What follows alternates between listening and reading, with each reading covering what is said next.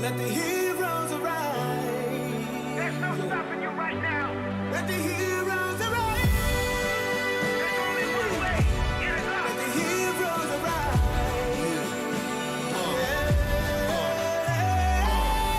It is what it is, I'ma get it. And I'ma push it to the limit. I don't do it for the fame or the credit, but I'm gonna be the rookie of the year when I finish. You don't want it, then I'ma take it and I'm gonna make it. Facing the dangers and ways that will turn into celebration. I am courageous and may just be the greatest alive. I become a sensation when the heroes arrive. We will be heroes. The moment has arrived. We fought the biggest battle of life. Come on, we will be heroes. The last ones to survive. We came to stay until the end of time. We will be heroes. Come on, the moment has arrived. We fought the biggest battle of life. We will be heroes. The last ones to survive. We came to stay until the end of time. Let the heroes arise.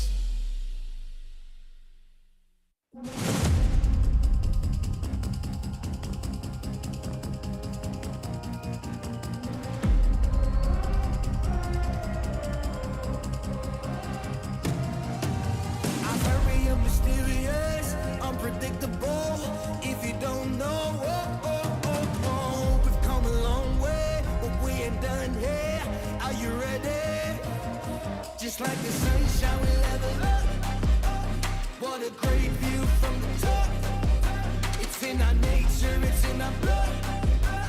We can stop, never stop. We don't stop with the squad. Like the sunshine, we level up. What a great view from the top. It's in our nature, it's in our blood. We can stop, never stop. We don't stop, 'cause we turn up in flames. 'Cause we turn up in flames. 'Cause we turn up in flames. You can deal with us, with the whole squad. We just can't be stopped. We invincible, undefeatable, but still you try it. Like the sunshine, we level up. What a great view from the top. It's in our nature, it's in our blood. We can stop, never stop, we don't stop, 'cause we turn up in flames. 'Cause we turn up in flames.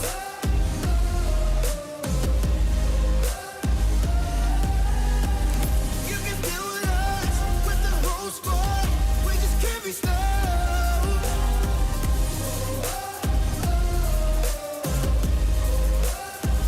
'Cause we turn up in flames. 'Cause we turn up in flames. 'Cause we turn up in flames. You can deal with us, with the whole squad. We just can't be stopped.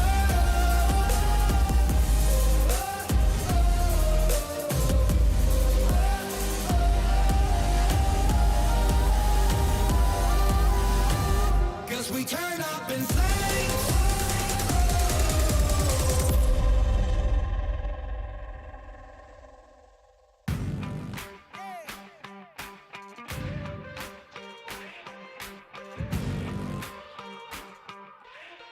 Time to level up and pay attention. Only the best can win, and I got a vision. I'm gonna be everything you said I couldn't be. I'm gonna leave my footprint, P.S. I know you see. I do believe that some things might be destiny. I do believe that I'm gonna get the best of me. I know you can't see, but I'll be on top. Team name tag on every spot. I'm going in, all in, everything on the line. Everyone wants to shine. I'm going in, all in. I got my crew right behind, and we will die for the win. One time we gon' level up.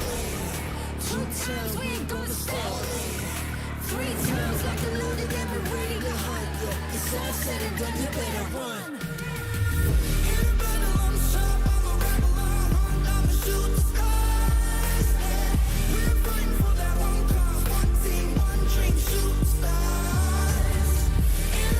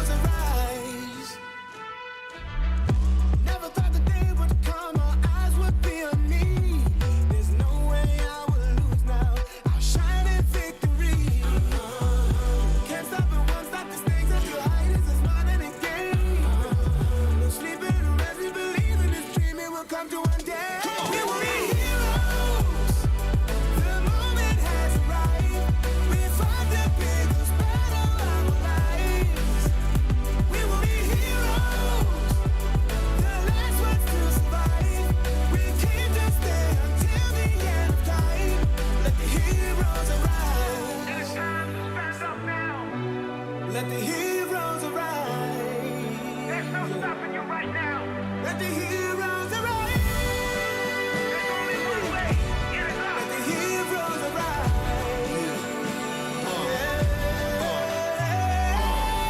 It is what it is, I'ma get it. And I'ma push it to the limit. I don't do it for the fame or the credit, but I'm gonna be the rookie of the year when I finish. You don't want it, I want it, then I'ma take it and I'm gonna make it. Facing the dangers and ways that will turn into celebration. I am courageous and may just be the greatest alive. I become a sensation when the heroes arrive. We were heroes. The moment has arrived. We fought the biggest battle of life. Come on. We were heroes. The last ones to survive. We came to stay until the end of time. Let the heroes. We were heroes.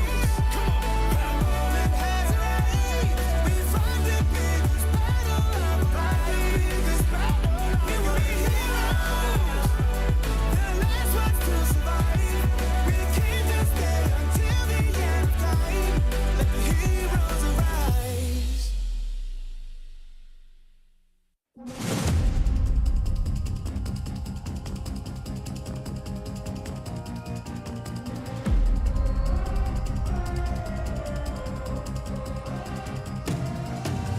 I'm very mysterious, unpredictable. If you don't know, we've come a long way, but we ain't done here.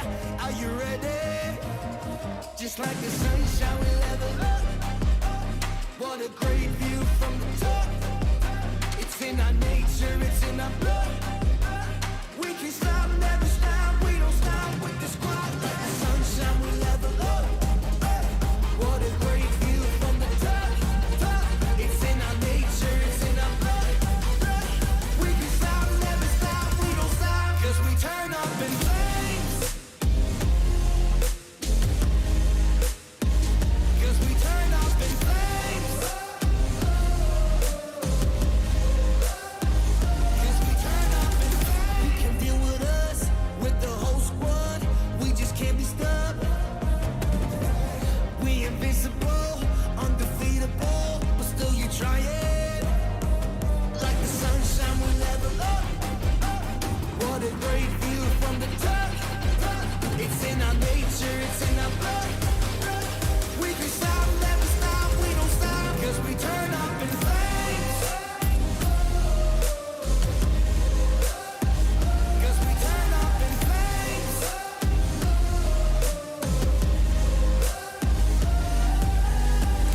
You can deal with us, with the whole squad.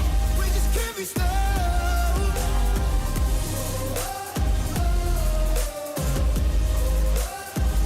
'Cause we turn up in flames. 'Cause we turn up in flames. 'Cause we turn up in flames. You can deal with us, with the whole squad. We just can't be stopped.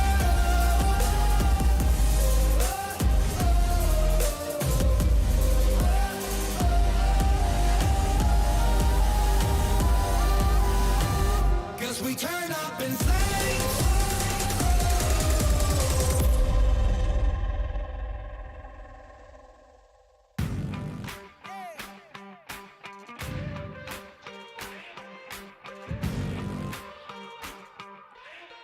Time to level up and pay attention. Only the best can win, and I got a vision. I'm gonna be everything you said I couldn't be. I'm gonna leave my footprint. P.S. I know you see. I do believe that some things might be destiny. I do believe that I'm gonna get the best of me. I know you can't see, but I'll be on top. Team name tag on every spot. I'm going in, all in, everything on the line. Everyone wants to shine. I'm going in, all in. I got my crew up behind, and we would die for the win. One time we gon' level up. Two times we ain't gonna stop. Three times like a loaded and we're ready to hunt. It's all said and done, you better run. In the battle, I'm sharp, I'm a rebel, I'm a shoot the stars. Yeah. We're fighting for that one cause, one team, one dream, shoot the stars. In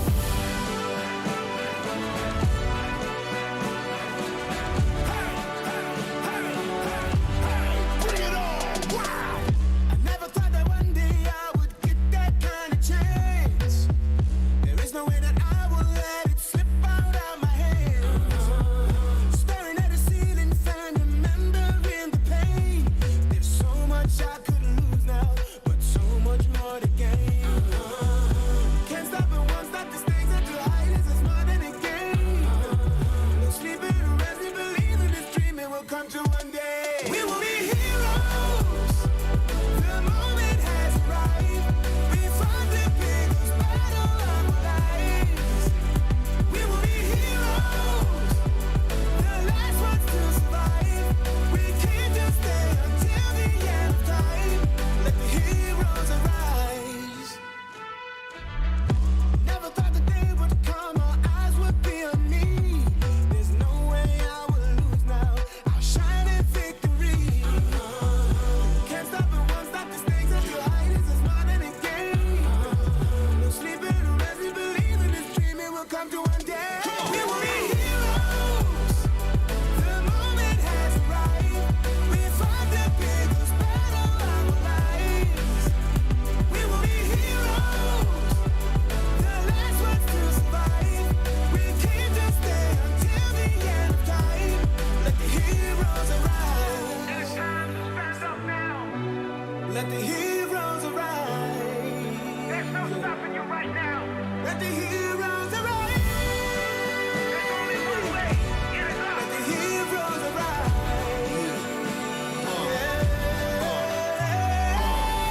It is what it is, I'ma get it. And I'ma push it to the limit. I don't do it for the fame or the credit, but I'm gonna be the rookie of the year when I finish. You don't want it, I want it, then I'ma take it and I'm gonna make it. Facing the dangers and ways that will turn into celebration. I am courageous, I may just be the greatest alive. I become a sensation when the heroes arrive. We will be heroes. The moment has arrived. We fought the biggest battle of our lives. We will be heroes.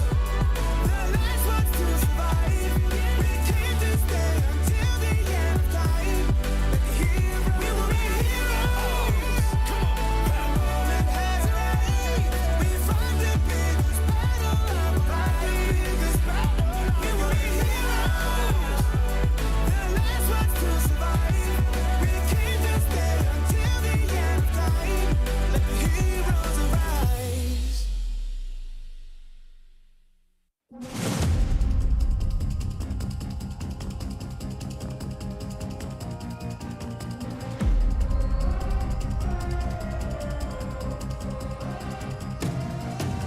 I'm very mysterious, unpredictable. If you don't know, we've come a long way, but we ain't done here. Are you ready? Just like the sunshine, we level up. What a great view from the top. It's in our nature, it's in our blood. We can stop, never stop. We don't stop with the squad. Like the sunshine, we level up. What a great view from the top. It's in our nature, it's in our blood. We can stop, never stop. We don't stop, 'cause we turn up in flames. 'Cause we turn up in flames. 'Cause we turn up in flames. You can deal with us, with the whole squad. We just can't be stopped. We invincible, undefeatable, but still you try it. Like the sunshine, we level up. What a great view from the top. It's in our nature, it's in our blood. We can stop, never stop, we don't stop, 'cause we turn up in flames. 'Cause we turn up in flames.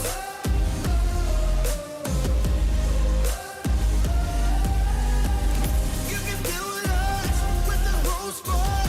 We just can't be stopped.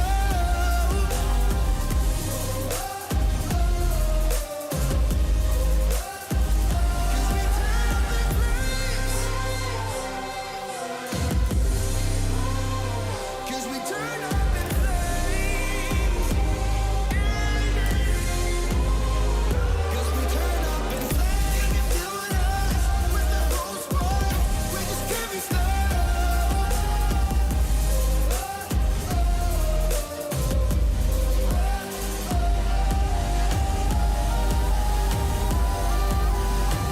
'Cause we turn up in flames.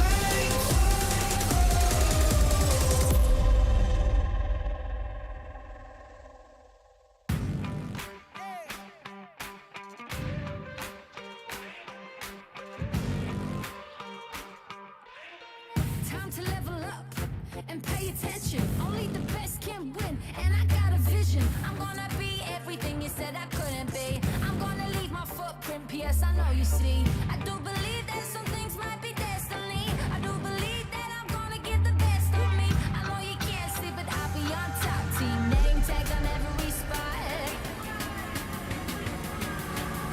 I'm going in, all in, everything on the line. Everyone wants to shine. I'm going in, all in. I got my crew right behind, and we will die for the win.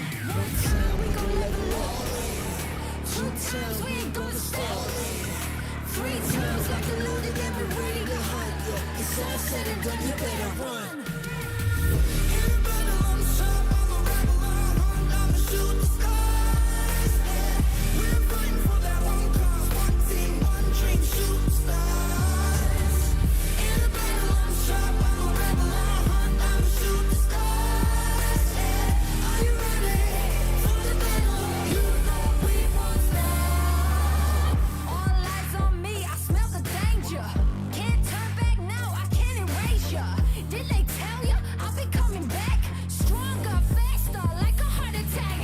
I'm making known I'm the master. Think that boom boom need a blaster. What you looking at, huh? We coming for you in the masses. Front row passes, champions want all access. In, all in, everything on the line. Everyone wants to shine. I'm going in, all in. I got my crew right behind, and we will die for the win. One time we gon' level up, two times we ain't gonna stop, three times like a loaded and we're ready to hunt. Yeah, it's all said and done, you better run. In the battle, I'm sharp, I'm a rebel, I'm hunt, I'ma shoot the stars. Yeah, we're fighting for that one cause, one team, one dream, shoot the stars. In the battle, I'm sharp, I'm a rebel, I'm hunt, I'ma shoot the stars. Yeah, are you ready for the battle? You know we won't stop. You know we won't stop.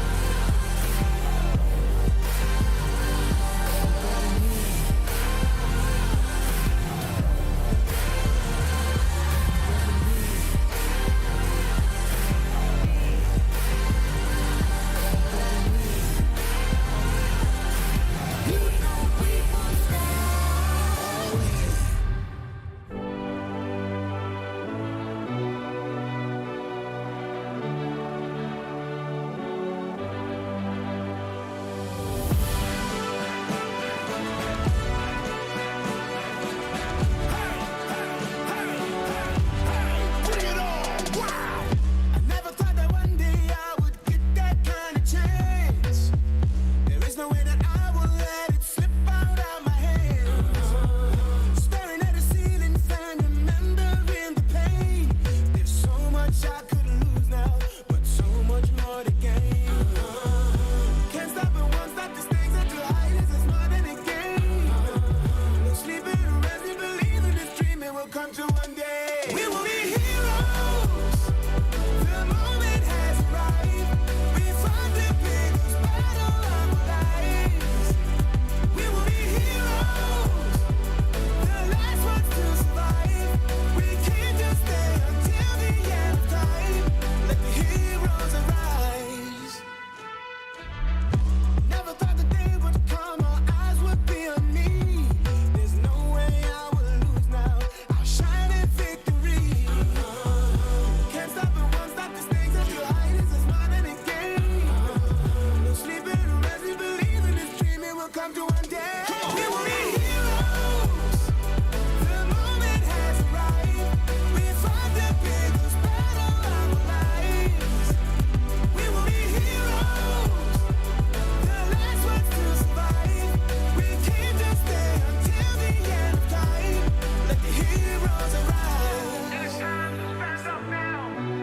Let the heroes arise. There's no stopping you right now. Let the heroes arise. There's only one way. Get it up. Let the heroes arise.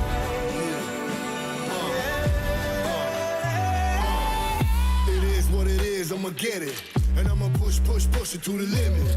I don't do it for the fame or the credit, but I'm gonna be the rookie of the year when I finish. You I want it, then I'ma take it and I'm gonna make it. Pacing it dangers in ways that will turn into celebration. I am courageous and may just be the greatest alive. I become a sensation when the heroes arrive. We were heroes. The moment has arrived. We fought the biggest battle of life. Come on. We were heroes. The last ones to survive. We came to stay until the end of time. Like the heroes. We were heroes. The moment has arrived. We fought the biggest battle of life. We were heroes. The last ones to survive. We came to stay until the end of time. Let the heroes arise.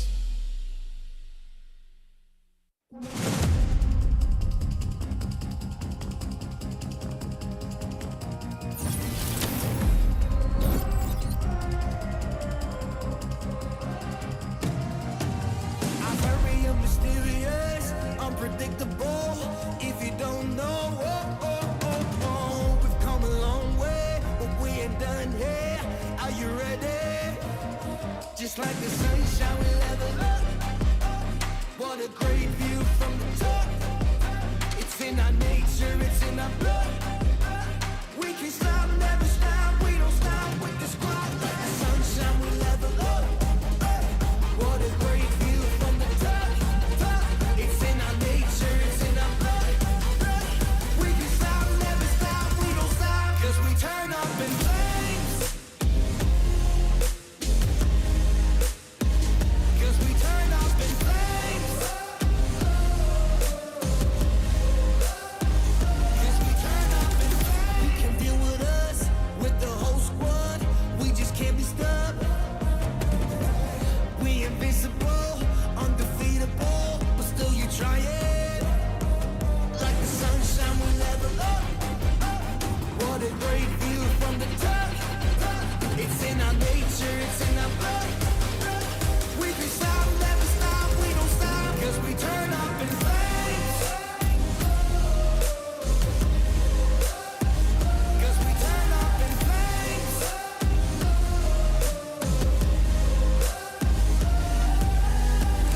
You can deal with us, with the whole squad. We just can't be stopped.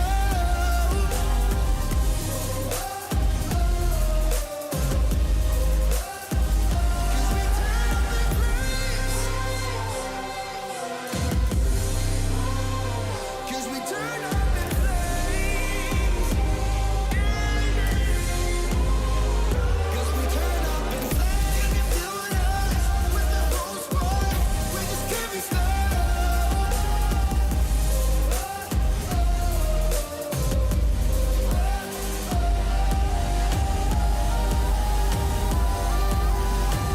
'Cause we turn up in flames.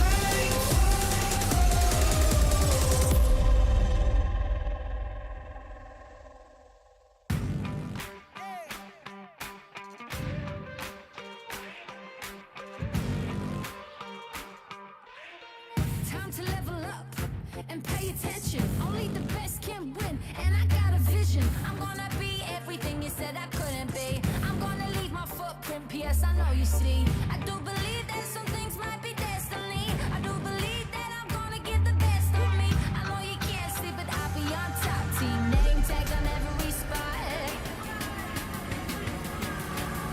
I'm going in, all in, everything on the line. Everyone wants to shine. I'm going in, all in. I got my crew right behind, and we would die for the win. One time we gon' level up, 2 times we ain't gonna stop, 3 times like a loaded and we're ready to hunt. Yeah, it's all said and done, you better run. In a battle, I'm sharp, I'm a rebel, I hunt, I'ma shoot the skies. Yeah, we're fighting for that one cause, one team, one dream, shoot the stars. In a battle, I'm sharp, I'm a rebel, I hunt, I'ma shoot the stars. Yeah, are you ready for the battle? You know we won't stop. All eyes on me, I smell the danger. Can't turn back now, I can't erase ya. Did they tell ya I'll be coming back? Stronger, faster, like a heart attack. Ha!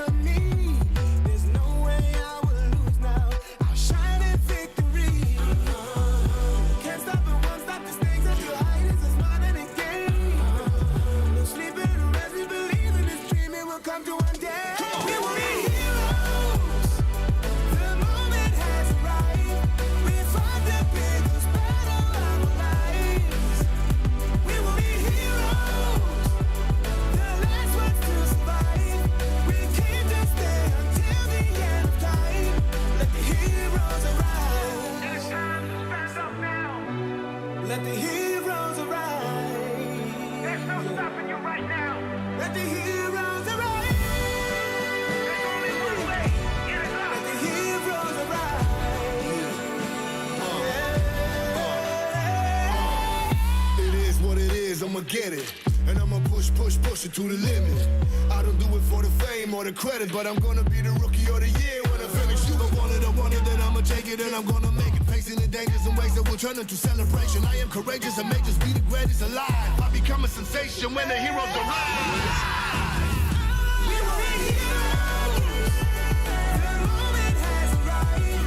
We fight the biggest battle of life. Come on. We were heroes. The last ones to survive. We came to stay until the end of time. Like a hero. We were heroes. Come on. The moment has arrived. We fight the biggest battle of life. We were heroes. The last ones to survive. We came to stay until the end of time. Let the heroes arise.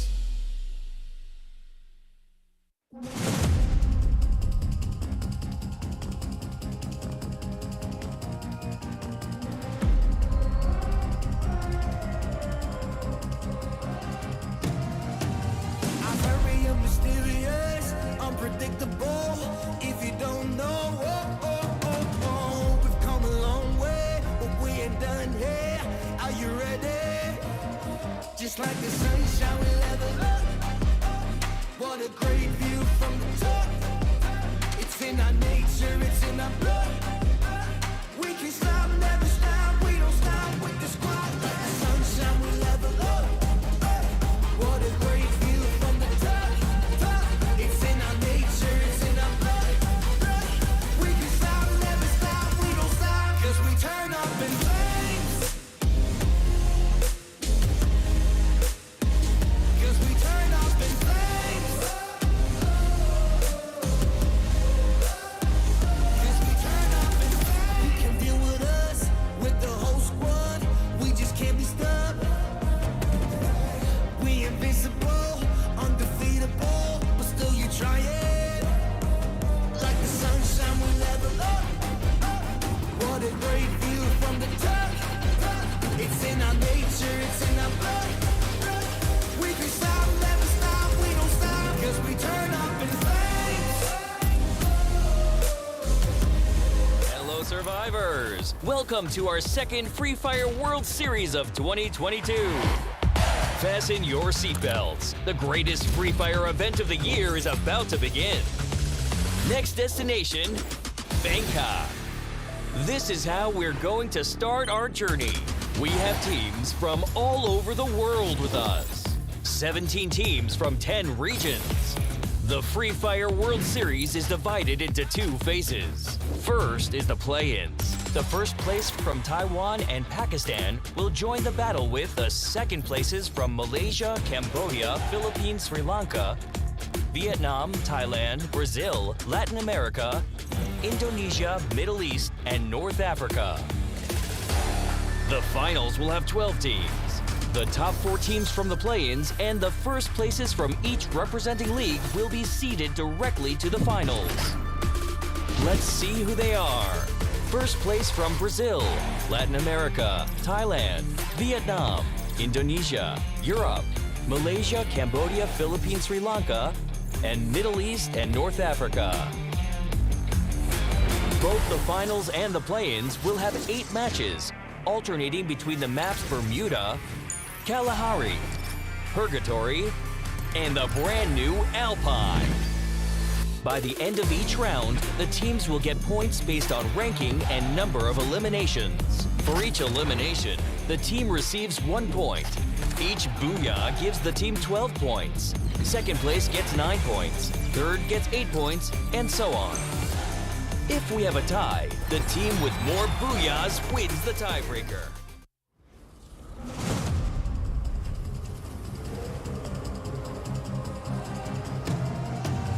I'm very mysterious, unpredictable.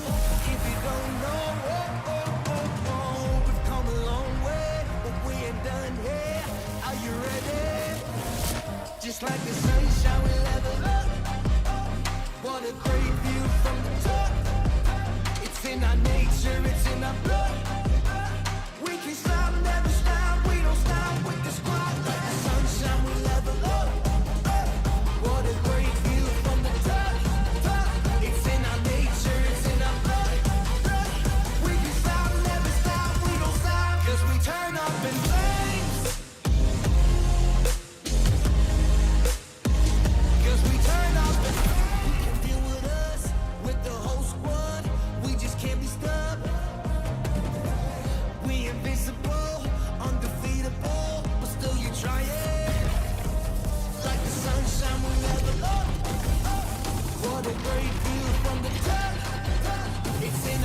pressure, it's enough.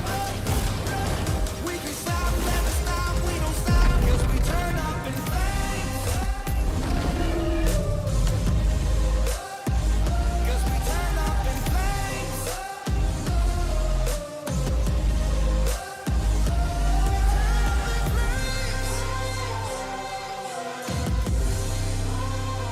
Cause we turn up in flames.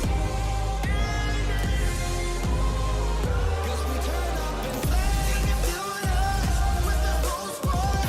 We just can't be stopped.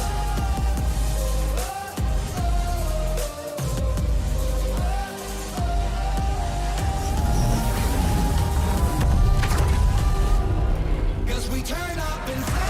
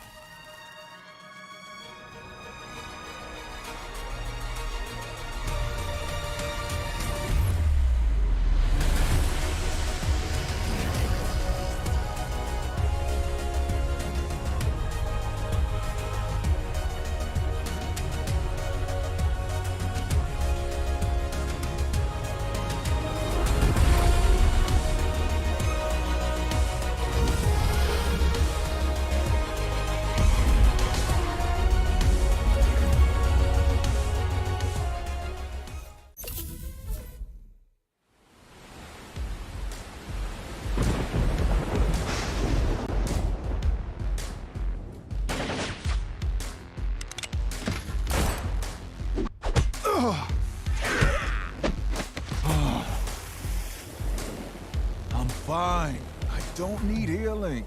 What? Your arm is broken. If I show you I can do a push-up, will you stop bothering me? I dare you. Hate to say it, but I told you so. You don't hate it at all. Oh, my grumpy love of my life. You can be so stubborn. I am strong-willed. I'm not stubborn. Introduce them to the new home. You're the captain of the island. You do it. Fine, fine. Thank you for taking us in. What is this place called? Ford, you didn't tell them? Slipped my mind. You're in safe here. The safest place on Earth. Welcome to your new home. Hey, who's behind this mural? I didn't approve this. Actually, I look pretty good.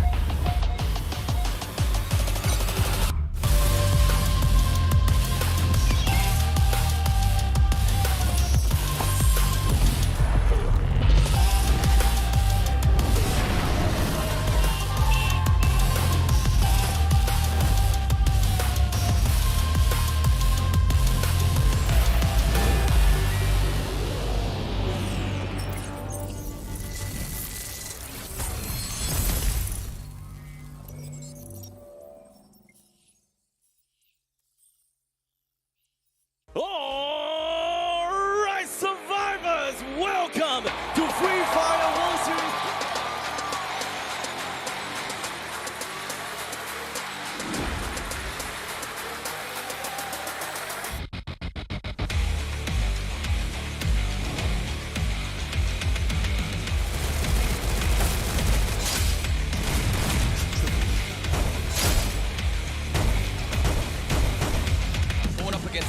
play-in champions of Echo Esports. That was a super dangerous one for both teams. High risk. There was so much at stake right now.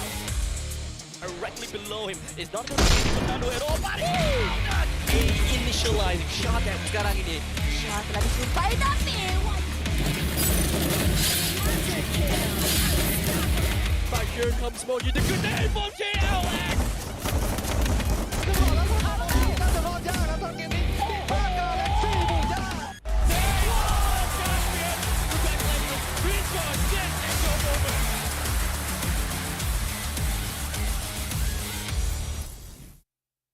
Hello, survivors! Welcome to our second Free Fire World Series of 2022. Fasten your seatbelts. The greatest Free Fire event of the year is about to begin. Next destination, Bangkok. This is how we're going to start our journey.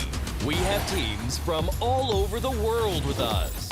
17 teams from 10 regions.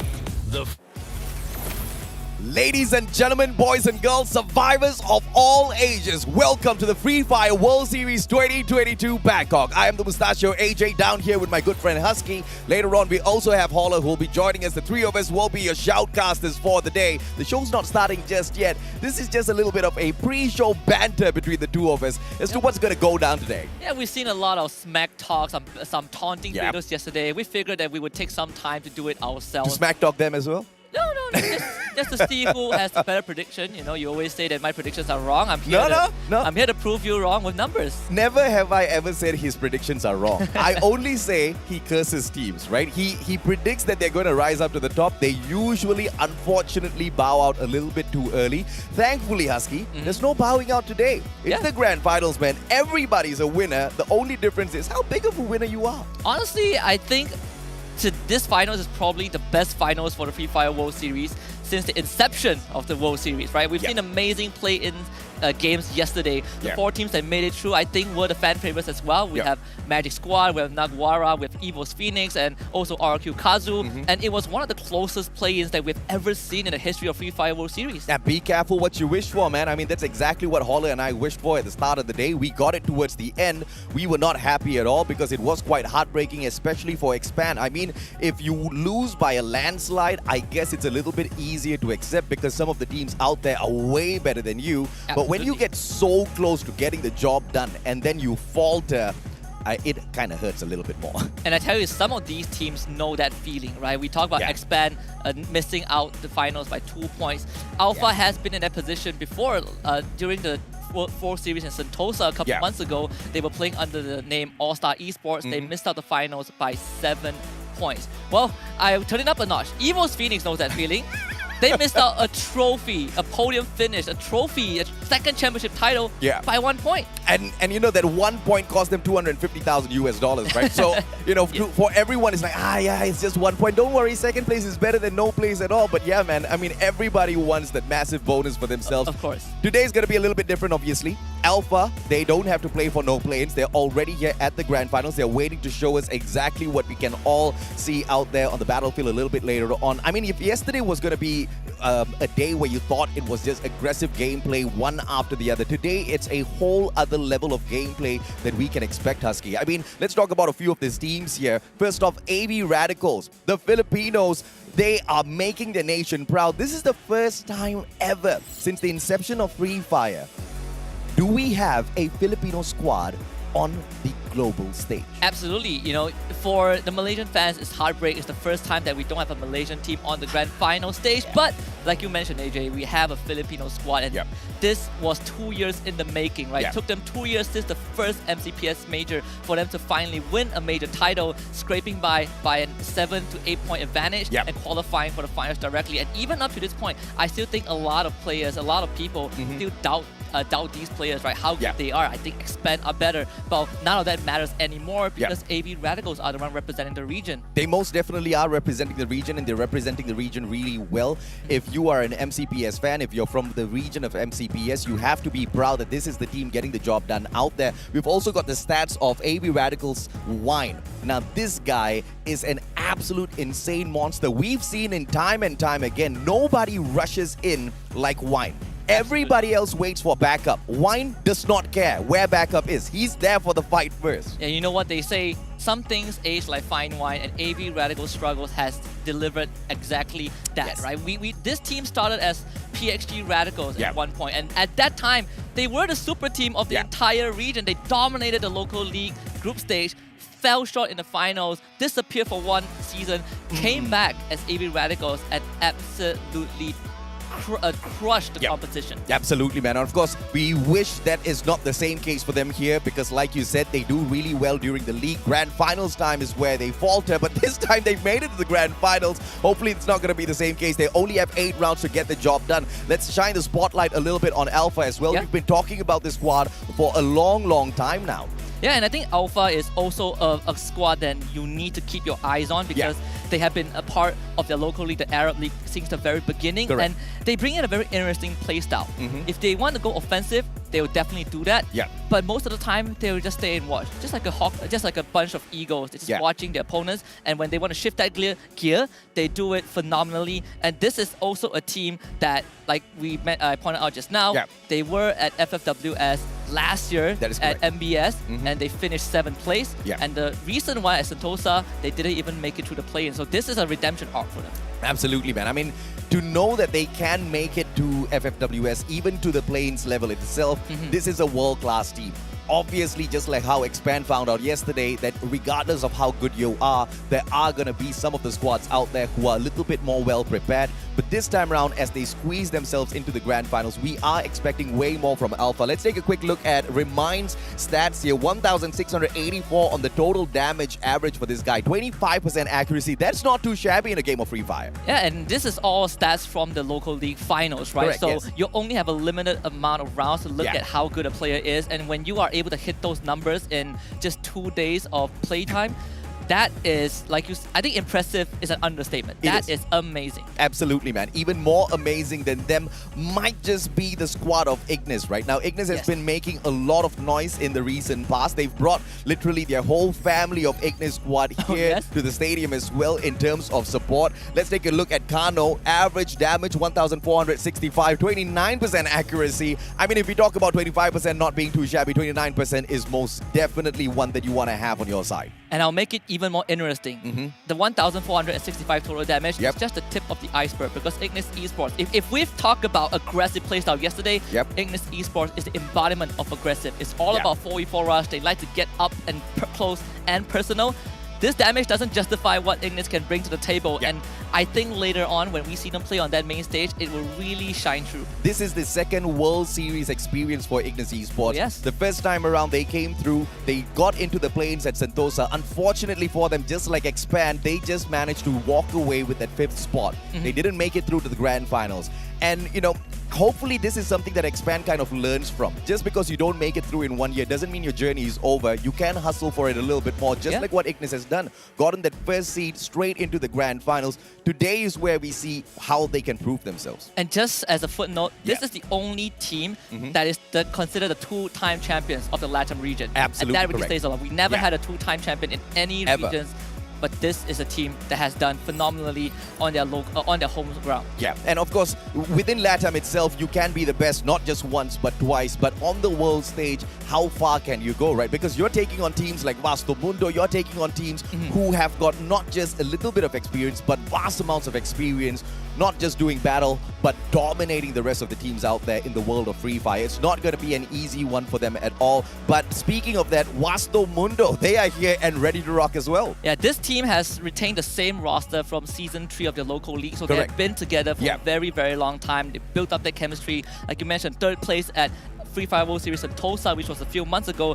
And this is not considered, I think it's regarded as the best team from the EU region. And it was not even close. They have such a huge fan base. And every time you look at Vasto Mundo, people will instantly tell you they will qualify for the finals of any World Series anytime. Yeah, it's not the best, it's not the most popular just because they've got a huge fan base. You're talking about a team that has got 5 major European titles under their belt, and that's not the only titles that they have under their belt, right? They've got multiple podium finishes as well. They're extremely lethal out there at the battlefield. One of the more aggressive teams that you'll find out there. I really want to see a matchup between between Master Mundo and Cade at some point today, because I think that's going to be a battle none of us will ever forget. Yeah, and their star player Luca would definitely deliver that pain to these opposing teams. And just as it's kind of the icing on the cake, this is the only team from the EU region, right? Which says even more. There's no EU teams in the play-ins, so there's a lot of weight on their shoulders. They are the popular team. They are the favorites from EU, and I'm pretty sure all eyes will be on them. We talked about the top dogs already. Let's talk about the underdogs as well. We've got the dark horses of the competition. Magic Squad, the Master Wizards yesterday proved that you need no Booyah to get to the top, Husky. I mean, come on. I mean, there's one thing to say, but a whole other thing to prove out there on the battlefield against so many strong teams out there. And GU is one of the biggest reasons why Magic Squad is such a solid team. Yeah. Not just about rushing in of what we saw in majority of the rounds yesterday. Correct. It was also the behind-the-scenes support. Yeah. GU has been phenomenal in providing his team the room to breathe, at the same time making sure that he can hold his own. A lot of support players are not able to hold their own when they get rushed, but not GU. You want to fight him up close, you think you catch him off guard, he will strike back, and he strikes back hard. Absolutely, man. And of course, who can forget us, ladies and gentlemen, boys and girls? We do have the start of the show coming up for you guys. A quick trailer before you jump into the action.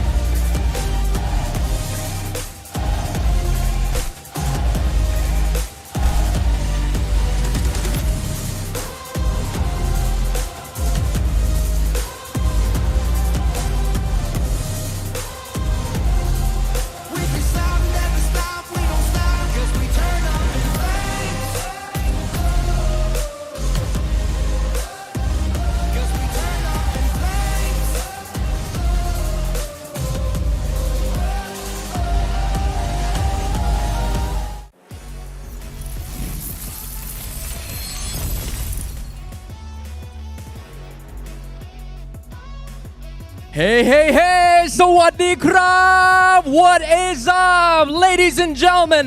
Hello to all of you watching us live all the way from all around the world and welcome to the Free Fire World Series 2022 Bangkok. My name is Bam Pitipat, your host for today's extremely exciting finals. ต้อนรับทุกคนเลยนะครับที่กำลังรับชมสดๆไม่ใช่แค่ที่ไทยแต่ทั่วทุกมุมโลกเลยครับกับ Free Fire World Series 2022 Bangkok ครับแบมปฏิพัฒน์นะรับหน้าที่พิธีกรตื่นเต้นมากๆแล้วตอนนี้เพราะว่าBattle สุดยิ่งใหญ่กำลังจะเกิดขึ้นครับ Wherever you're joining and supporting us from, be ready for the world action all the way from Central World Live right here in Bangkok, Thailand ตื่นเต้นสุดๆเลยนะฮะความเดือดกำลังจะเกิดขึ้นอีกไม่กี่วินาทีครับ There were intense play-ins yesterday with 4 teams qualifying themselves to our finals today. Joining them are 8 other teams that have been waiting in the finals, vying for desired trophy and the title of Free Fire World Champion and the prize pool of $2 million. Yes, you heard it right, $2 million. ตื่นเต้นมากๆครับเพราะว่าได้แข่งขันไปเป็นที่เรียบร้อยเมื่อวานนี้และเราก็ได้มากับ 12 ทีมที่จะมาแข่งขันกันในรอบชนะเลิศถ้วยรางวัลก็รออยู่สุดยิ่งใหญ่บำแอบเห็นแล้วสวยมากและเงินรางวัลรวมถึง2 ล้านเหรียญสหรัฐเลยครับ I bet you can feel the excitement, the thrills we got by just standing here on this very stageพลังตอนนี้บอกเลยนี่คือครั้งแรกนะที่จัด World Series ในประเทศไทยครับแล้วก็เป็นครั้งแรกของแบมที่ได้เป็นพิธีกรด้วยดีใจมากๆพลังมหาศาลแบมตื่นเต้นและเชื่อว่าผู้เข้าแข่งขันทุกคนตื่นเต้นยิ่งกว่าครับ So ladies and gentlemen who will be playing aggressively who will be making an impressive outplay and who will get the most booyahs and who will be the MVP of the seriesเรามาดูกันนะว่าใครจะเล่นได้แบบเดือดที่สุดใครจะมีจังหวะแบบสวยๆใครจะได้บูย่ามากที่สุดและใครครับจะได้เป็น MVP ของการแข่งขันค่ำคืนนี้ได้รู้กันอย่างแน่นอนครับ So ladies and gentlemen the wait is over let me pass it to the casters to kick off the first match today let's go Thank you very much, Bam. Ladies and gentlemen, boys and girls, officially now, my name's AJ. I am the Mustachio down here with the one and only Husky to open up the show for all of you guys officially this time as we await Bermuda to kick off match number 1. Husky, you know my usual question, man. What do you expect out of this first game? I expect even more aggressions from yesterday. I know during the play-ins, first map, everyone plays passive, but you only have 9 teams on the map. There's more room for you to wriggle around. There's more crevices to hide in. With 12 full teams, that is not going to be a possibility. We have teams that share the same drop zone on Bermuda, so it's going to be a bloodbath. Absolutely, man. I am looking forward to some of these hot drops because we will be able to see all of these world-class teams push to the very edge and test it very early on. You have got no room for error whatsoever, but they're in a game of Battle Royale where the gods of RNG might just be able to mess up your game with the circle dragging you left, right, center, and the teams being so unpredictable, anything can happen out there. But the teams who are able to respond well to those unexpected situations and make the right shot calls are going to be the champions of the day. And we have seen some teams from yesterday that knew how to read the circle, and one of that was actually Evo's Phoenix. That's how they got their second and third booyah. But aside from Evo's Phoenix, we're also going to look at the other teams that are in the grand final. Starting off with the first seed from Brazil is K, the Spartan Bulls. The Assassins, Vasto Mundo, representing the European region as the first seeded team. The first seed of Indonesia, we have SES Alpine, known as the Predator. The one and only, the Phoenix's Ignis Esports, representing the Latin American region as their first seeded squad. The Miracle Workers, AV Radicals, representing MCPS as the number 1 seed. The Macho Alpha, representing the Middle East and North African region. The Rising Stars of Thailand, Nigma Galaxy, first seed of Thailand. The Mighty Eagles, HQ Esports, representing Vietnam. The Master Wizards qualifying from the play-ins in first place yesterday, Magic Squad, second seed from Brazil. And the Undying Comeback Kings, EVOS Phoenix, representing Thailand as their second seeded team. Second seed of Latam, Naguara Esports, the Los Chamos. And the veteran beast RRQ Kazu representing Indonesia as their second seeded team. And all of these teams are going to be going all out. Why, ladies and gentlemen, boys and girls? Because $2 million on the line, Husky. And the champion walks away with pride, glory, triumph, a trophy, and $500,000 AJ. A fat pocket. Life-changing cash right there. A fat pocket, a very fat bank. And I mean, the bankers are going to be ecstatic when these players walk into their bank and say, okay, I would like to deposit this amount into my bank account, please. Yeah, absolutely. And of course, going down the standings, every team will get a piece of the pie. Yeah. It just matters to how much of a piece of the pie that they get. But to get to that point, we're going to look at the point system. Each and every single elimination gets you 1 point. This is how you sandbag yourself if you cannot get enough placement points. Talking about placement points, if you hit that booyah, you get yourself 12. Second place gets you 9 points. One rank below that, each and every single consecutive rank below that,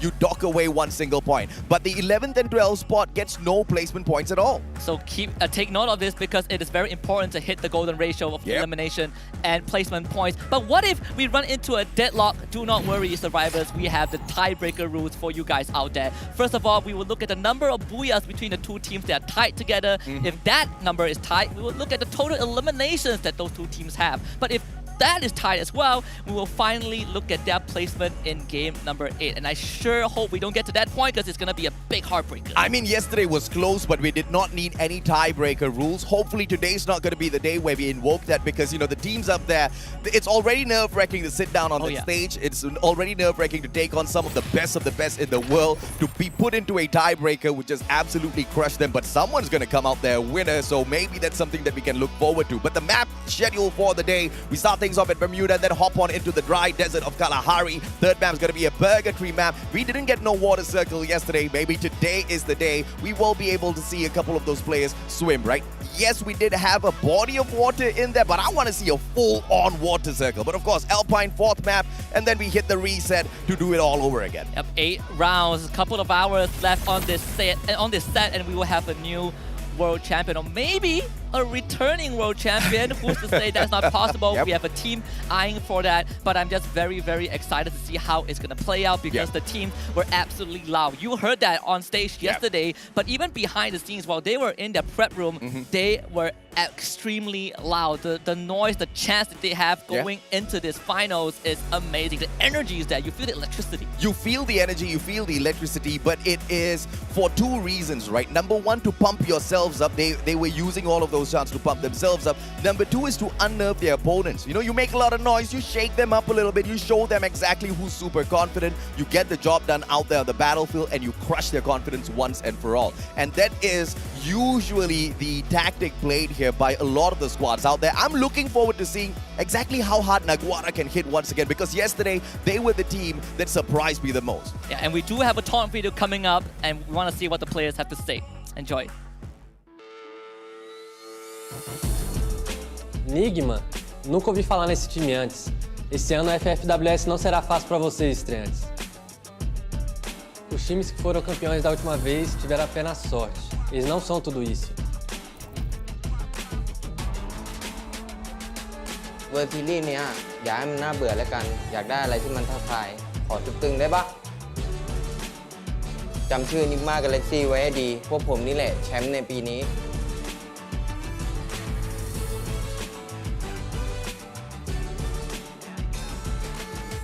Venimos aquí para vengarnos. Traten de no encontrarnos al principio de la partida porque lo van a pagar muy caro.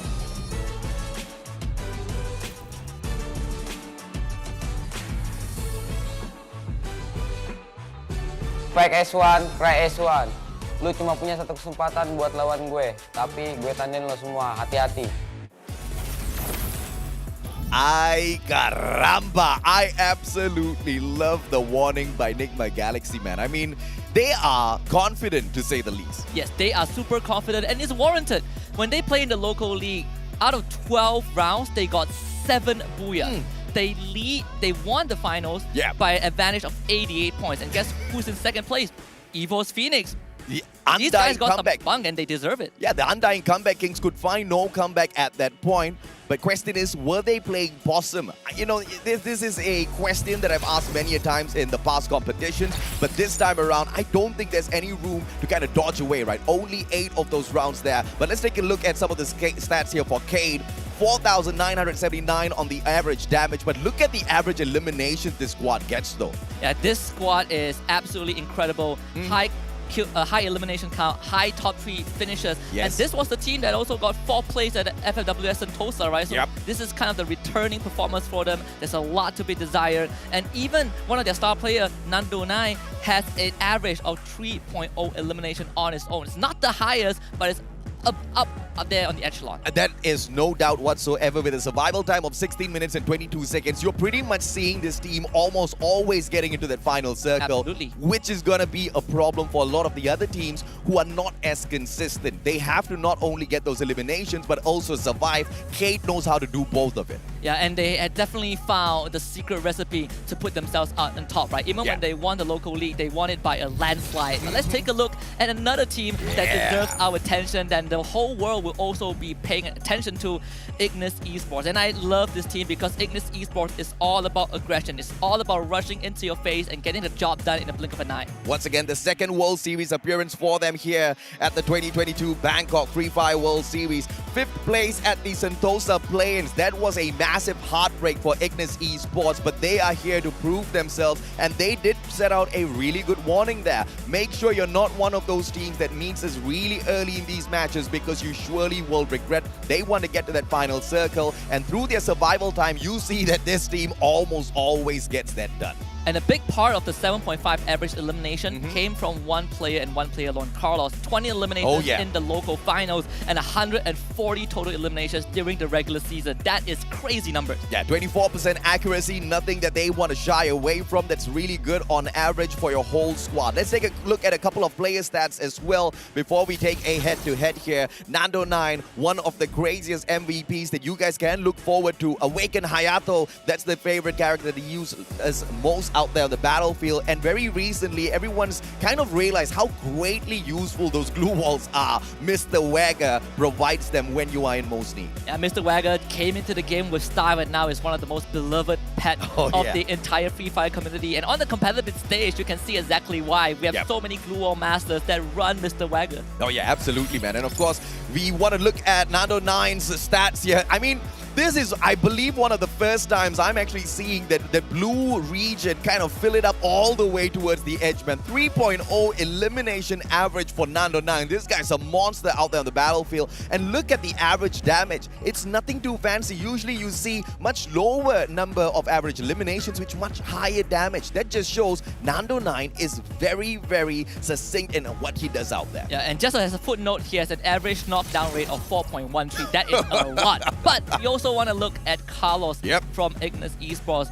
Almost the same lineup with the Awakened Hayato and Mr. Wagger, but Carlos himself, he might not sport as high as a number compared to Nando, but this guy is one of the top eliminators of their local league, and now leading the rest of Ignis Esports. I think they will stand a great chance against K. And we most definitely do believe that Ignis Esports is going to be one of those trailblazers out there on the battlefield. Let's take a look at some of Carlos's stats and see exactly how that kind of stacks up against Nando 9. 2.5 average eliminations, damage 1,463 on average. He's got about half of his shots getting that headshot for him, so that's not too shabby at all.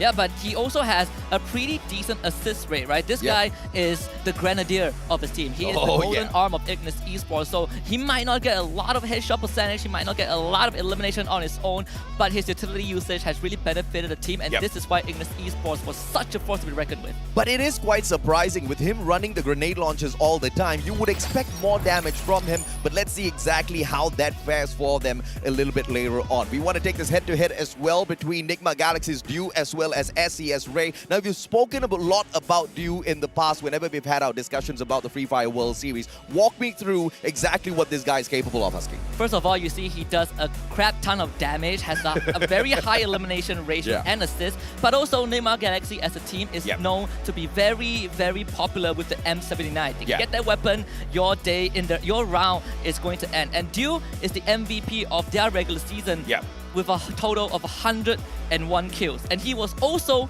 the finals MVP for their local league. I also want to take a quick comparison between the eliminations and the damage. You can see eliminations, but it's not too different from both of these players. Damage, on the other hand, is quite different. Dew requires more damage to get the 3.42 elimination. Ray, on the other hand, is a little bit more efficient out there on the battlefield, and that's mostly skewed towards him because of the headshots that he manages to get out there. Yes, both players are great, but it's all going to depend on who gets the lethal shot first. But let's take a look at the profile videos as well.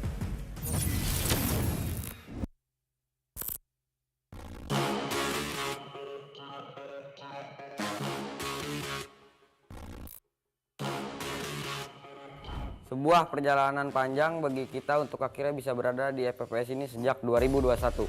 Fakta bahwa kita bisa ke FFWS, menurut gue sangat pantas dengan semua usaha kami. Gue berharap kami bisa mendapatkan kejuaraan pertama untuk tim kita. A nossa equipa, nós estamos juntos há muito tempo. Quando as pessoas falam de como as outras regiões são fortes, esquecem que nós fomos terceiro lugar da última vez. Thật sự thì mình không quá lo lắng vì mình đã có trải nghiệm từ lần đi Singapore trước đó rồi. Chỉ cần team mình giữ vững phong độ thì có thể nói là hắc quy không ngán một ai hết. Ipinagmamalaki ko na umabot kami dito. Gagawin namin ang lahat para magningning sa FFWS. طريقة وحيدة حتى نظهر شكرنا للمعجبين وهي أن نعطيهم أفضل ما لدينا. نحن مصرين على ذلك فعلا. La última vez nuestro camino acabó en play-ins. Esta vez seguiremos peleando y acabaremos con todos. Eu penso mais como uma vingança. Nós vamos provar que os times da Tailândia não são imbatíveis. Nem o time tailandês ganhou 2 vezes seguidas. E nós estamos aqui para que não ganhem novamente. Vamos levar esse orgulho de volta ao Brasil. ผู้คนต่างสงสัยว่าเมื่อไหร่ยุคของทีมไทยจะสิ้นสุดลงสักที เราจะทำลายขีดจำกัดและรักษาแชมป์ที่ประเทศไทยไว้ เพราะเรานี่แหละทีมม้ามืดตัวจริง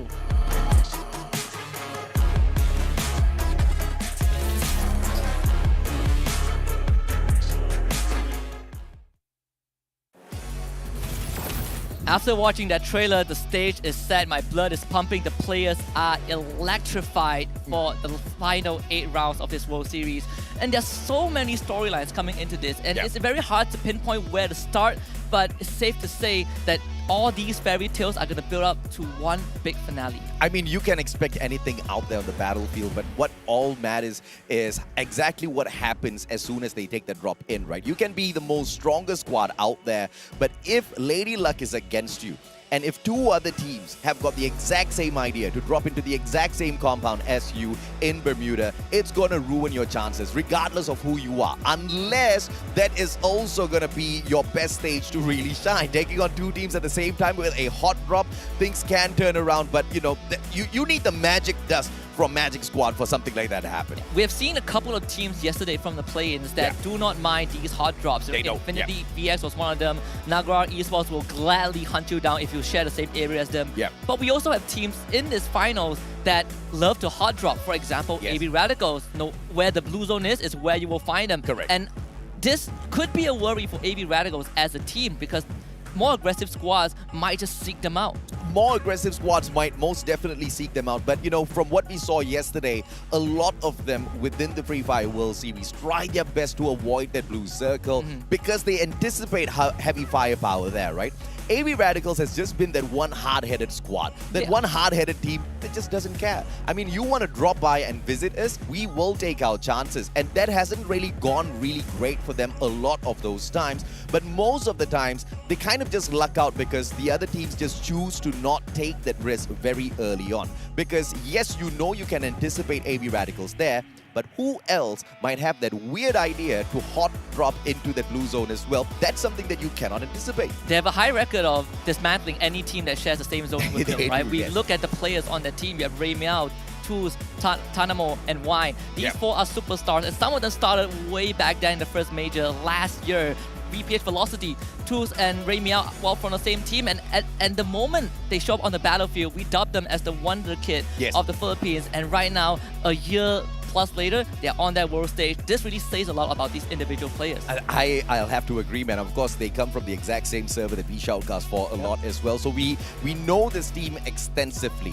But we also know that AB Radicals is unfortunately riddled with a little bit of inconsistencies that usually hurts them towards the end of the run, right? We see massive league stage runs from them. Grand finals is where they bomb out. But the biggest of difference was in MCPS this time round. They broke their own record by maintaining that consistency.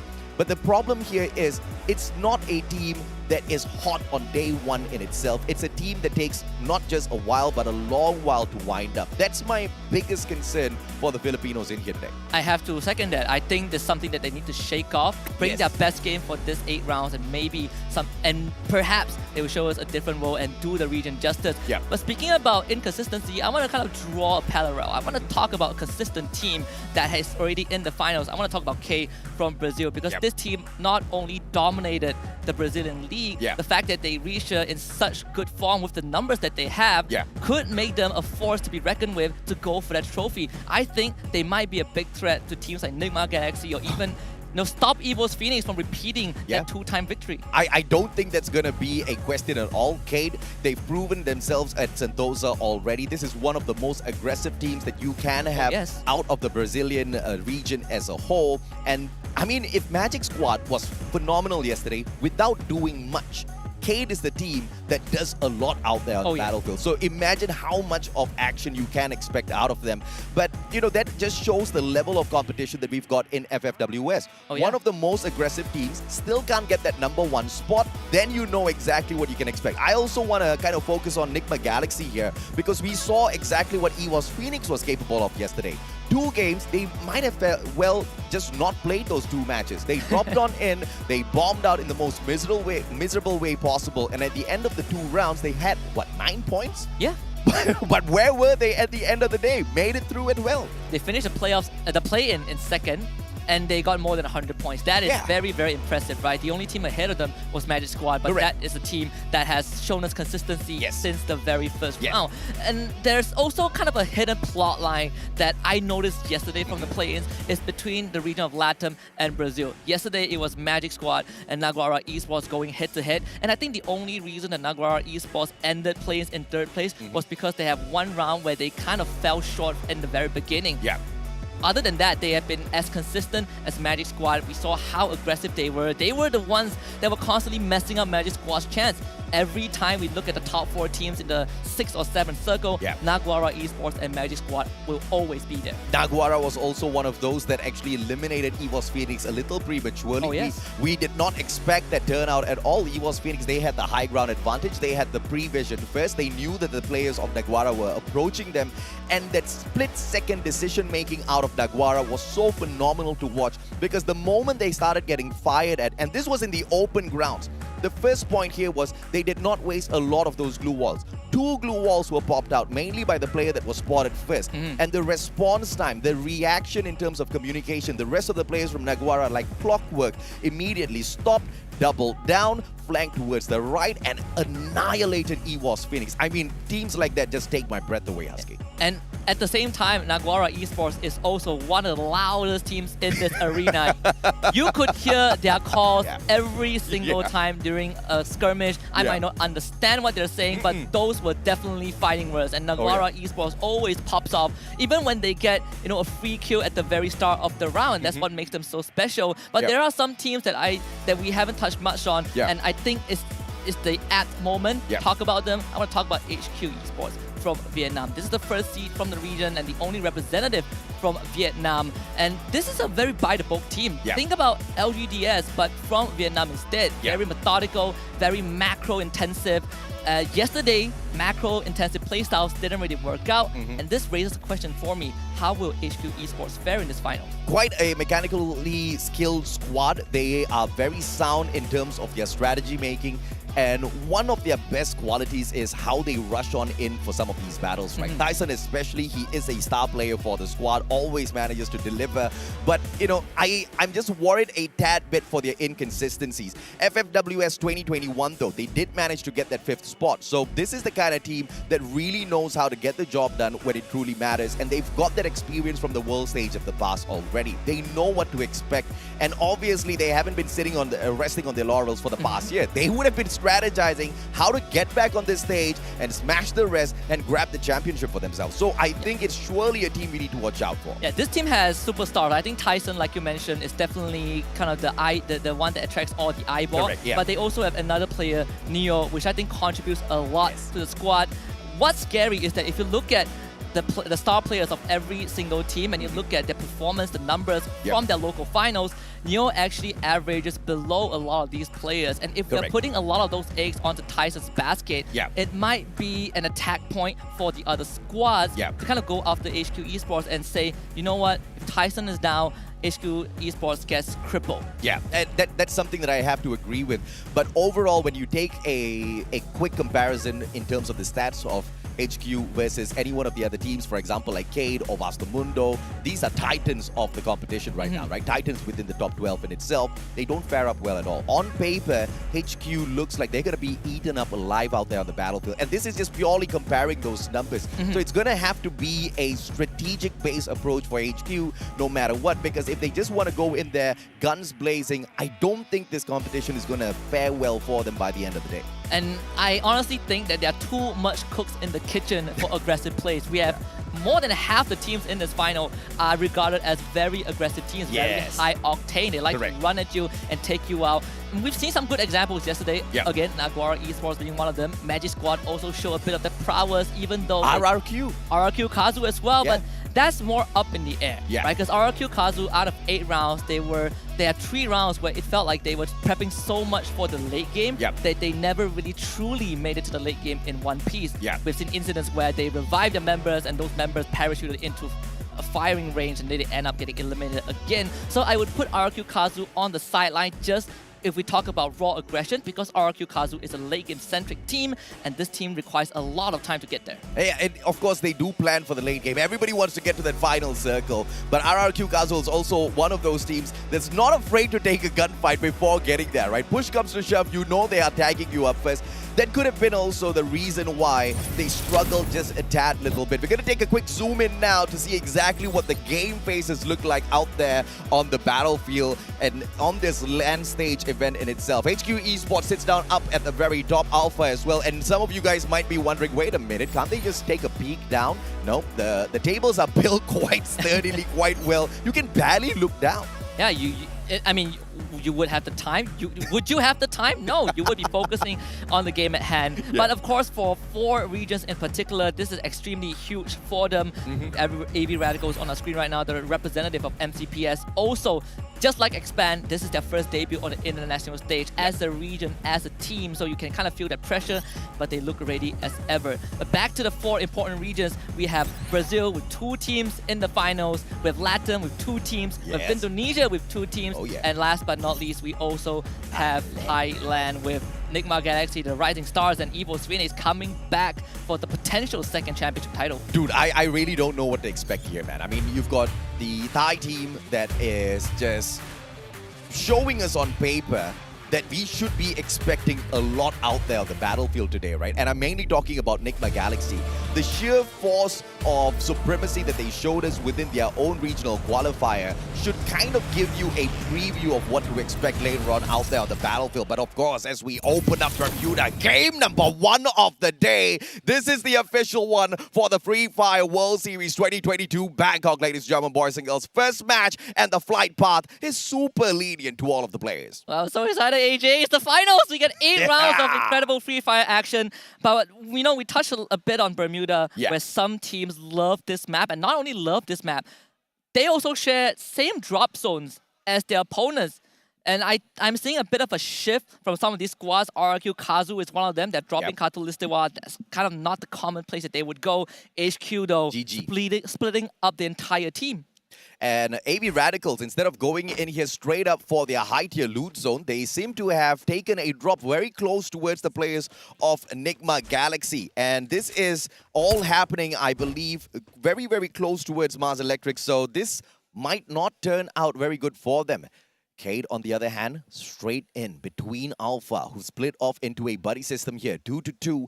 And this split could be the best thing for Alpha or the worst thing for them. Cade, all together, they can focus around. They don't really need to overextend. But how much of loot can you secure within such a small compound? I would say if you are a team like Evo's Phoenix on our screen right now, you can secure a ton of loot. Oh, yeah. Yesterday, there were only, I believe, 1 or 2 teams that split up so much.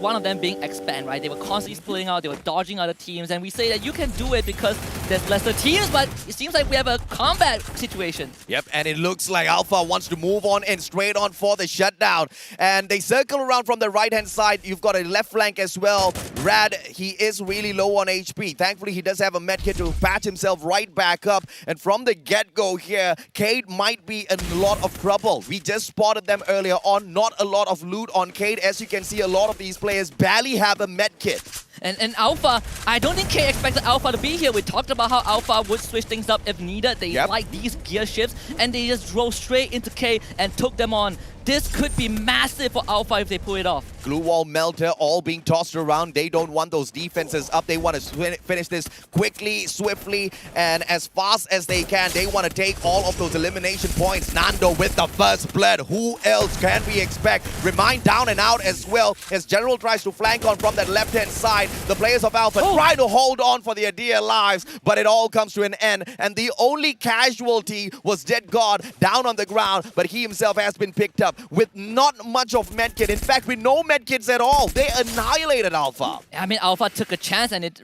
didn't end the way that they wanted to. I mean, Vasto Mundo already got 2 kills against RRQ Kazu. They're going to look for more Blazer 10 on the ground. Oh, and it looks like Vigord goes down as well. Ramiel manages to get one for himself. It is going to be the players of Vasto Mundo in a quick skirmish, but only Blazer 10 is lost in this one bout. So it's all good for the time being for Vasto Mundo. As long as you can keep your ranks together and bring those revivals in, you're not going to be too tickled at all. Nigma Galaxy, on the other hand, they're not going to be too pleased with the loss of this first player. Those were easy pickings for Vasto Mundo, by the way, because RRQ Kazu split up the entire team. So they were playing this, let's get some loot. If you get knocked down, we will revive. But Naguara Esports, they found AV Radicals, and this team just dodged Nigma Galaxy. Yeah, AV Radicals just jumping in from one battle to another in this high-tier loot zone. Let's see if or not they've had enough on their side to fight back. Razor finds Luca. Vasto Mundo biting the dust by the second as it takes on. Ignis, on the other hand, has the whole of Clock Tower to tease as well as loot up. So this team is going to be quite ready for the next battle. As you can see, Carlos really stacking up all of those medkits for himself. We have so many revives on the map right now. The only team that was knocked out was Alpha. And it really came down to just Cade having a good support system behind the lines. I honestly thought that those long-range fights would not work out because it was in a tight building.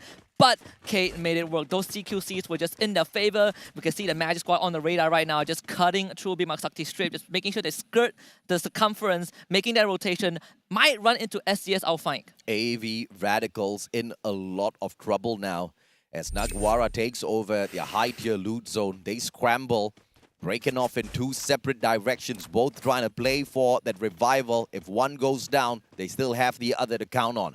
EVOS Phoenix, they've rotated into peak, and they're still undisturbed. This is a good looting process for the Thai squad. Yeah, I mean, EVOS Phoenix have been playing a very slow game towards the tail end of yesterday's as well. And they are not really phased. We've seen them caught in a very bad position on Purgatory. That was round 7, and they came out with a booyah. Sure, you can say they only got 1 elimination, but there's not much teams that can survive until the end in that fashion. I think RRQ is like the richest team out here on the battlefield. I think that's the 2nd or 3rd player they're buying right back into the matchup. They keep losing players, they keep getting them right back into the mix. That might sound like a great play, but it is terrible for the prep for that final circle because you're barely sustaining any of that loot on you. You have to drop right back into the map and you have to loot up that whole area once again and expect the rest of your team members to back you up. That wastes a lot of time. You don't move for that circle. You don't find a defensive position for yourself. So the Indonesian squad of RRQ, they need to figure out exactly how they can get their pace back together here. And that's exactly the worry that we slightly touched on in that pre-show.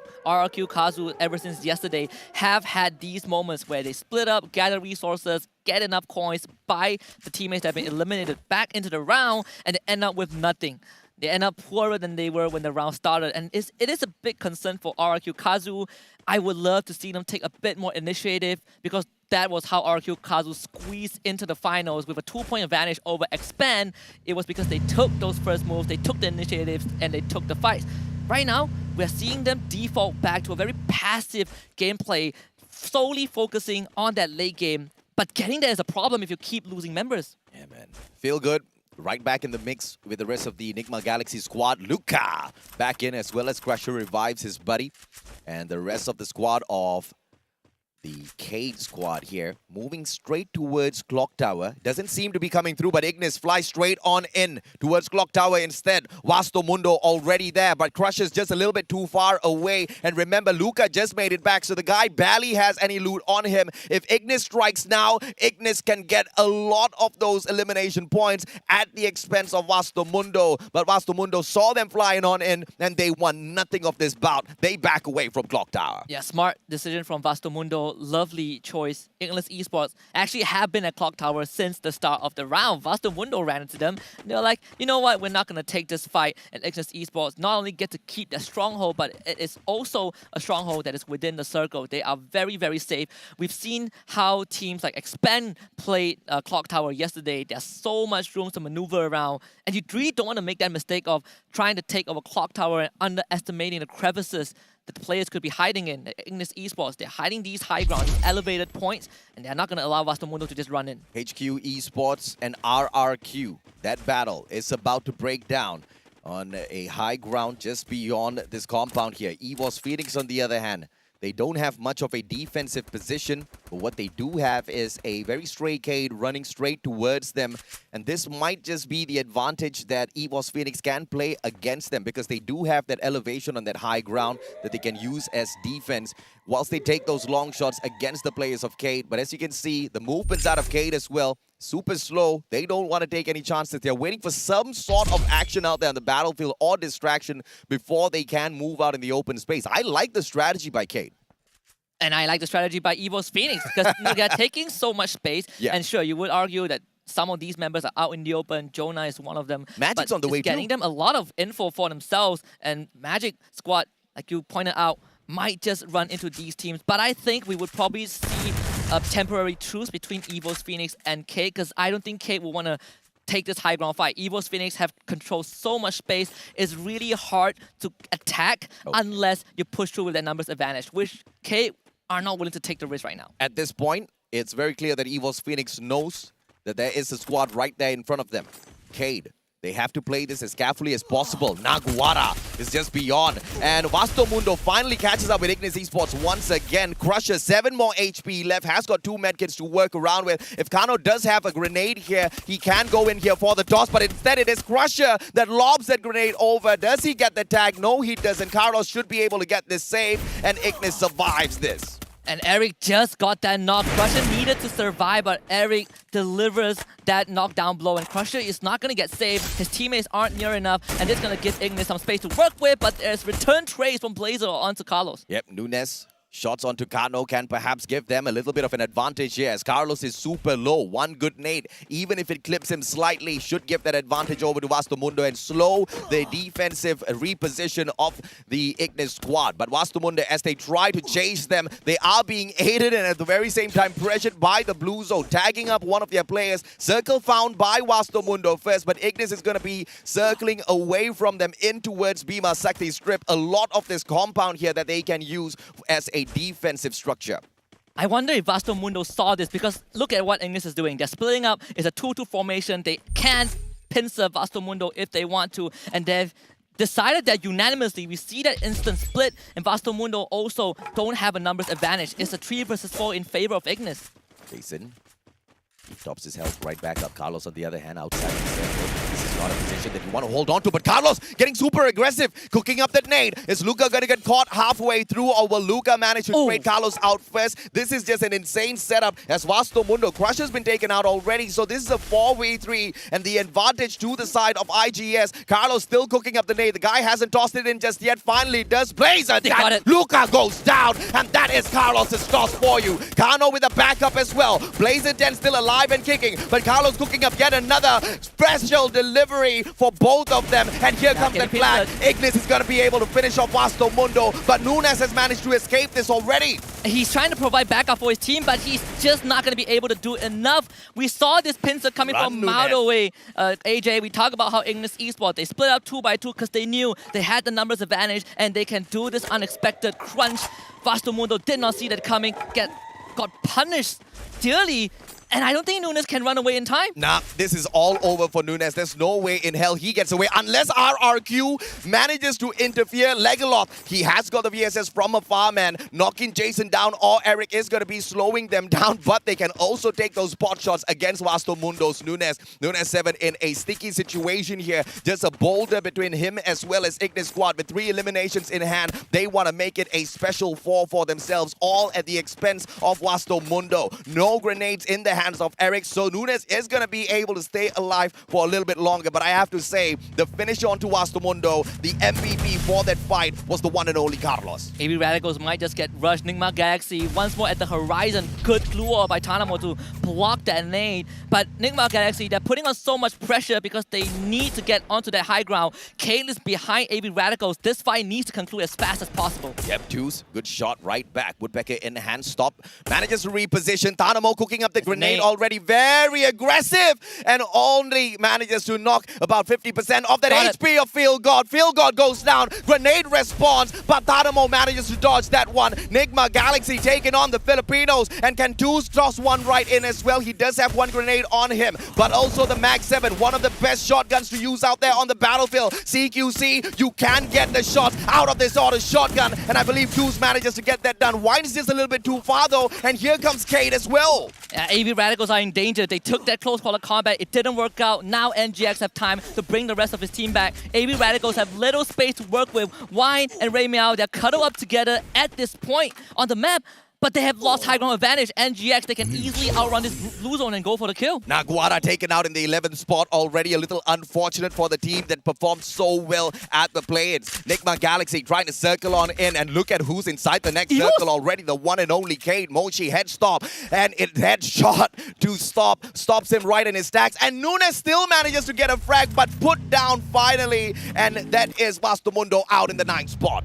Horribly bad news for NGX. They thought they had a free prey in the form of AB Radicals, but they're getting taken down. And Magic Squad also found SCS outfight. GU turns the corner, gets an easy elimination, and SCS outfight's hope rests on just one member, and that one member is also out. Jojo is eliminated, and Bobs lands the killing blow. Quick and easy. Magic Squad. Pixie does still in full action here. 8 eliminations. They are on fire through the play-ins. They want to prove that they are the best Brazilian squad. As Wine goes down, that is AB Radicals in that 7th spot, taken out a little prematurely. We'll have to wait to see exactly what they have for us a little bit later on. But I want to see Bobs in that final circle with this grenade launcher. This guy can do a lot of damage. Keat and Evo's Phoenix have been holding that circle for the longest time, but I would argue that Kate just have a better compound to work with, more space to maneuver around, more angles to look at. They just gotta make sure that Evo's Phoenix doesn't punish them. Moshi got a couple of damage in, but it's not enough. You need to get those knocks. Nigma Galaxy are on the horizon, and HQ Esports are out in 6. You can't afford to have that sniper and really just tag the player up twice and not drop him at all, man. That's just a little unfortunate. That headshot might have done him a lot of good. God Cruz, on the other hand, takes Caramel out of the equation. Jonah, what's his response going to be? Nando 9, the MVP of Cade, down on the ground. If he's taken out of the equation here, it's going to be lethal. And Cade, I don't know if they can survive from this. God Cruz does manage to spot the one and only Dead God as a misplaced glue wall exposes him awkwardly. Drags down on the ground already, so Magic Squad loses one of their MVP players. Dead God on that left-hand side flank, and Evo's Phoenix can undo them, but Dew very slowly has now just sneaked on in. But as I talk about him, Modestia finds the guy. Yeah, they were keeping an eye on the perimeter for a long time, but Gio gets another long-range snipe, and this is so much value. They didn't get the elimination, but these knocks are going to start hurting towards the final leg of the race. GU, AC80, it's all about the accuracy here and the timing, but the circle's gonna tease them. And Italo and GU, they don't have an opportunity. This circle is gonna hurt you, my friend. GU, less than 30 of that HP on him, finally gets snagged up. Evos Phoenix gets the knock. Bye-bye, GU. And Evos Jonah manages to get that elimination secured for the squad. And Evos Phoenix, they want to continue to barrel roll over all of the other squads. Cade right back up on their feet. Magic Squad, their Magic Pixie dust finally runs out. But Cade, RRQ backstab as well. Cade might be the ones who are in the most trouble. This is the final stronghold for Cade. It is a big test. It might be a 2 versus 1 at this point. Cade still have all members alive, but you can see that they're getting pressure from multiple angles. Modestia tries to find a flank. And they do throw in What the a glue nade! wall melter. God Bruce double. The God nade gets the gods themselves. And Evo steps on in. They get the eliminations. RRQ next on the list. But Modestia charge buster. Perfect timing. VK goes down. And K taken out of the equation already. RRQ down. EVOS Phoenix, the comeback kings. The undying EVOS Phoenix gets the first booyah of the day. You see that trophy on the stage, AJ? That's what EVO's Phoenix is after, and they have started the day with one of the most impressive booyahs. And I want to quickly bring it back to the moment where we talk about EVO's Phoenix and and K, right? K hiding in that building, EVO's Phoenix on that high ground. But what did I say? EVO's Phoenix, they had two members out in the open. They controlled that space for the entire round. They never let go of any ground, and the best part is they barely had to use glue walls. And what did that do? It allowed EVO's Phoenix to not only get the pincer in, it not only prevented any team from threatening them, including Kate, it gave them the booyah. Sometimes when you have those victories in a battle royale, one might ask, was it the gods of RNG on your side? Was luck on your side? This is the squad that has been proving from yesterday that it's not all about just the luck, but it's also about all of the strategy. Replay, let's see.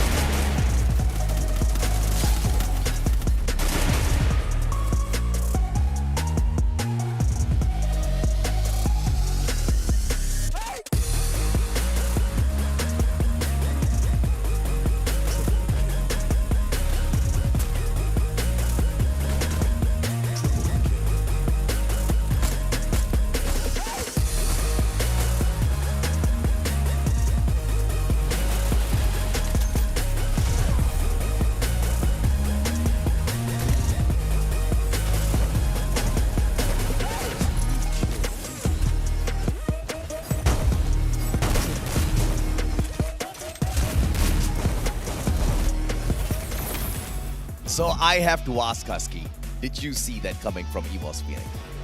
More than 50%. The moment I saw how they stacked up their members on that high ground, I had a feeling that if we go down to the final circle and Kate gets pincered, EVO's Phoenix has a great chance. I was looking at the utilities, the glue wall, the grenades. They had everything prepared for that final push. And RRQ was the blessing in disguise for EVOS Phoenix. The moment RRQ showed up, that distraction was played. Kate had no way whatsoever, because the first thing that they did was jump out of their compound and hold on towards the back defense, expecting the barricades of the wall in itself to stop the players of EVOS Phoenix. But the moment RRQ started tagging them, they rushed into that compound. Guess what? Grenade delivery from EVOS Phoenix. That was exactly what undid Kate, man. If there was no grenade from EVOS, I believe they would have still been able to fight that back really well. Yeah, absolutely. I think the match standing would tell us a very compelling story of round number 1. EVO's Phoenix, obviously with the booyah and 10 elimination, gave them 22 points. But RQ Kazu, with that last minute rush, they didn't do too shabby. They have 8 total eliminations. They put themselves in second place by the end of this round with 17 points. 3 out of 4 playing teams have dominated round number 1. Oh, yes. What about that, man? EVOS Phoenix, RRQ Kazu, Magic Squad. The only unfortunate ones from this whole list is Naguara, who manages to stake that 11th spot for themselves to that single elimination that they did take, but a little too premature of an elimination for them, put them out of the equation. Nigma Galaxy is keeping the pressure on everybody else, though, alongside Vivo Kate. Vivo Kate did really well in terms of the game of survival, but also managed to pick up 6 eliminations for themselves, manages to get them for a total of 14. That's not too bad of a round for Kate.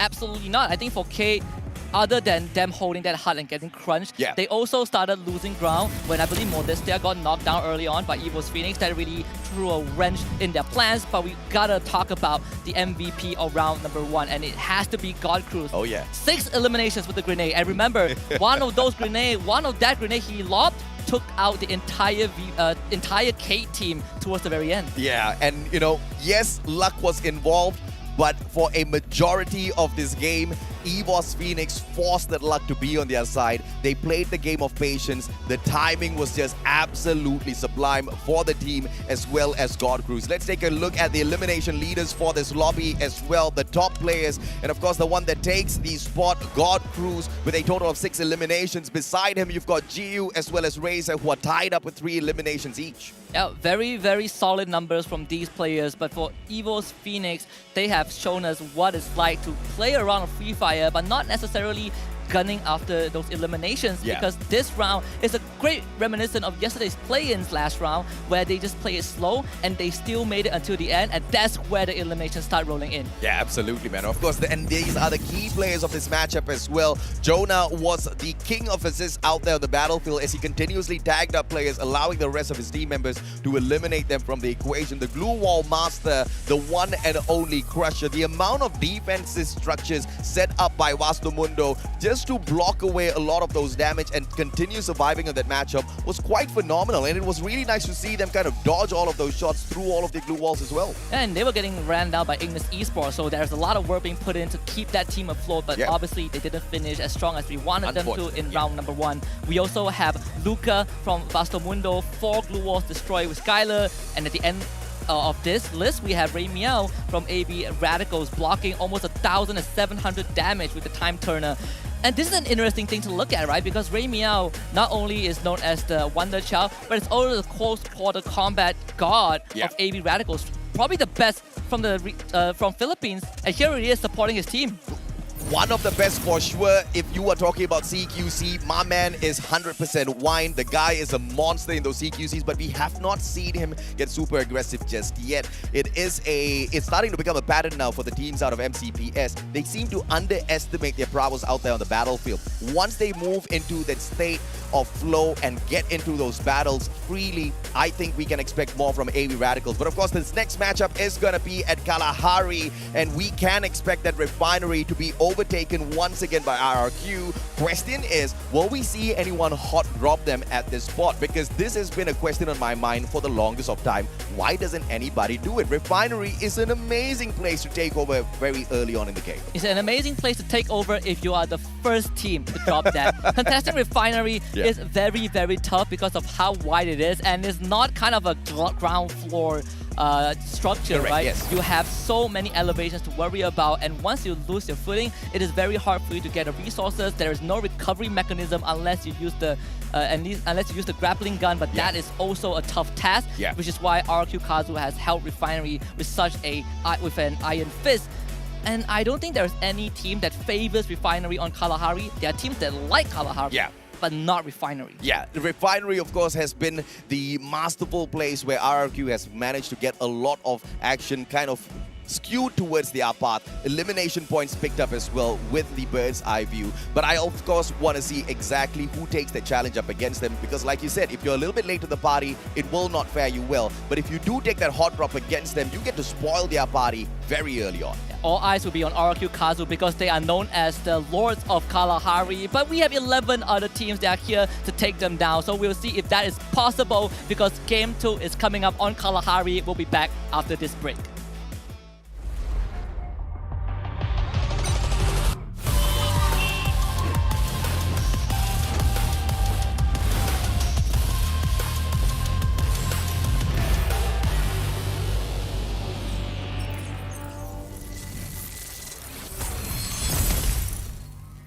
Acho que nós não temos um time como o maior rival. Todos os times são bons, estamos estudando todos e temos um bom plano para todos. O jogo decorreu como era para ser, nos classificamos, que era a nossa meta, e ocorreu o que nós esperávamos. Sim, estou satisfeito, foi uma estreia de Mundial muito boa. Se Deus quiser, vamos conseguir muito mais e sempre tem que melhorar. คิดว่าใครเป็นผู้ปรับก็น่าจะเป็นนิกม่าครับเพราะว่าแผนการเล่นเขาดีครับแผนรับมือโค้ชได้เตรียมไว้ให้แล้วครับรู้สึกยังไงกับวันนี้ก็รู้สึกเหนื่อยครับแล้วก็ดีใจด้วยคิดว่าเต็มที่กันแล้วครับเพราะว่าทุกคนก็ทำเต็มที่กันทุกคนเลยครับวันนี้ Nuestro mayor enemigo somos nosotros mismos, ya que si mejoramos eso no nos para nadie. Fue algo inesperado, pero lo veníamos trabajando y la verdad teníamos bastante confianza con el equipo. Le quería decir gracias al staff, al coach, a los jugadores por dejarlo todo. Saya pikir musuh terberat kami itu Naguara dan kami akan mengangkat rotasi mereka besok dan kami akan lebih fokus lagi besok. Saya merasa pertandingan tadi sangat sulit, tapi kami akan menjadi lebih baik lagi. Saya sangat puas dengan apa yang telah kami lakukan, komunikasi dan koordinasi kami sudah sangat baik. تكون متفائل حاجة باهية، ما تكون متفائل برشا حاجة ضحك. Iniisip na nga namin kung paano kami mag-celebrate pagtapos ng finals. Walang mawawala sa amin dito. Ipapakita namin kung gaano kami kagaling.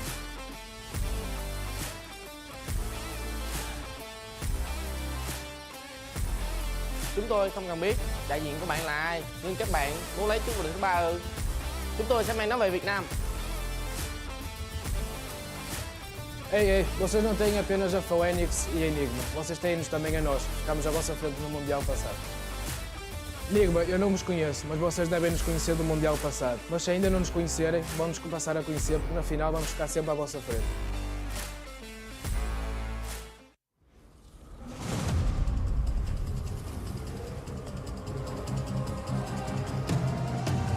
I'm very mysterious, unpredictable. If you don't know, we've come a long way, but we ain't done here. Are you ready? Just like the sunshine, we level up. What a great view from the top. It's in our nature, it's in our blood. We can stop, never stop. We don't stop with the squad. Like the sunshine, we level up. What a great view from the top. It's in our nature, it's in our blood. We can stop, never stop. We don't stop, 'cause we turn up in flames. 'Cause we turn up in flames.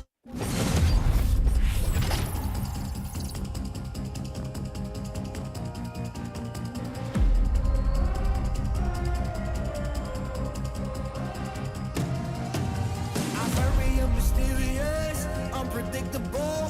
If you don't know, we've come a long way, but we ain't done here. Are you ready? Just like the sunshine, we level up. What a great view from the top. It's in our nature, it's in our blood. We can stop, never stop. We don't stop with the squad. Like the sunshine, we level up. What a great view from the top. It's in our nature, it's in our blood.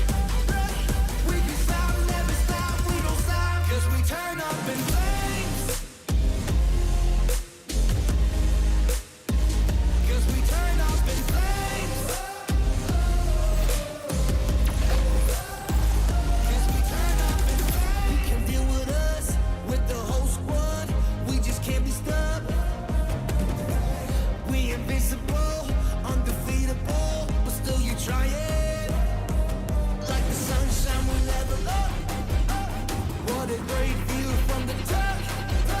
It's in our nature, it's in our blood. We can stop, never stop, we don't stop, 'cause we turn up in flames. 'Cause we turn up in flames.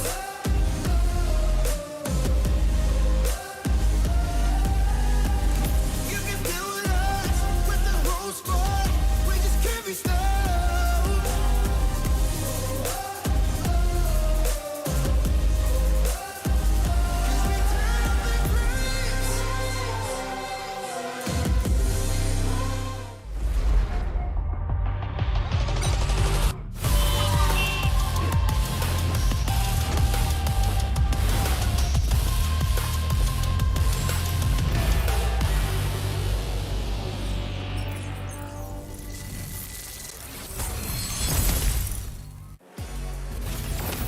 The returning Titans of Thailand, EVO's Phoenix, soared to their first booyah in this finals with a very impressive round 1 on Bermuda. This is the Free Fire World Series 2022 live here in Bangkok, Thailand. And we are your commentators. My name is Husky alongside Mustachio AJ.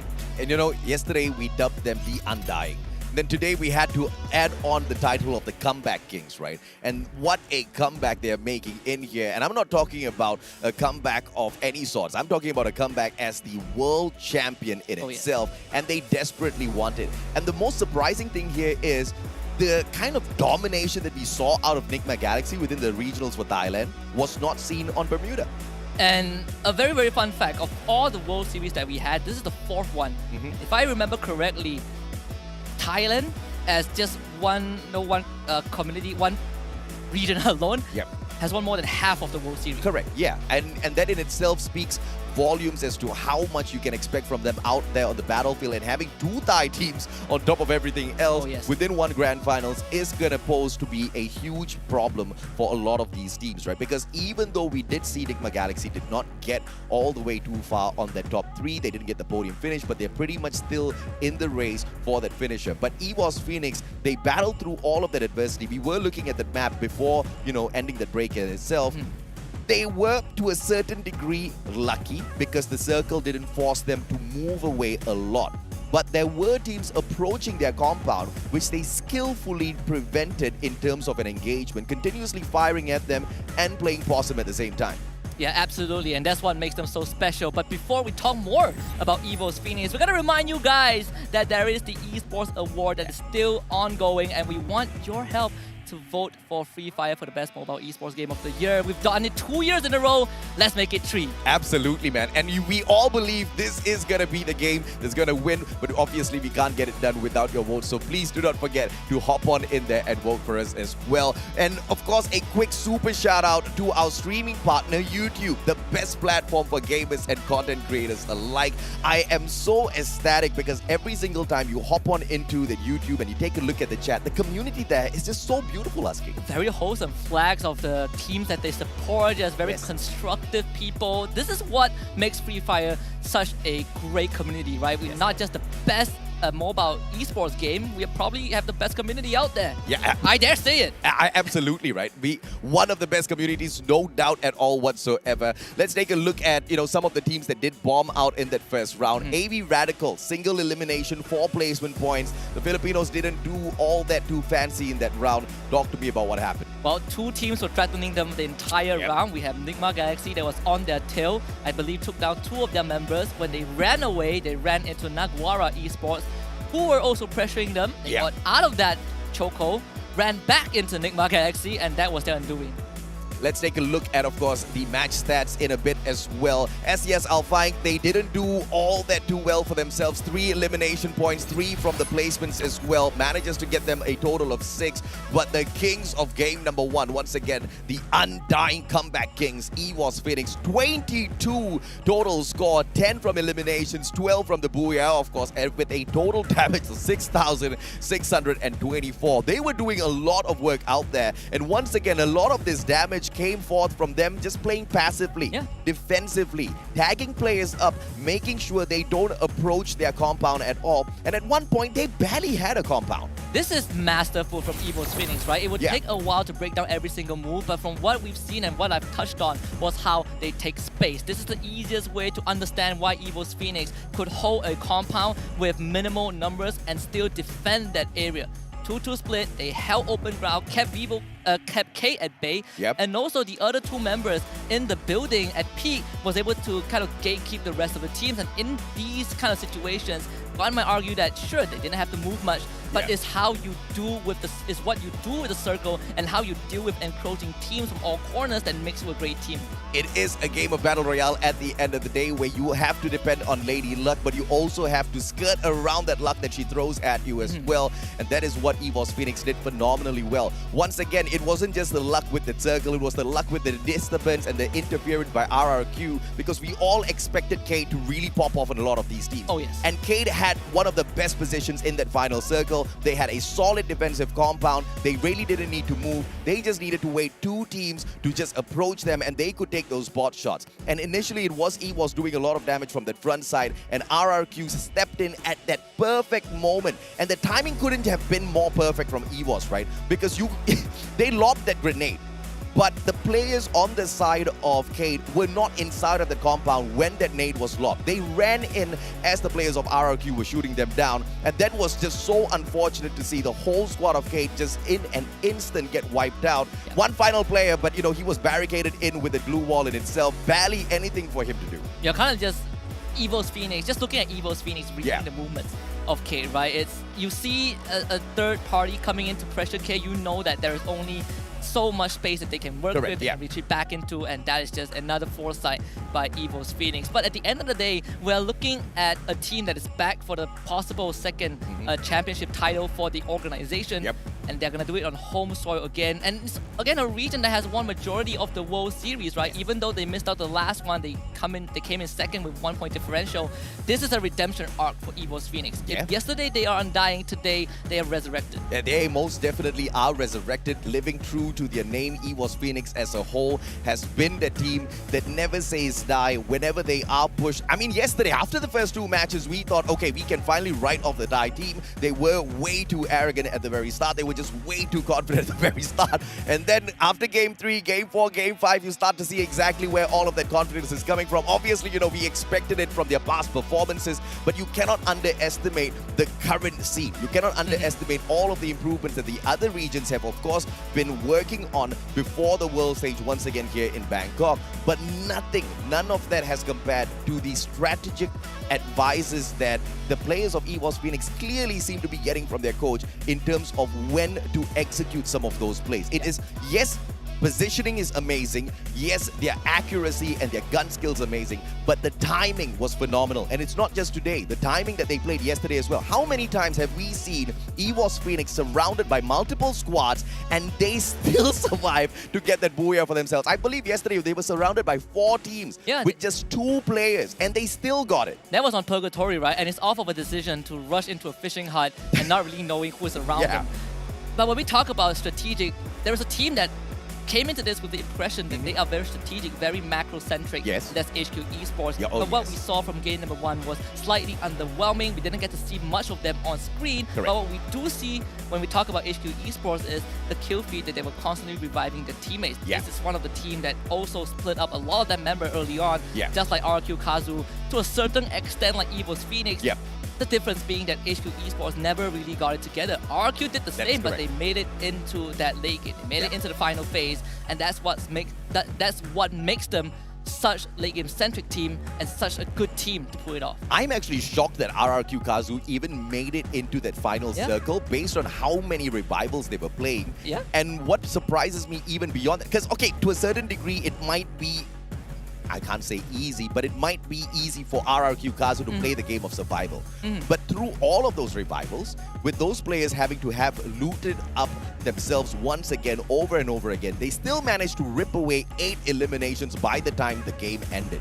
That is a shocker for me. And I want to talk about a couple of teams that had implemented the strategy that we saw from Expand yesterday, right? You spread out all 4 members to different parts of the map and you start gathering loot, you start gathering space. And we also discussed how important this is because it not only gets you info, it gets you a lot of resources, and most importantly, it gets you space. Evo's Phoenix, RQ Kazu, and I believe Magic's HQ Esports were the 3 teams that did it. But what sets these teams apart is Evo's Phoenix knowing how to use that space. We saw they not only gathered a lot of resources, but they were able to avoid fights, they were able to survive, and they were able to rendezvous where they feel like the circle will go towards, and they read it correctly. Unfortunately, I'll have to say that luck really plays a huge role in here because yes, they went in there, they split up a little bit too far away, but none of the ones who had that capability. I mean, Nando9, you throw him right beside Evo's Phoenix. When they split apart, he will single-handedly sort the whole of Evo's Phoenix out. He has got the mechanical capability to do so. None of the other teams who had that mechanical supremacy over Evo's Phoenix were around them to punish them.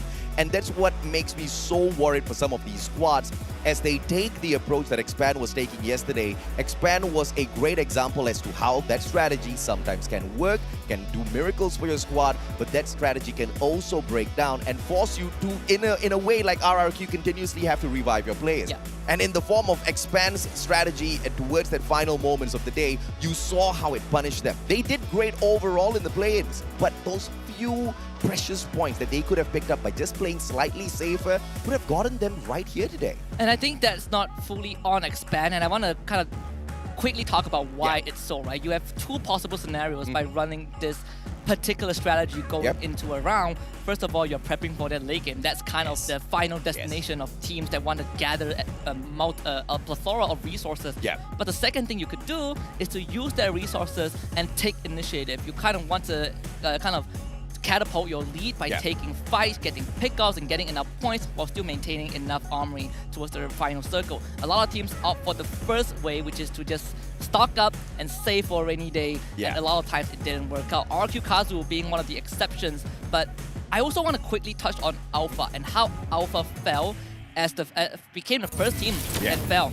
They challenged Kate, they rushed in, but the problem with that was that Kate had Modestia from afar, giving that pot shots and constantly supporting the team. And credits to Alpha, they actually tried to bring the fight into the building, cut off line of sight, cut off vision for Modestia, but unfortunately they fell at those close call of combat, 4 versus 3. And that's what allowed K to come out on top. Yeah, and of course we wanted to see more aggression out there on the battlefield, and one of the teams that we were expecting said aggression from was Nigma Galaxy. Here's the surprising thing, they only got 3 eliminations from that first game, and 6 of the other points came purely through those placement points.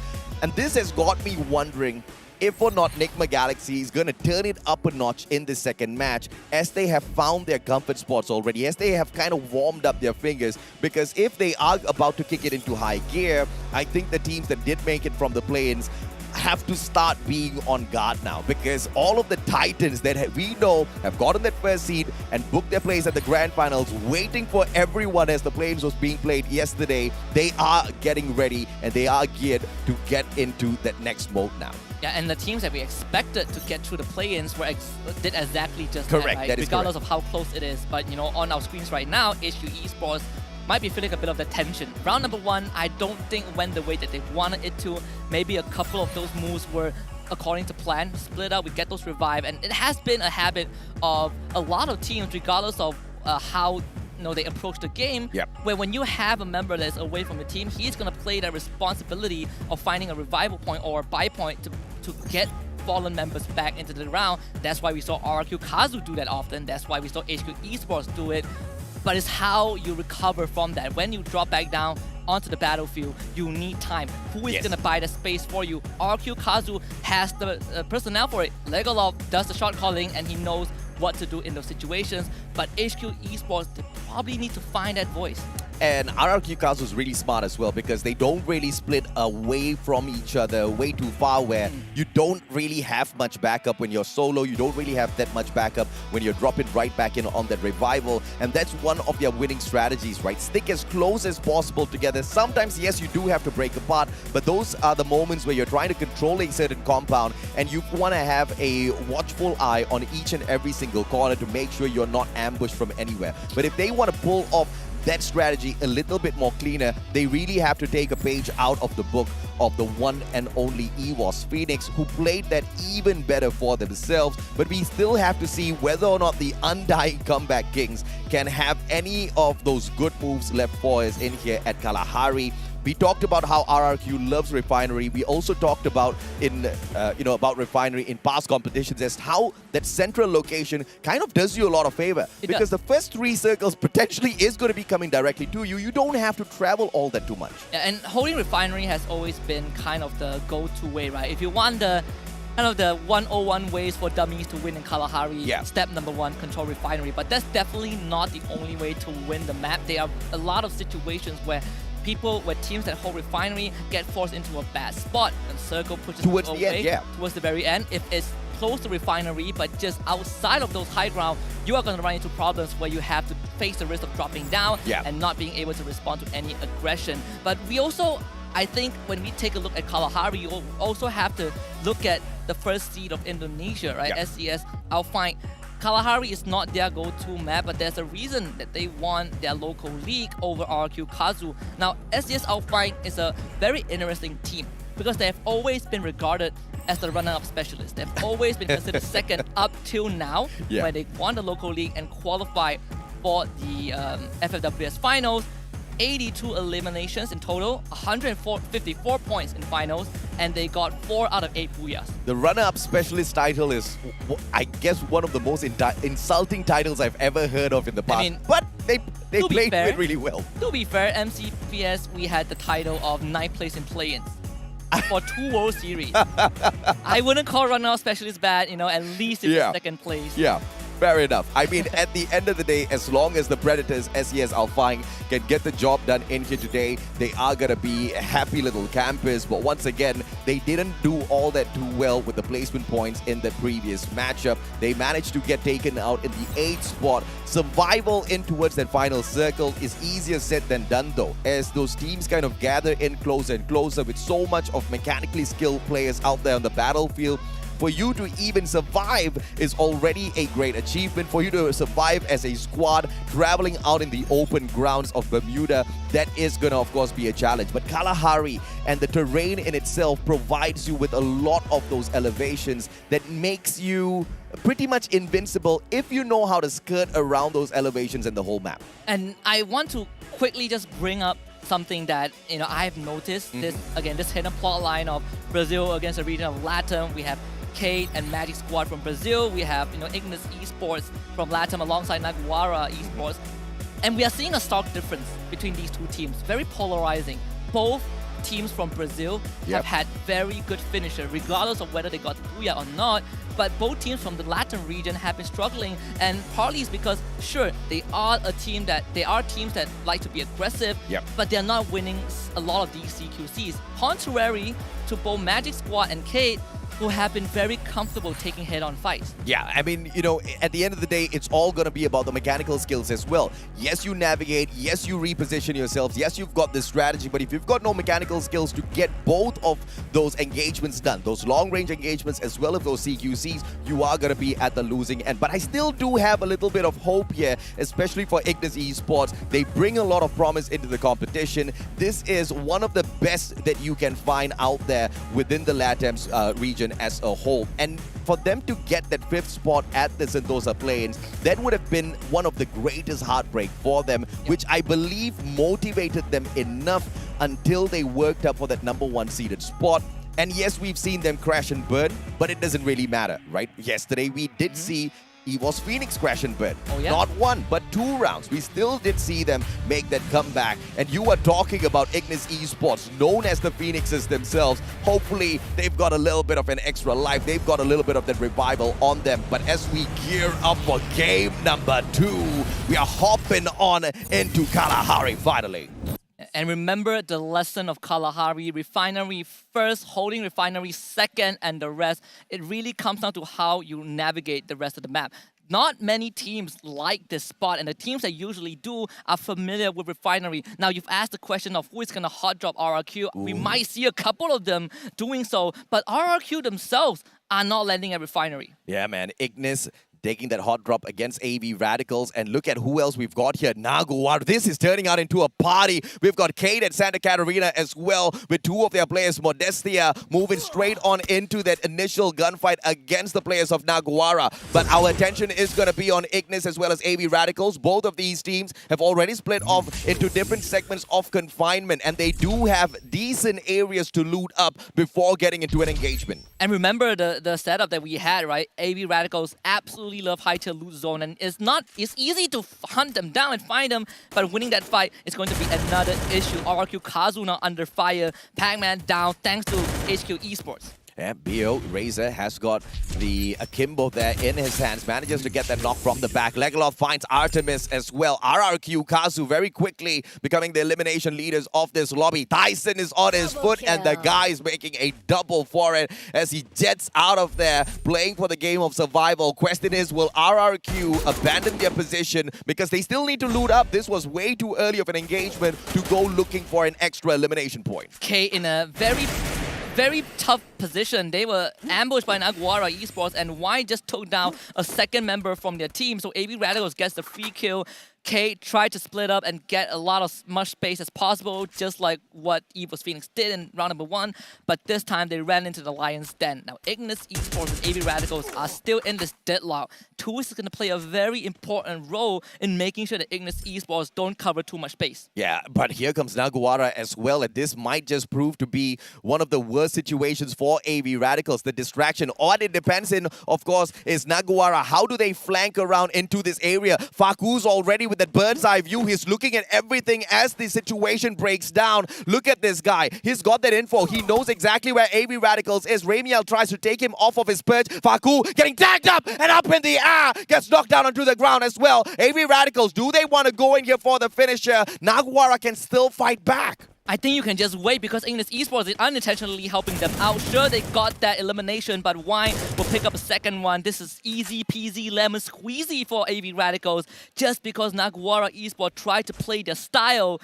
But you have to respect the fact that there might be other teams here. Ignis sees exactly what's going on. They hear those gunshots as well. They want to flank around from the back, and they want to take this advantage as Ignis Esports now spots out AV Radicals. Dude's getting tagged up, double glue walls erected. Then that's going to block all of the shots off from Carlos. He repositions towards the left-hand side, and Naguara are already on the standby there. Brand is just waiting for that opportune moment where he can sneak away a couple of eliminations at the expense of these two teams. Remember we talked about the role of Tool and Ramiel to not let Ignis Esports get a lot of space? That has completely changed thanks to Naguara Esports. AV Radicals broke formation, and now you see Ignis Esports getting a bit of that pincer. They know exactly where the members of AV Radicals are at. As Luca goes down, Ramiel really low on that HP, does manage to patch himself right back up. Wine's too far away for this backup. Too's all alone, 1v2. Can Too survive this? Grenade's gonna tag him up as Too tries to run away. Ramiel from up top, but he doesn't have the kind of gun to handle a CQC. Eric needs to bust down this glue wall as Too's goes down. Karos with that backstab. Eric should be able to secure yet another one for himself, but Ramiel keeps the distance between himself as the rest. They fall back, they got Brand from the side of Naguara Esports, so it's not all too bad for AV Radicals, but they also had to surrender confinement over to Ignis Esports. They managed to revive Tool, so that is good news for AV Radicals, but some of the members are still trapped here. It really felt like they have nowhere else to go and they are forced to take this fight.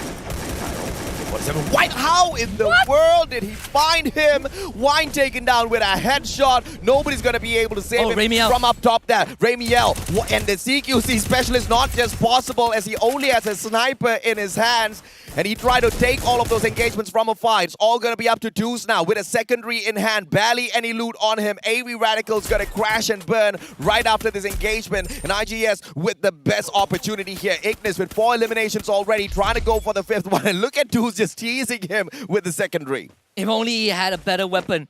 There's nothing much that he can do in the situation. They're just gonna boost Kano up on each other's shoulder. Wine finally whips out his rifle, gets a knock on Kano, but he needs to do so much more to help Tools. That is not gonna work out. Tool gets knocked down. Can Wine save this? It seems like it's very hard because Ignis Esports keeps reviving. Yep, they keep picking their players up as well. No nades on the side of Wine, but if there's anyone who can get this clutch done, it is this guy. Tanamo, right back into the equation as well. 1 grenade, but no distance to lob it, and he wants to get that secured shot for himself. He backs away. Ignis tries to split away from this equation as well, and therefore I think AV Radicals will go ahead to some horse. I was about to say that Wine gets taken down by Kano. It's just so hard to move away from that situation. And it all started because they gave out ground for Naguara. At the end of the day, it was them who lost everything. They're still in this round, but it's looking very bleak for AV Radicals. On the other hand, Jonah getting knocked down by SES. Alfine Ray with a great shot up top. Yep, Alfine managing to get the advantage here. EWAS, Phoenix, Moshi has got the double barrel. Can he turn around? He goes in for the flick. Everybody's playing this on the very edge and get high with that combination of God Cruise. They both managed to settle down the players of SES Alfine, but no elimination just yet as Jojo manages to sneak away from them. But inside of this danger zone, is he gonna get capped? Jojo has managed to put great distance between himself as well as the rest of EWAS Phoenix. Moshi with that high ground advantage might be able to do them dirty. Jonah bought right back in. EWAS Phoenix will be able to continue to pressure SES Alfine. Can't stop for the revival zone. Was in a danger zone anyways. Very, very tough time for SES Alfine. The circle closing towards that northwestern side. You have NGX, there, RQ, Kazu, and Magic Squad around. Refinery still included in the equation, but EVO's Phoenix, they're not too far away. Jojo finds a revival platform for himself. Cade a little too far away to pressure him. Question is, will Jojo take this opportunity to revive the full squad, or will he buy a little bit too much of time for himself and mess up that opportunity? We will still have to wait and see. EVOS Phoenix, on the other hand, 3 eliminations, and they are doing great. They're keeping a hold onto this command center high ground advantage, but nobody else is going to sneak in and disturb them just yet. They are on the verge, on the very edge of this next circle as well, so it's not going to be for long that they get to hold on to the bird's eye view. And we see Naguara Esports encroaching towards Refinery, that not held by RQ Kazu, but by Magic Squad instead. So Naguara, they have to be really cautious with how they move. Gio has already seen Yeko going up to that high point at the tower. So Magic Squad knows that Naguara Esports is nearby. You have NGX who are very far out to the west, so that's going to take some time for them to join this. But so far, Naguara under pressure from Magic Squad. Naguara, they try to slow things down. Magic Squad, they've got everywhere covered already. Faku, good blue wall erected. He's not going to be pressured from the back just yet, but you can see Bob's trying to break on through. Faku, he does have that double barrel. Just needs to get that one good headshot. Should be able to continue holding on to his ground. Maxi, on the other hand, is just scrambling around. He knows that at every single angle here, Magic Squad can flank him from anywhere around. Here comes the double challenge, 1v2. Maxi, this guy's running out of time. It's going to be a very tough fight for him to get out of. It felt like Magic Squad have him in a chokehold. They're tossing out utilities to try and flush him out. They might not have found him yet. They might not have been dealing damage to him, but they're trapping the members of Naguara in a very bad spot. They can't provide any backup. They are relying on Faku, but there's only so much he could do. Remiel back in the game, all thanks to nade. Dynamo. AV Radicals just managed to get this one nade! What a nade! Alpha Remind manages to get a double for himself, and Cade biting the dust a little bit too early, but the two other players have managed to rotate on away already. Dead God, as well as his buddy, they do have a vehicle on them as well, so to zoom away. Modestia, I believe he is in the driver's seat. Remind tries to tag them up, but the elevation of that hill will save Cade for the time being. But 2 elimination points should be able to be secured by Alpha.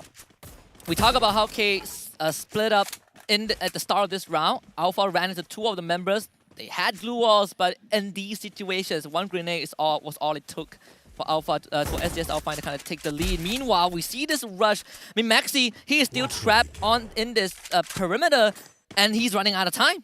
Jonah, Max 7 manages to get a knock, but the rest of the EVOS squad as well joining the fray. Magic Squad with a lot of time already wasted on Naguara. What a nade, but Godcruz does not get the takedown. AC-80, close quarters combat. Brad has the Max 7. What?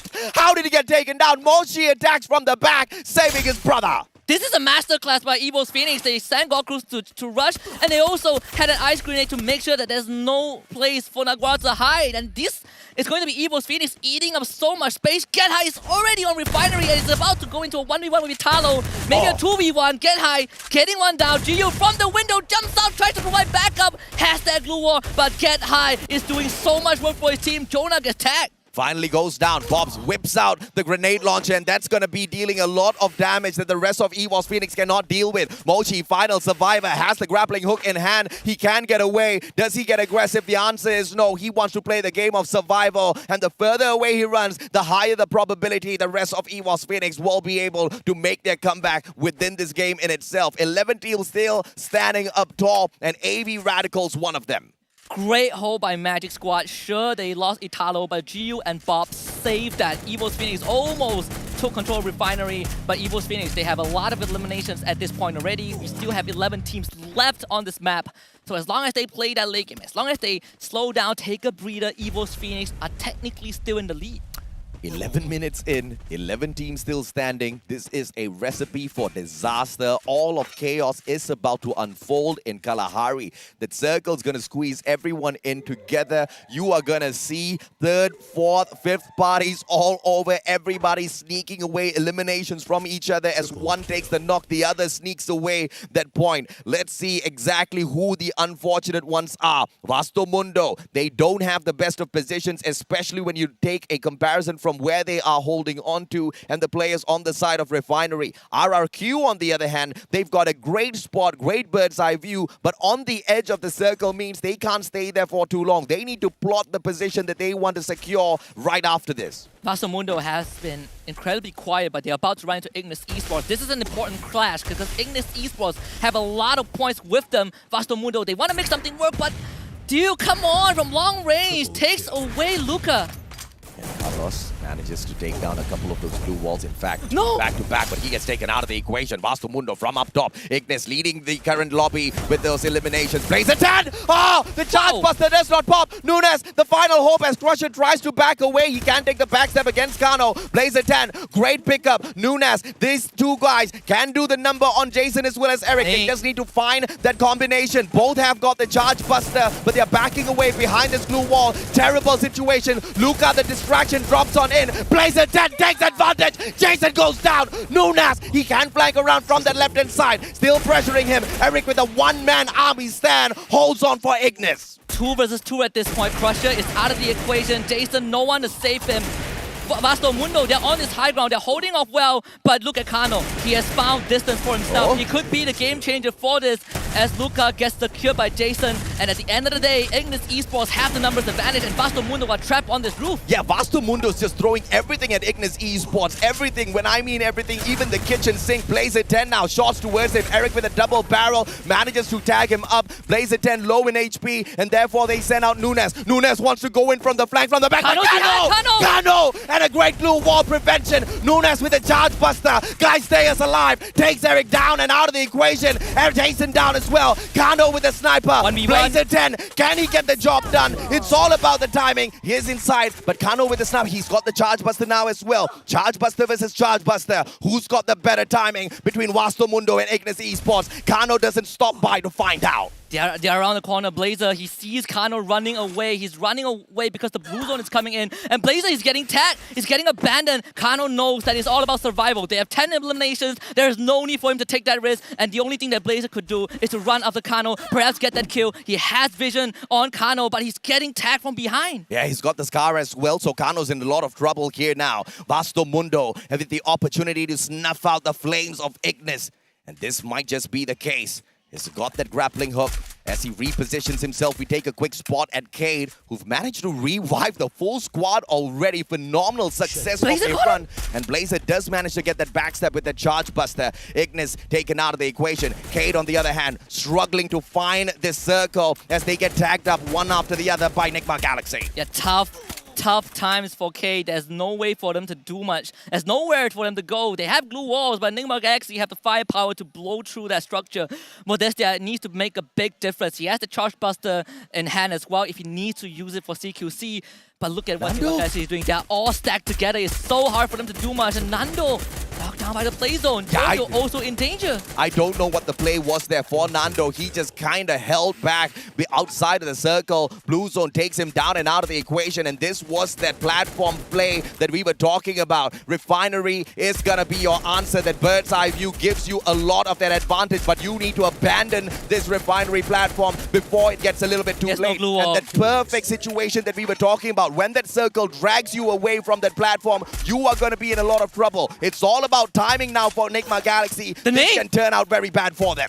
Another nade from the Green Launcher did got easily snuffed out. Caramel reading that trajectory perfectly due. Now he jumps right down. Kate in danger. Nigma Galaxy wants the final blow. Modestia is out and Kate is out. 13 eliminations for NGX. Nigma Galaxy's on fire right now. Moshi and through the glue wall. Feel God's just trying to get the job done. Moshi manages to dodge all of those shots. Circle's going to pressure everybody in now. Nigma Galaxy has a great advantage. A lot of those containers to play around with. RRQ Kazu with those teasers. But Moshi once again sneaks away from all of that pressure. Magic Squad still alive and kicking. And they're going to allow these two teams to do the dirty work first before interfering.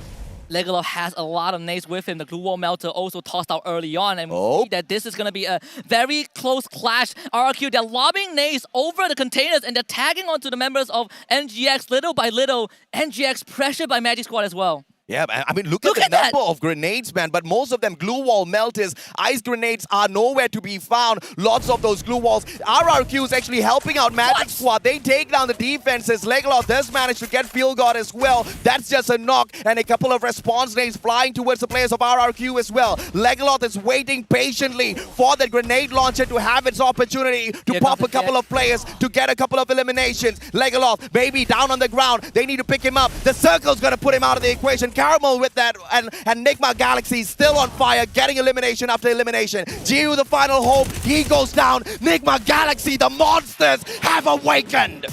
Welcome to Bangkok, Thailand. This is the home soil of the Thai team. Evil's Phoenix strikes first blood. Nigma Galaxy strikes the second round. What a poetic beginning to the finals of Free Fire World Series 2022. You cannot have asked for a better result as a home friend. We have 6 more rounds to come, but this is a tale to be told at the end of the day. I mean, we were not kidding. We were not lying when we told you guys that it was going to be a phenomenal one at the Grand Finals. The play-ins was just a teaser for all of the great matches that you guys are going to be able to spot today. But of course, we desperately need to watch the highlights of this matchup once again to see the beauty and the rise of Nigma Galaxy.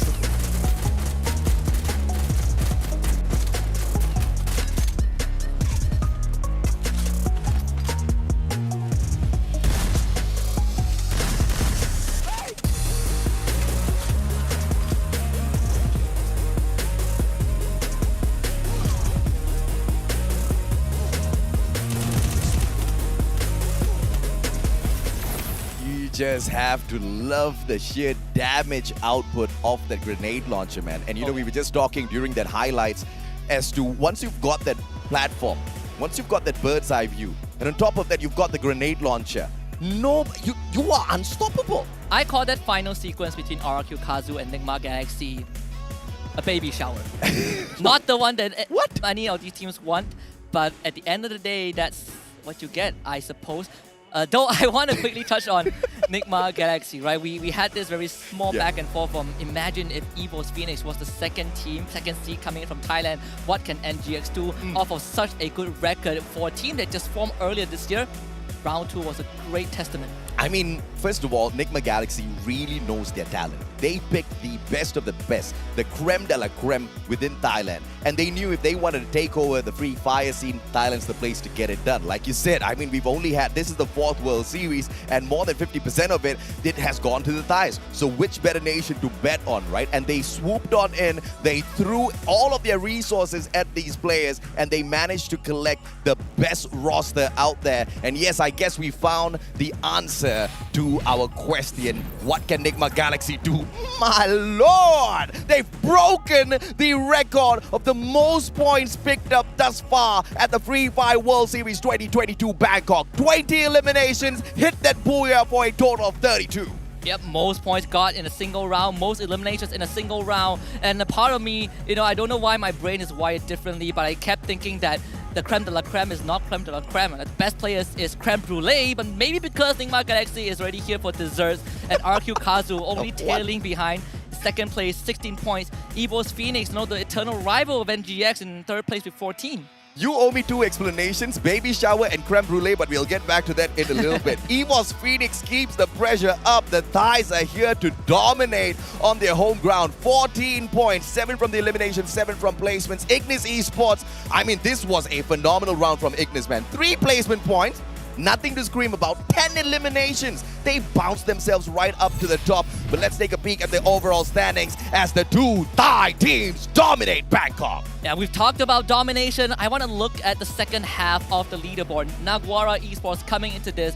So far, it has been pretty lackluster. They only got 2 points after 2 rounds. And this was a team that when we started plays yesterday was running down every other team that they see, barring Magic Squad doing the same. But Naguara, it felt like they didn't wake up on the right side of the bed today. And so far, it has been reflected on that point. At this point, it's only SES Alpha that's kind of spoiling the party here, because if they sneak away the 6th spot away from Ignis Esports, you're going to have 2 Indonesian squads, 2 Brazilian squads, and 2 Thai squads on the left-hand side of the leaderboard. They're just messing it up. My ADHD side is not allowing me to take my eyes off of the position that they hold on to. But Vasto Mundo, I really like how they took that attack against Ignis Esports a little bit earlier on, and I want to see exactly what more they can bring in these future matches. But the MVP of that match, who can deny it, from the one and only Dew. You highlighted this boy many a times, and he got the job done out there in this round for the squad. Give him an AWM, give him an M79, give NGX the space to work with, and Dew delivers. Of course, the rest of Nigma Galaxy also gave us a heck of a show, but it was how they held their one platform, completely stopping 2 teams from getting through and giving themselves so much room to work with. The way they dealt with the baby shower from RQ Kazu was also phenomenal, and these top players tell a different tale for round number 2. Dew with 9 eliminations from Nigma Galaxy, Ignis Esports Kano getting 6, saving the team to survive for a longer time. But of course, Caramel from NGX also with 6 eliminations. Kano single-handedly saved Ignis and their overall placement on the overall leaderboard through those 6 eliminations, right? Fantastic. But of course, who are the key players for this Kalahari matchup? The one and only Dew once again shows up. 2 of those headshots. This guy is phenomenal. That AWM way too accurate. Caramel, the glue wall master, he laid it out, man. Nigma Galaxy were bagging, and Nigma Galaxy were untouchable, all thanks to Caramel. And that was how they survived RQ Kazu, right? A big part of it was because of Caramel. He not only built the glue wall, the fortress to keep his team safe, he also had a lot of utilities to flush out the enemies. His grenade launchers, his grenades, his glue wall melter, it all came from Caramel and Caramel alone. But we also have Case Nando 9 with most glue walls destroyed, and finally Case Modestia with most damage blocked by the time turn. Kate might have been able to do slightly more in that matchup if only Nigma Galaxy did not hold on to that platform with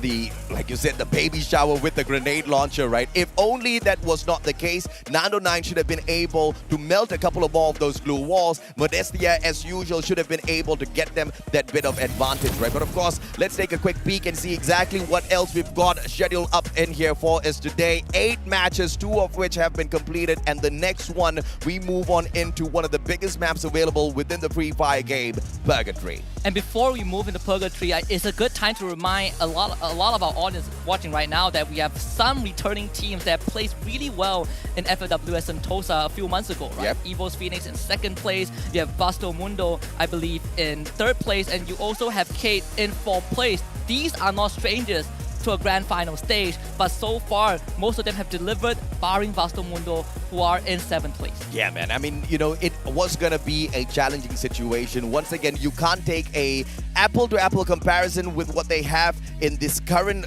championship versus the previous championships, but it's a little bit of a rough shadow line that you can kind of take to judge how they are going to be able to perform in here today, as well as who do we look out for. Vasto Mundo, I think the play that they showed us against Ignis was phenomenal, but Ignis themselves, to hold Vasto Mundo back in that engagement and break it down. It was a 4v4 that ended up in a 1v1. A lot of, you know, unfortunate situations broke down, and Ignis, they did get taken down, but it was the engagement for Ignis before meeting Vasto Mundo that kind of saved the day for them. Yeah, absolutely. I think for Vasto Mundo, you're looking at a team that has been together since the 3rd season of their local league, right? So these teams have built up, this team has built up a lot of chemistry. Yes. That did show true, but on the mechanical side, we're seeing them getting outclassed at certain aspects. Unfortunately for Ignis, it's not going to be an easy run at all, ladies and gentlemen, boys and girls. But of course, we need to take a quick short break after that crazy matchup. When we come back, it is going to be the showdown at Purgatory, and we will see if or not the Thai players continue to dominate the grand finals.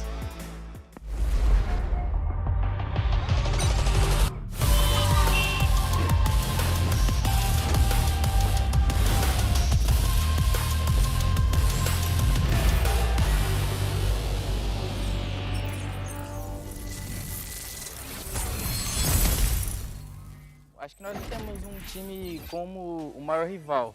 Todos os times são bons, estamos estudando todos e temos um bom plano para todos. O jogo decorreu como era para ser, nos classificamos, que era a nossa meta, e ocorreu o que nós esperávamos.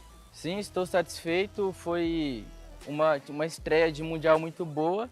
Se Deus quiser, vamos conseguir muito mais e sempre tem que melhorar. คิดว่าใครเป็นผู้ปรับก็น่าจะเป็นนิกมาครับเพราะว่าแผนการเล่นเขาดีครับแผนรับมือโค้ชได้เตรียมไว้ให้แล้วครับรู้สึกยังไงกับวันนี้ก็รู้สึกเหนื่อยครับแล้วก็ดีใจด้วยคิดว่าเต็มที่กันแล้วครับเพราะว่าทุกคนก็ทำเต็มที่กันทุกคนเลยครับวันนี้ Nuestro mayor enemigo somos nosotros mismos, ya que si mejoramos eso no nos para nadie. Fue algo inesperado, pero lo veníamos trabajando y la verdad teníamos bastante confianza con el equipo. Le quería decir gracias al staff, al coach, a los jugadores por dejarlo todo. Saya pikir musuh terberat kami itu Naguara, dan kami akan meng-cut rotasi mereka besok, dan kami akan lebih fokus lagi besok. Saya merasa pertandingan tadi sangat sulit, tapi kami akan menjadi lebih baik lagi. Saya sangat puas dengan apa yang telah kami lakukan, komunikasi dan koordinasi kami sudah sangat baik.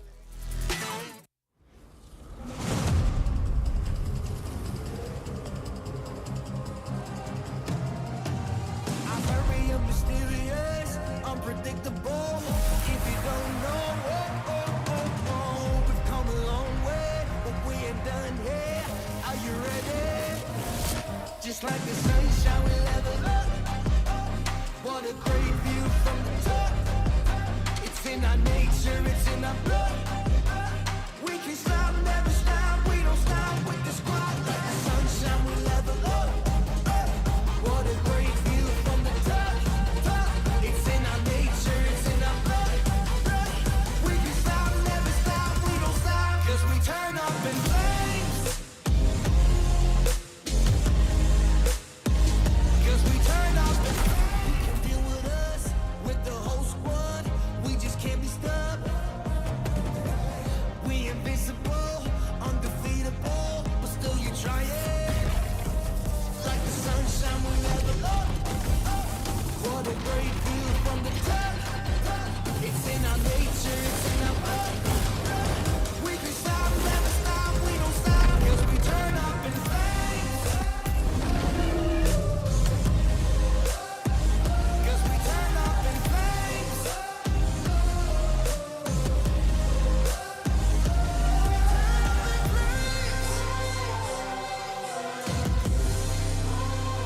'Cause we turn up in flames. 'Cause we turn up in flames. You can do it us with the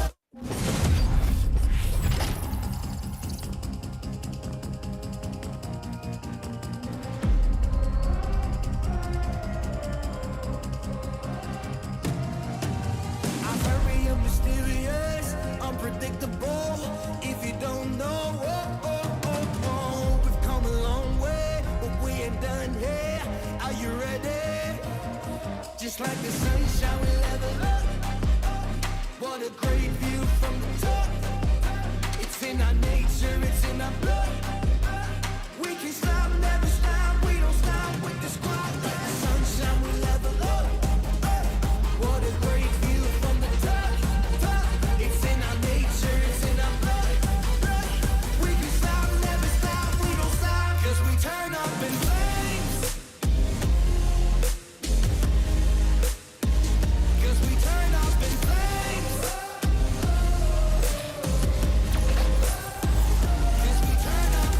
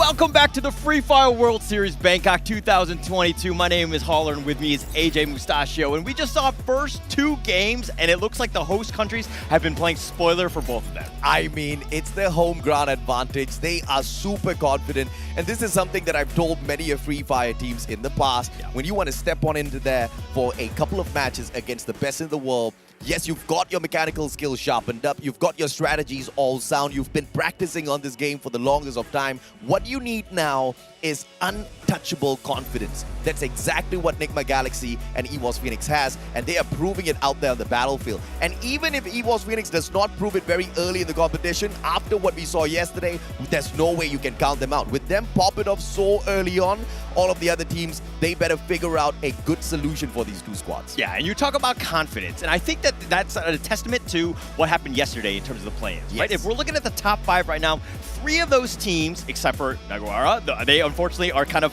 on the bottom right now.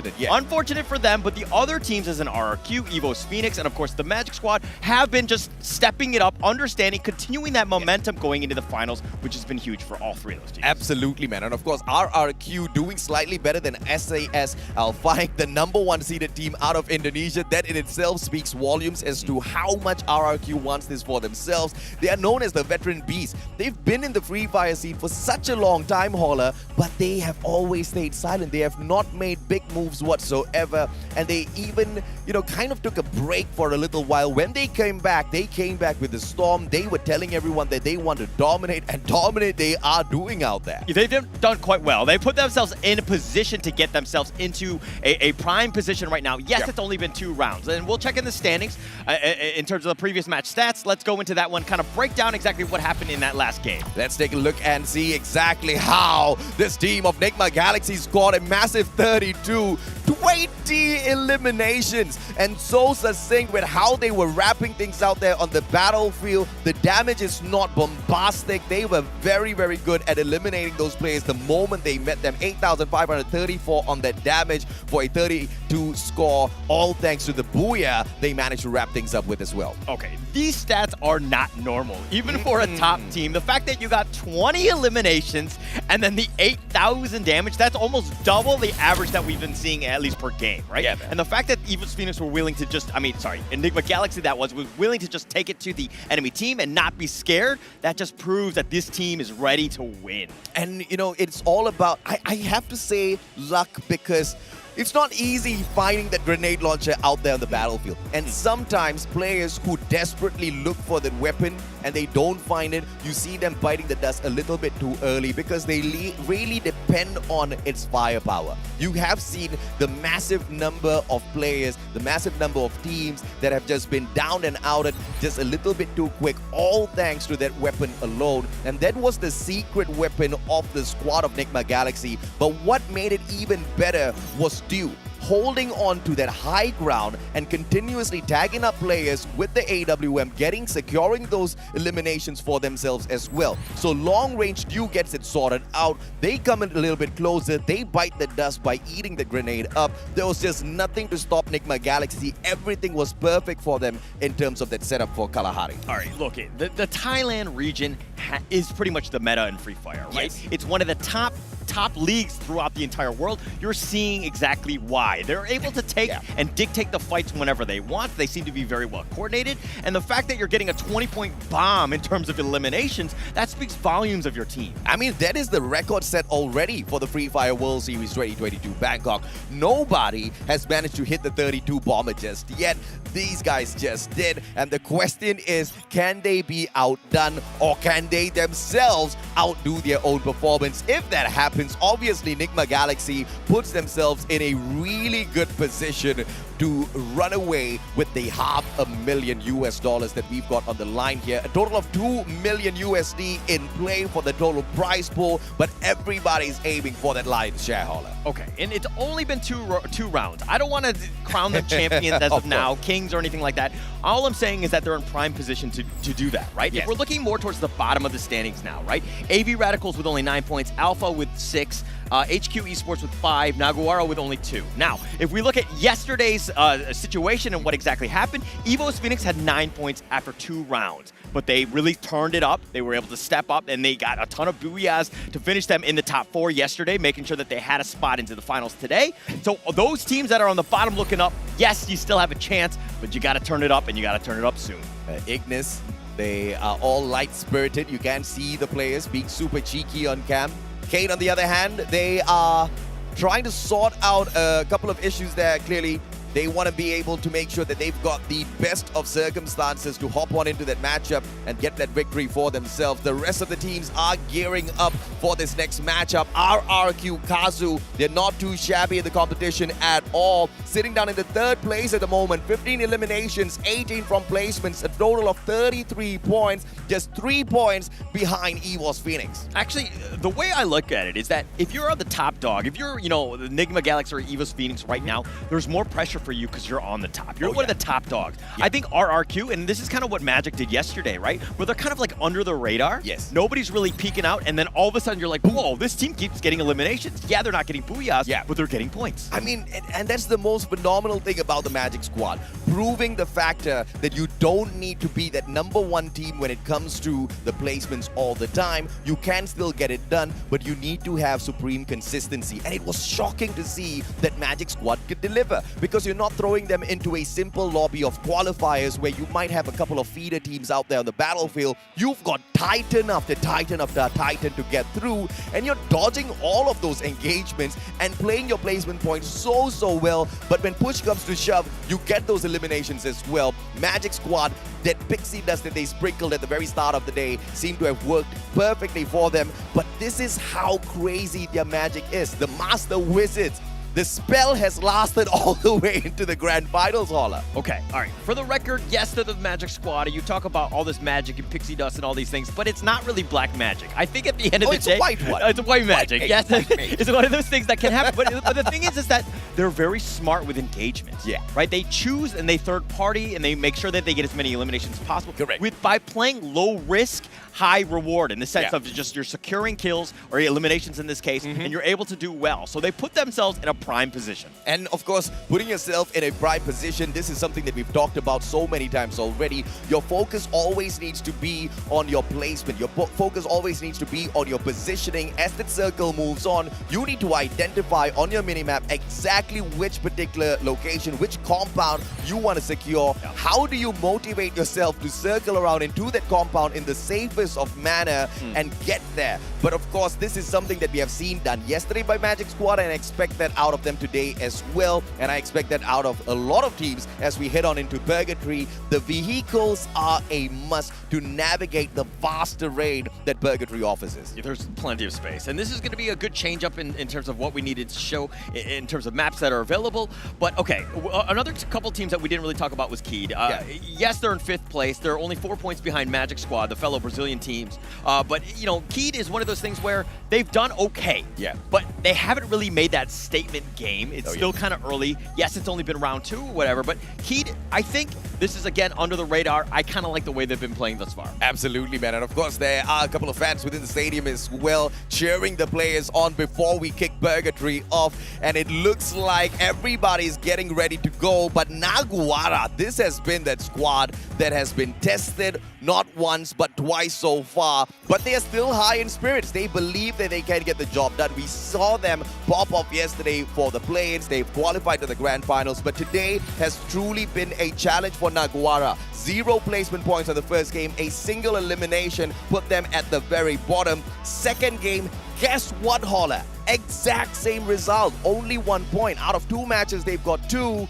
That's not great at all if you're Naguara. So, okay, I think with yesterday, with only 9 teams and a little bit more space, they were very good in terms of ambushing. They were pick off teams as they were coming through. Yeah. Now, with 12, I see, at least from what I saw, is that they're playing a little bit more reserved. Not really the ambushing type, but more of, what is coming to me, make sure that I don't go outside and, where there's lack of cover, I make sure that what I do is a smart play. But it hasn't really been to the play style of Naguara. Yeah, but you know, this is what I am so perplexed by, because Naguara is known as an aggressive team. Naguara is known for all of their fantastic rushes that they execute with perfection, but they don't seem to be showing us that play style here today. That is the question why. Because yesterday we saw them in performance. Remember against EVOS Phoenix? Yeah. I mean, they were minding their own business, traveling up the hill. Finally, EVOS Phoenix saw them, took a shot at them, and threw them off of their gameplay. But that instantaneous response out of them eliminated EVOS Phoenix super early. I believe that was in match number 3, Purgatory. And that was the kind of Naguara that I'm expecting here at the Grand Finals, that they are still keeping me waiting on. I want to see more out of them. Ignis Esports as well. We saw a little bit of magic out of Ignis Esports in that first matchup, but a little bit of a downturn in the second match with just 11 points picked up, Holla. Yeah, not the greatest for them, but again, they're doing much better than the bottom play. Let's be honest. I mean, the 17 points doesn't keep them too far away. Yeah. I mean, it's just so close right now. But, I mean, if you're looking at the top with 41 points from Niga Galaxy, EVOS Phoenix with 36, I mean, you're starting to see the tiers. I hate to call it again very early, especially at this stage. But, you know, okay, look. Things have changed from the last World Series. We went from 6 matches to now 8. There's plenty of time. There are warm-up games. I hope that the teams aren't looking at them as warm-up games, but technically you have that chance. Continue to build off of the momentum. Get yourself going in round 3. And Ignis Esports, they are potentially the ones that have got the biggest gap between themselves as well as the rank above them, and that's 8 points. And if the biggest gap is 8 points, you know that there are gonna be a lot of shuffles on this leaderboard within the next 2 matches, right? Even one solid match, one solid round can bounce a team like Vasto Mundo right up to the top 4, but that is a really, really good round where they secure the Booyah plus get at a minimum of 10 eliminations for themselves. It's asking for a lot, but it's something that Vasto Mundo is really capable of. Definitely capable. I mean, they were powerhouses in Europe, right? The fact that they were almost dominant in their run to get into almost every single Free Fire World Series. I mean, they got 3rd in the last one in May. I mean, the Sentosa one. So this is a team that knows how to win. The fact that they're 7th right now, I mean, they're definitely on the bottom looking up. You still have an opportunity for them to get going. I felt like they had a bit of a rough start, kind of a slow start, so to speak, in terms of the first 2 matches. It felt like they were getting picked off, and they were kind of just trying to stay alive, which is really not the Vasto Mundo way, which they tend to be the aggressors. Yeah, and we've talked about the Vietnam squad as well. Dek Lung has had a very great run of career in Free Fire so far. We have seen multiple years where this guy has been the superstar, surviving and carrying Vietnam on his back, but the Mighty Eagles haven't really been able to chomp off a lot thus far from these matches. But as we open up Purgatory, match number 3, flight path as decent as ever. We've been getting such generous flight paths all throughout the Grand Finals. We'll take it. We'll take it. I mean, it's more fun this way. It's a little bit more standard. Everybody's kind of understanding what they need to do, but it looks like, the Fire Brigade Central, they're going to have Vasto Mundo that kind of going in. But Keed, Nando, all by himself. Yes, you have the res system, but is this the right play just to kind of isolate them, maybe get a little greedy? I mean, considering the fact that you're maybe going up against Vasto Mundo 1 versus 4. It's a great player to send off on his own. Nando 9 can get the job done, but he's taken on potentially the full squad of Vasto Mundo. That's going to be a disaster. Ignis Esports needs to be careful as well because they are holding on to a very close compound at Brasilia against RRQ Kazu, who desperately need to pick up solid points for themselves because they're doing phenomenally well already, but you never know when you might start bombing out. So RRQ is going to get super aggressive a little bit later on as well. We did talk about SES Alpine, and they are off to a great start. Alpha bites the dust. Oh my gosh, G18 is the last one alive. He's going to just try to keep them alive, but man, I felt like the drop was very slow. By the time they got down, they were getting shot at. So it's one of those situations where you got to make a move and you got to do it quick. G18 all by himself, hiding behind the rock here, and SES are looking to draw a beat on him. G18 does get eliminated. 12th slot already. Jojo picks up the triple for himself. 3 eliminations to his name. SES Alpine. I think they heard me call them out. They want to get towards the left-hand side of the leaderboard as well to make this just a 3-region domination at the Grand Finals. AB Radicals will find the players of Cade as they once again look for that high-tier loot zone. Dead God from the back manages to top up the health of his partner first. And Kate trying to flank ever so slowly from the left and right hand What a side. shot. General headshot. Deuce goes down. And this might just prove to be deadly for the players of AB Radical. Oh, this is not a great spot right now, and it looks like they're being completely surrounded. Yeah, he has the pickup, but they need to get to safety. Wine is trying to make his way there just to kind of back them up, but they're kind of stuck in this area. Yes, you have a glue wall. You don't have a lot of space, though. You don't have much space. Deuce sneaks on away. Ramiel can respawn. Has got the AWM. AC-80 in the hands of Deuce as well. Modestia with the right-hand side flank. He's looking for the angle. Just refuses to move on out though. He's trying to play the safe as well. Deuce finally goes down and that flank comes through. And General from that left-hand side as well. The damage has been done. AV Radicals have no choice whatsoever. They have to run. They have to run, and it looks like they're just going to go for the revives instead. But again, this is a tough team, a tough out for AV right now, Radicals. Hiding behind this one, Dead God is going to stick around. He's going to go for this 1-versus-1 against Tanamo, and it looks like this is going to be a super close one, a 50-50 at best. I mean, Dead God, is he going to wrap around? He's going to heal himself. He's going to keep himself up for this one, and he wants to get to full health. He knows Tanamo's right around this corner.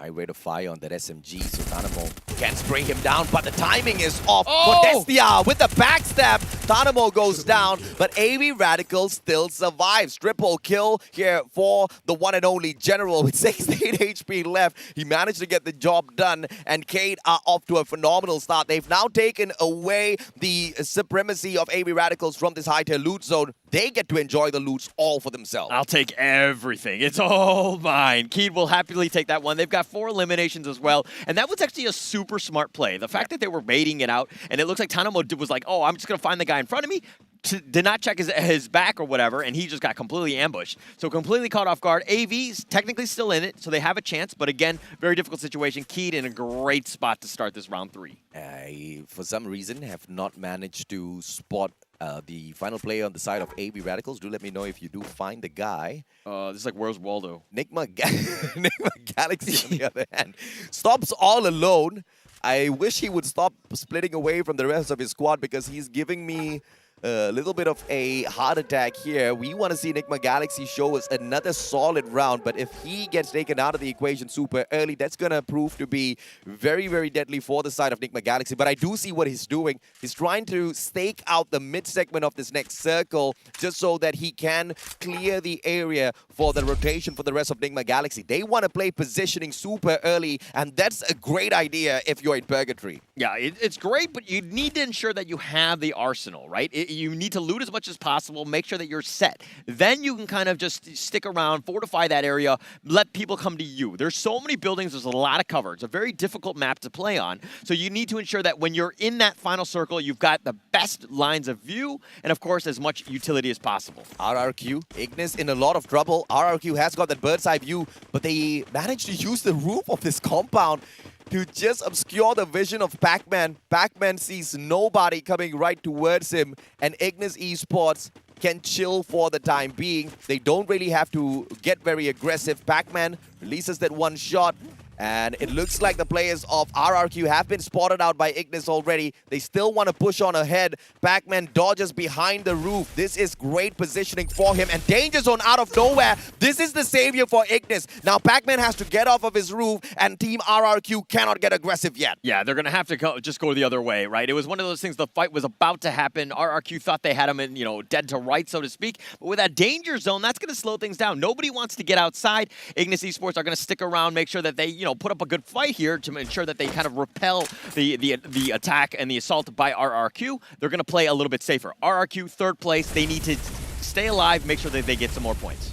Pac-Man, Legolov's holding the front lines here against the players of Ignis. You know exactly why. He wants to lob those nades directly at them. It doesn't seem like he does have a grenade launcher though, so that's gonna be a little bit of a risk if he does continue to push on ahead. He leaves Pac-Man to deal with the rest of the squad of Ignis. He backs away to find a better defensive spot for himself, maybe to protect Maybe as well. Now they've got a triple snipe setup here potentially with Razor holding onto the AC-80 as well. So as long as RRQ keeps the distance between themselves as well as Ignis, they've got the advantage.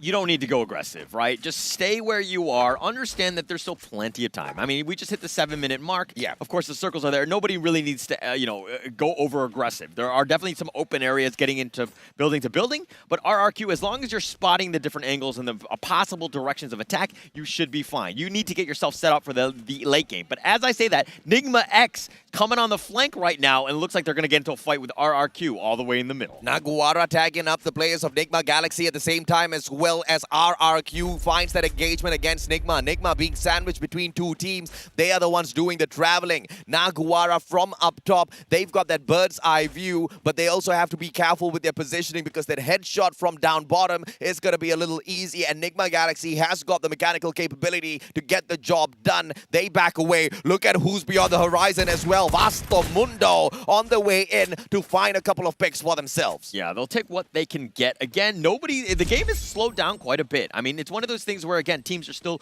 very early. They want to get those placement points, try to get what they can. And again, from the second floor of these buildings, you have so many lines, you can cover almost everything, right? Yeah. Your vision is just almost uncharted.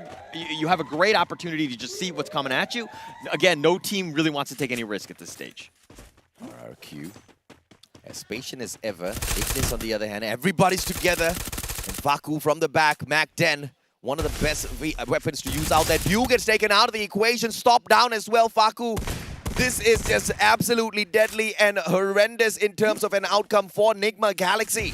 Yeah, if they were trying to third party, they got caught out. It was eventually going to happen where teams just kind of get the jump on one another. If you're continuing to move, you got to watch your angles, and it's very difficult because there's so much cover, so many different buildings. And to check all the angles, very difficult situation for them. But SES, 4 eliminations, they're going to stick around. Again, just play a little bit slow, wait for that next circle. Caramel brings Stop right back into the equation, buys him back from that vending machine. And therefore, Nigma Galaxy is not going to be tickled at all by that initial ambush. They know that the rest of the teams, they want to play this as safe as possible. Nigma has got a small compound of Brasilia to control, but they cannot take advantage of this position just yet.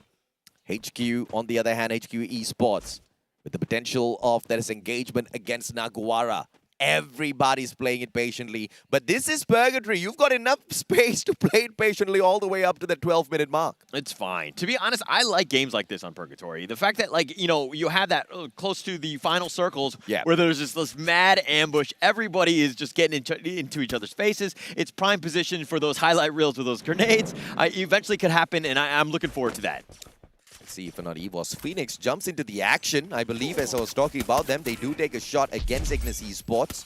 Jonah on the way back in. He gets tagged up. Ignis is trying their best to get an elimination off of EVOS, but nobody seems to have secured a knock just yet, and EVOS backs away. Those warning shots are more than enough to keep the Thai players at bay. And from the back, RRQ spotting out the fact that Ignis is attacking EVOS. They want to get this approach on them and perhaps pull off this backstab. RRQ has been playing possum so far against the players of Ignis Esports. Circle hunts down these same two teams. Everybody else has to rotate in towards them. And guess who's in as well? Nigma Galaxy, so they don't have to move. Yeah, they don't have to move yet. I mean, again, 10-minute mark.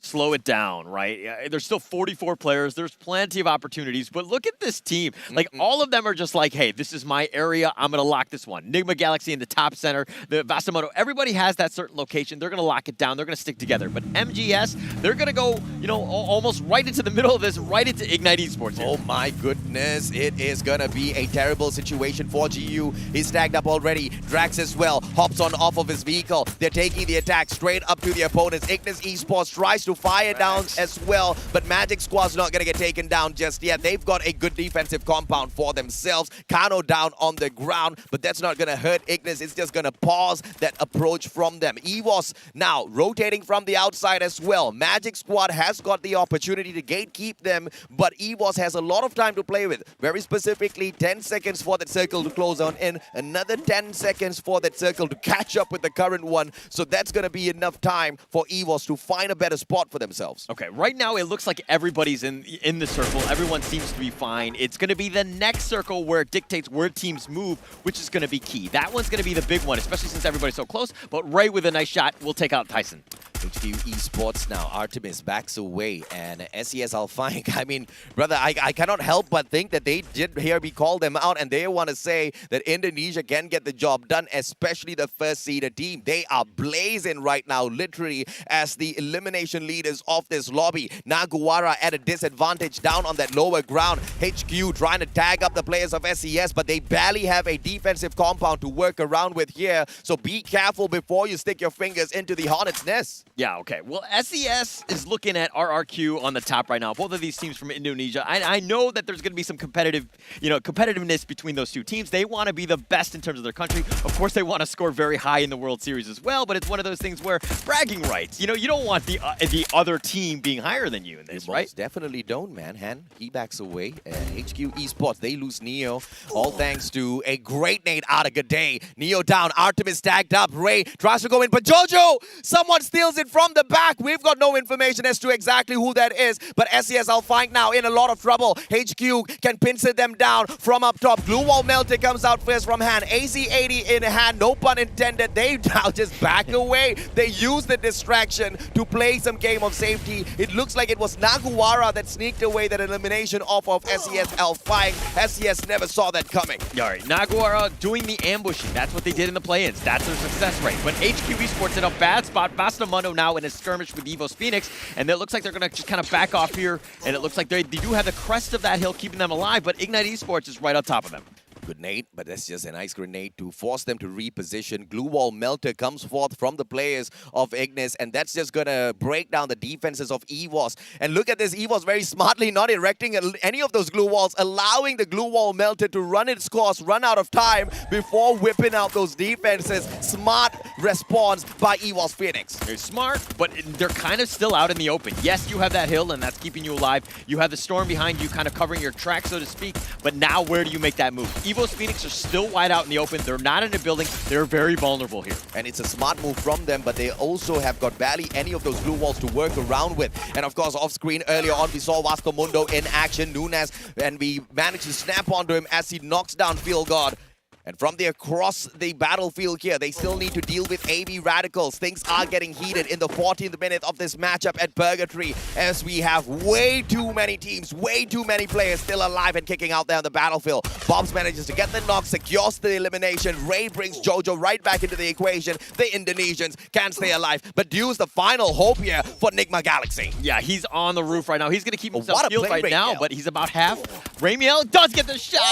Wow, nice shot there. Nigma X has been eliminated. Ramiel buys two members for the side of AB Radicals back into the game, eliminates the final player of Nigma Galaxy as well. Ramiel doing way too much for the squad. Deuce comes back, Deuce gets taken out of the equation. Naguara out as well. And finally, we see Cade popping off. 7 eliminations, they're not pausing just yet, but they need to move 30 seconds to find a defensive compound before the circle pressures. Oh gosh, Vastamundo and AV just got eliminated there. 6 teams left. EVOS Phoenix are back to full strength. That was actually they've been almost untouched, so to speak. I was thinking about Nigma Galaxy. That's that EVOS Phoenix continue to stick around. They're going to be healed on this one. They're going to play gatekeeping on that end. But now let's look about Magic Squad. 4 eliminations. They're going to look to just kind of keep themselves alive. They're in a pretty good spot already in the circle. Oh, I see a grenade launcher, and it looks like it's Cade. Cade dragging in the grenade launcher. Ignis gonna be biting those grenades by the looks of it. Nando 9 holding those back lines in case they do get ambushed from the back. The Machan's gonna be able to secure all of those eliminations all on his own, but it's all about the timing here. Who gets the third party? Razor finds the knock on Para, secures the elimination as well. RRQ Kazu on fire, but Ignis Esports still need to deal with Cade, who are right down below them. Oh, nice. Modestia with a nice shot into maybe. He's going to take that one. EVOS Phoenix, again, sticking around, seeing what he can do. Magic Squad are on the move, ambushing the teams, but they're getting shot at by EVOS Phoenix. They do need to be careful. Bops is getting a little bit low, and it looks like that's going to be a bit of a win, I think. Well, I mean, Magic Squad's still alive. Yeah, EVOS has to abandon their team member who got dropped there. And out of nowhere, Mochi takes down Italo. Italo, I don't think he's got enough time to be picked right back up. Bobs tries to trade one back out. He gets high. Fantastic nade by Bobs. And EVOS Phoenix, pause. Jonah has to back away. Kate now loses Modestia. No pickup for him. Up top is Ignis, but grenade after grenade gets dropped on. In general, gets the slay. Eric gets taken out of the equation. Kate with the 12 eliminations. Make that 13 as well. These guys are on fire. Oh my gosh, okay, this is the damage. This is the grenade launcher. One just more. throwing it in. Kano's all the way in the more. corner. They do have the grenade. Okay, bounces off. He's going to keep himself alive, but Keed, great position. Magic Squad are right on the flank. Who wants this one? General still has got a lot to deliver, man. That grenade launcher is going to do a lot of damage in the next few seconds. Magic Squad still with the pixie dust, circling on around. They need to hop on into this compound, though. Circle's going to squeeze everybody out, and Magic Squad left out in the open. They've got the grenade launcher. Bobs hops on inside. SCSL Fine welcomes them with open arms, but the grenade finds them, and the Max 7 drops them. SCS out in the 4th spot, and what a booyah picked up. It was all chaos inside of that house all out. That was actually crazy, right? Ignis Esports, the fact that they were able to go in, they were centralized almost the entire map. They understood. They did get a little bit lucky in terms of that storm. The circle was right there, but they were right on point, and that's what you need. Sometimes you just need to be lucky. And you remember yesterday I was not on broadcast. I was taking a break. I heard this conversation between you and Husky. You guys were talking about the sulfur in some of these compounds. That is the perfect defense for many. And that's exactly what Ignis Esports used for themselves, right? Cade was trying to pop all of those grenades onto that 2nd floor. This guy hides in the tiny little corner behind the sofa, and that just saves his life. A phenomenal survival capability by Ignis. But let's take a look at this highlight to see how that ran down.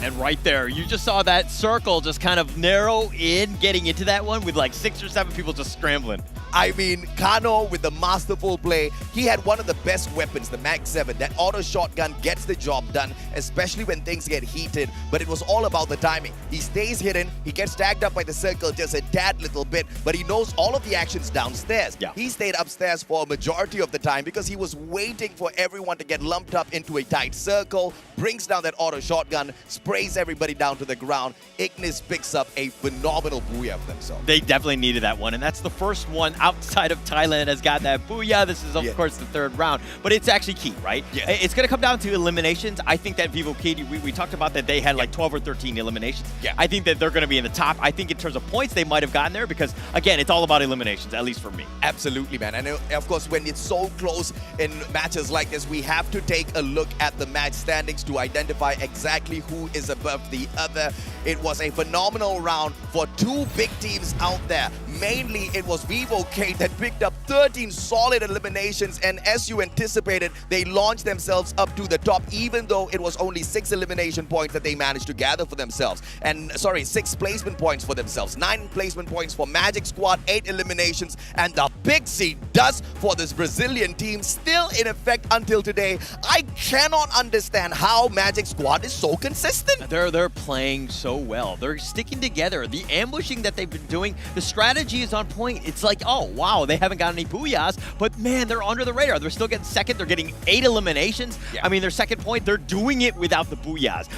Booyahs can, at the end of the day, can be very lucky, and Magic Squad is like, we don't need luck. We got our skill. We talked about SES Alfang. We talked about the #1 seeded team within Indonesia. We were wondering exactly where they are. They finally show up. 7th placement, 8 of the eliminations gets them to 15. But let's look at the overall standings to see exactly how this has shuffled up the leaderboard, because up top we still see EVOS Phoenix, but right behind them the Brazilians have managed to catch up 46 points. But look at the differential in terms of points here on the left hand side of the leaderboard. Nigma Galaxy 2 points away from them with the 44. Vivo Key tied up with Nigma Galaxy on 44. RRQ Kazu with the 42. What a phenomenal grand finals we've got on our hands, Ola. We knew the teams from Brazil were very good. We knew the teams from Thailand were very good. And they're the top 4, and they're tied, right? Yeah. It's only coming down to the Booyahs. That is a tiebreaker. That can be key later down the road. Yeah. Of course, it's still very early. Now, let's look at more of the other teams.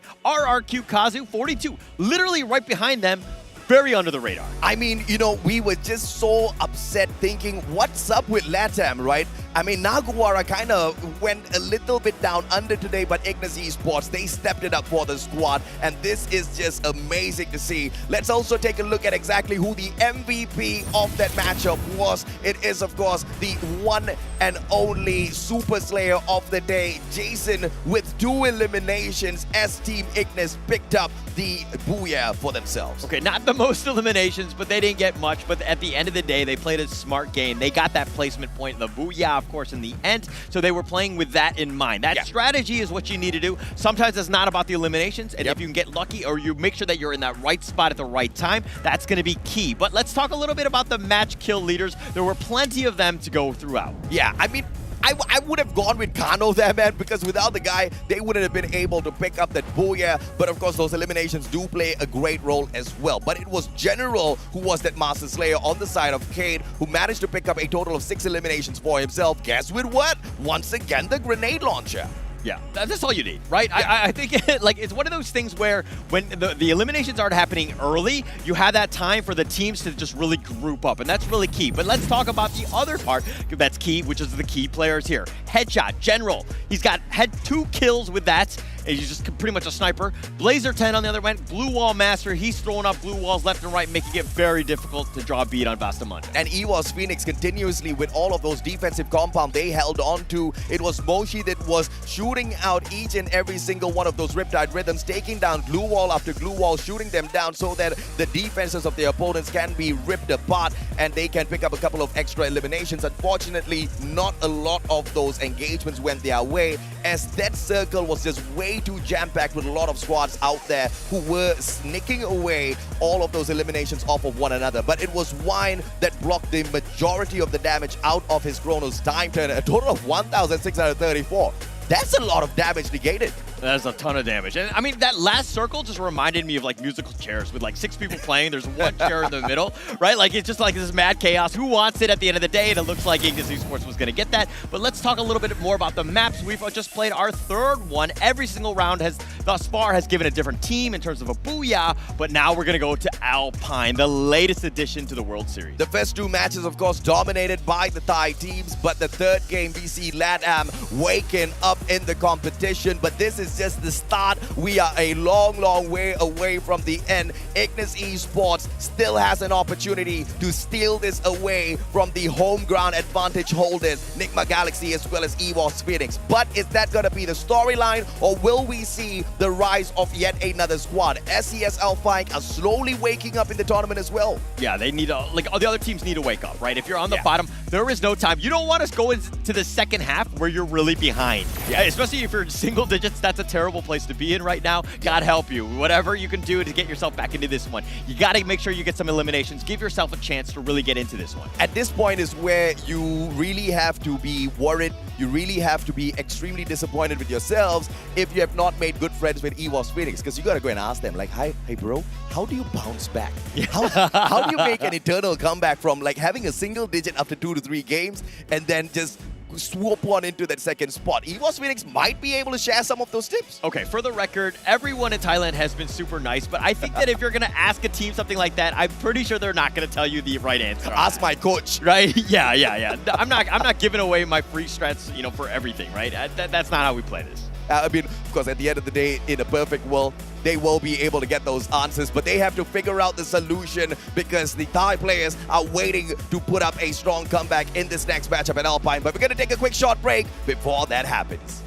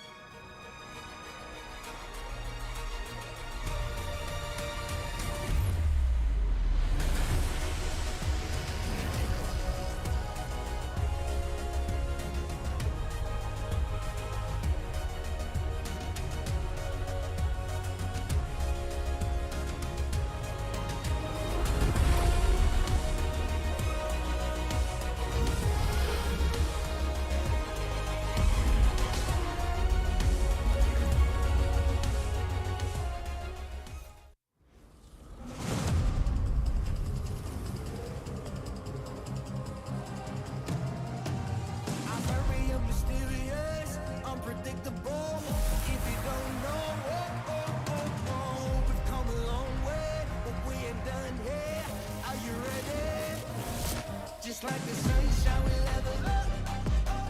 What a great view from the top. It's in our nature, it's in our blood. We can stop, never stop. We don't stop with the squad. Like the sunshine, we level up. What a great view from the top. It's in our nature, it's in our blood. We can stop, never stop. We don't stop, 'cause we turn up in flames.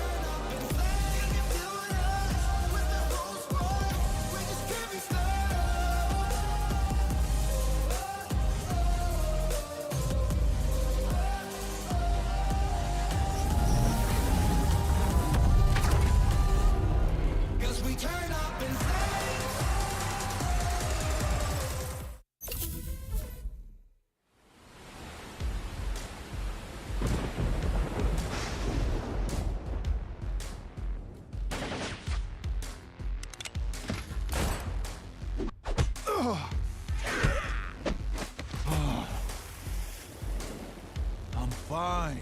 I don't need healing. What? Your arm is broken. If I show you I can do a push-up, will you stop bothering me? I dare you. Hate to say it, but I told you so. You don't hate it at all. Oh, my grumpy love of my life. You can be so stubborn. I am strong-willed. I'm not stubborn. Introduce them to their new home. You're the captain of the island. You do it. Fine, fine. Thank you for taking us in. What is this place called? Ford, you didn't tell them? Slipped my mind. You're in safe haven, the safest place on Earth. Welcome to your new home. Hey, who's behind this mural? I didn't approve this. Actually, I look pretty good.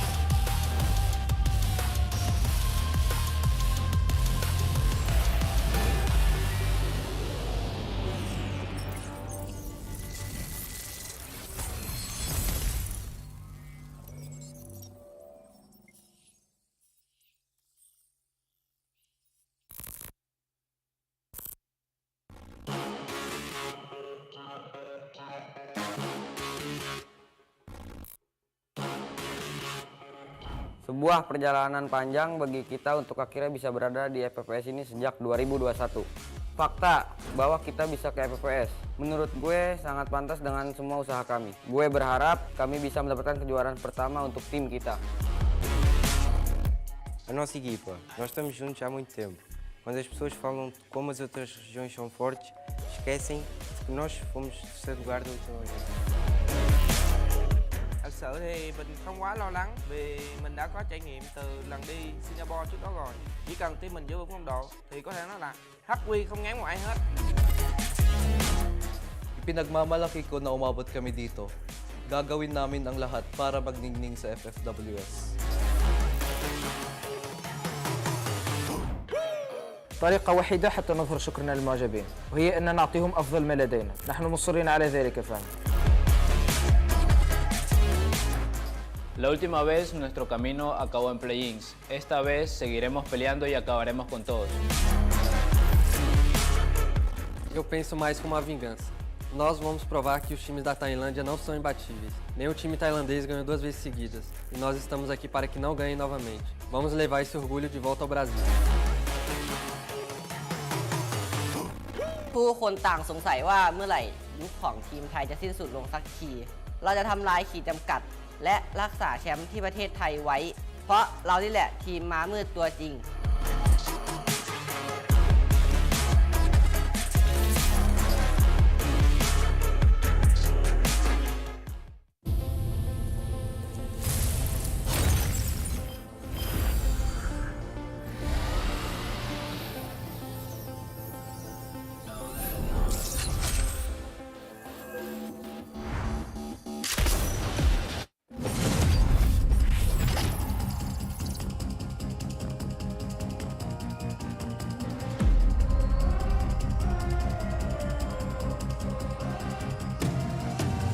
I'm very mysterious, unpredictable.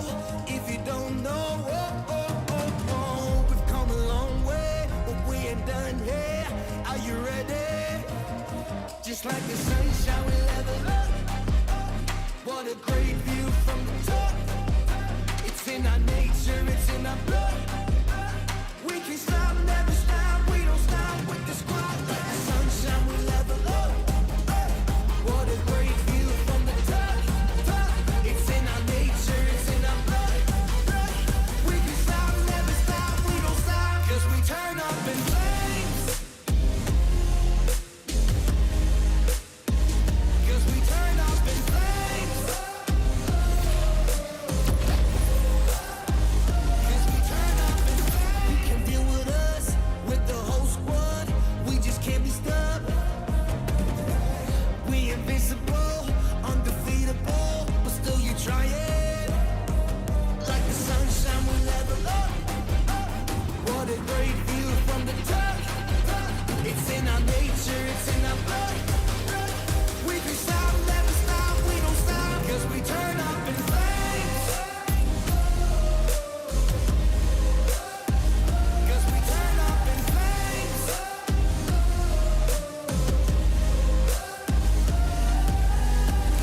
You can deal with us, with the whole squad. We just can't be stopped.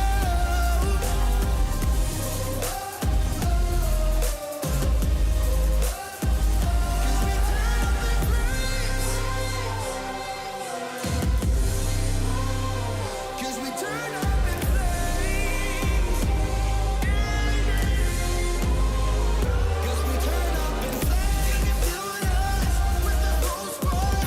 We just can't be stopped.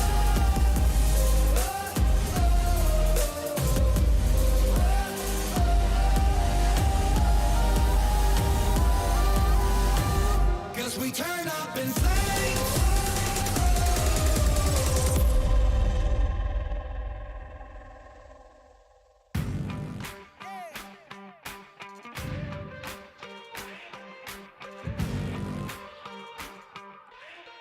Time to level up and pay attention. Only the best can win, and I got a vision. I'm gonna be everything you said I couldn't be. I'm gonna leave my footprint, P.S. I know you see. I do believe that some things might be destiny. I do believe that I'm gonna give the best of me. I know you can't sleep.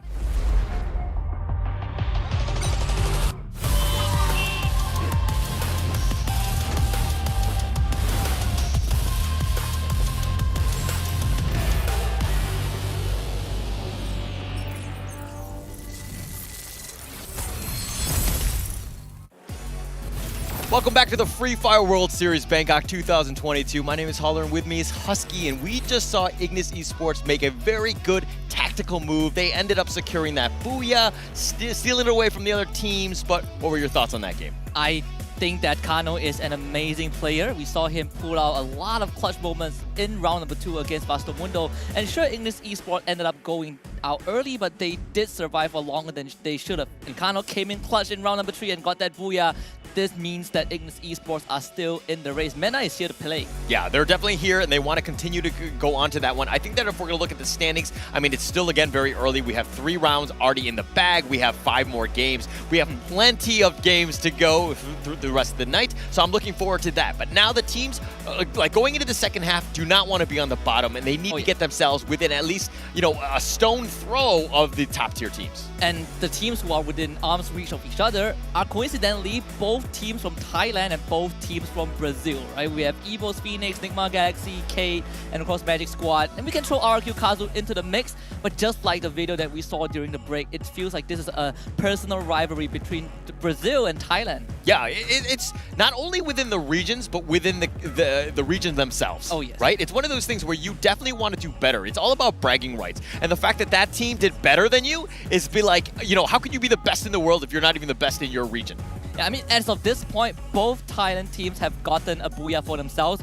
Both Brazilian teams have not gotten any, but they are still in the running. They're really, really close. But we got to turn our focus to the team that got the booyah in round number 3, Ignis Esports. The one team, first seed from the MENA region, and there's a reason why they are so good locally. And I want to talk about Kano just a bit more. He is the clutch master. We looked at them, 16 scores, 4 eliminations, nothing much.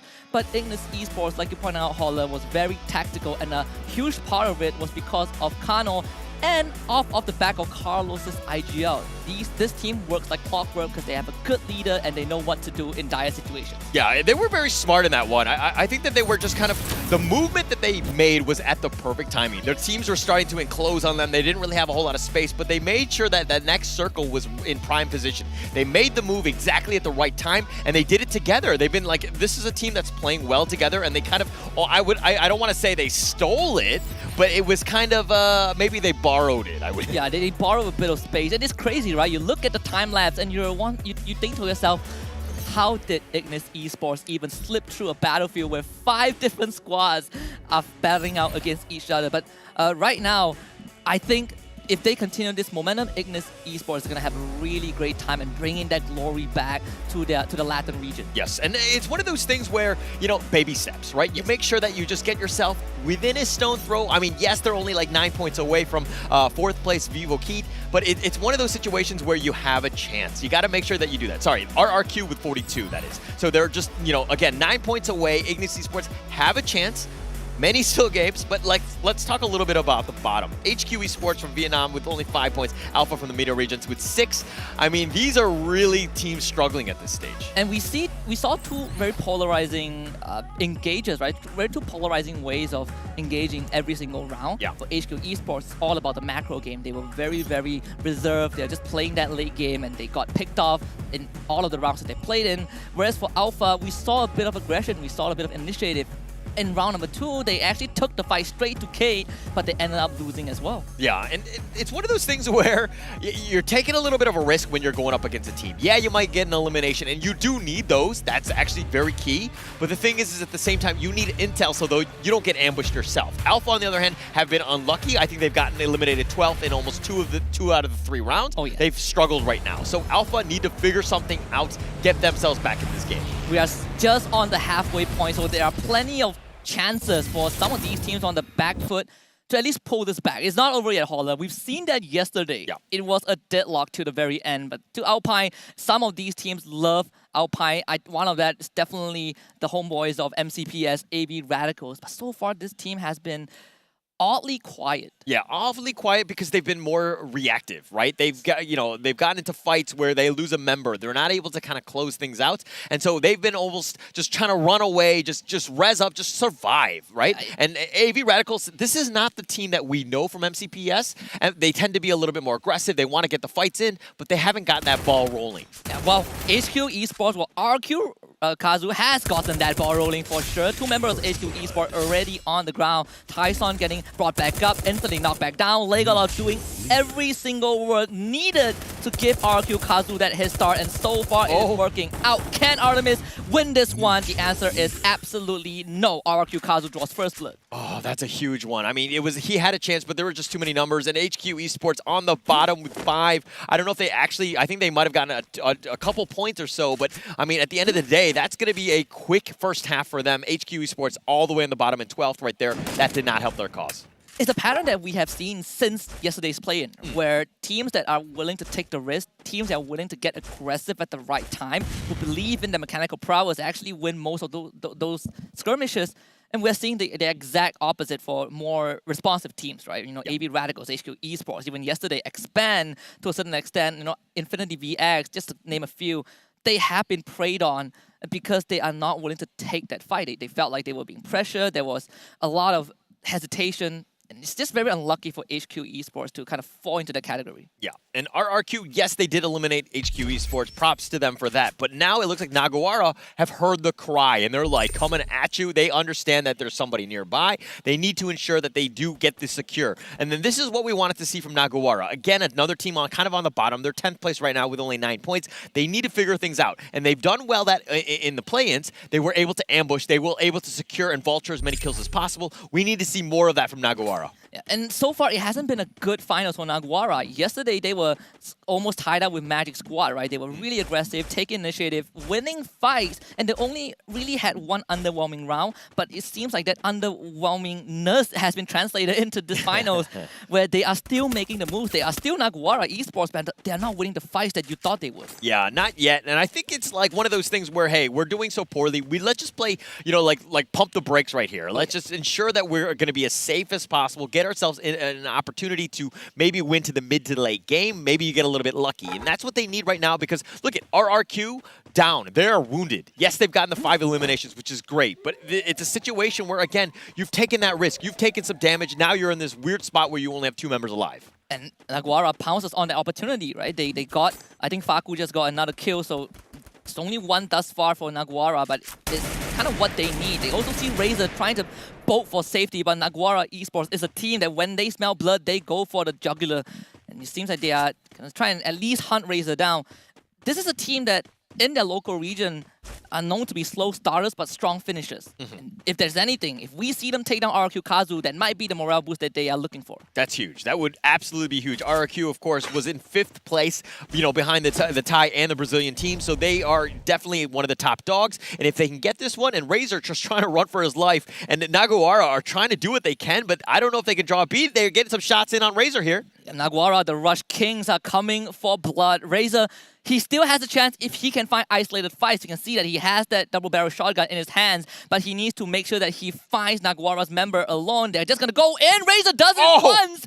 Can Brand keep this alive and afloat for Naguara Esports? He wants to go for the revive on Faku first, and he has a bit of time to do so. Razor gets caught by a flashback, still takes down Faku. This guy does not miss, and now Brand trapped inside a plethora of glue walls. Razor hasn't surrounded. It's a 1 versus 1. Brand saves it for the team. Oh, gosh, that was so close. The 50-50 there. Yes, he did the style. He did get the shotty as well, but Naguara now down to only 2 members. They've got 2 eliminations, which is great, but they thought they were having an advantage. But when you can't win a 2 versus 1, and you know what I mean, do it cleanly, you're going to have a problem. So right now, Brand is on the run. They're going to look to just regroup and make sure that they're, you know, at full strength, hopefully by the 6-minute mark. And thankfully, they did have Yiko, who was not with the team, so he got to revive Maxi at least at the buy zone, but this is going to be a bit dicey for K because their members are split apart. It's 2 of K's members surrounded by the entire team of SDS Alpine. Yeah, General is taking some damage here. He's actually very low. That grenade could potentially do it, but it's a little off the mark.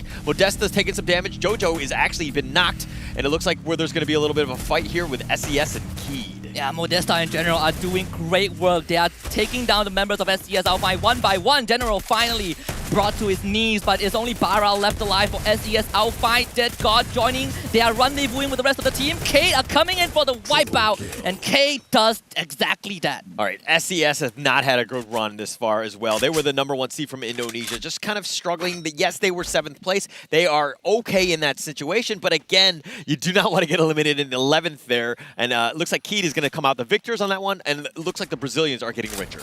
And so far, in the first 2 rounds, there were some questions thrown at Kate and Magic Squad, but more towards Kate.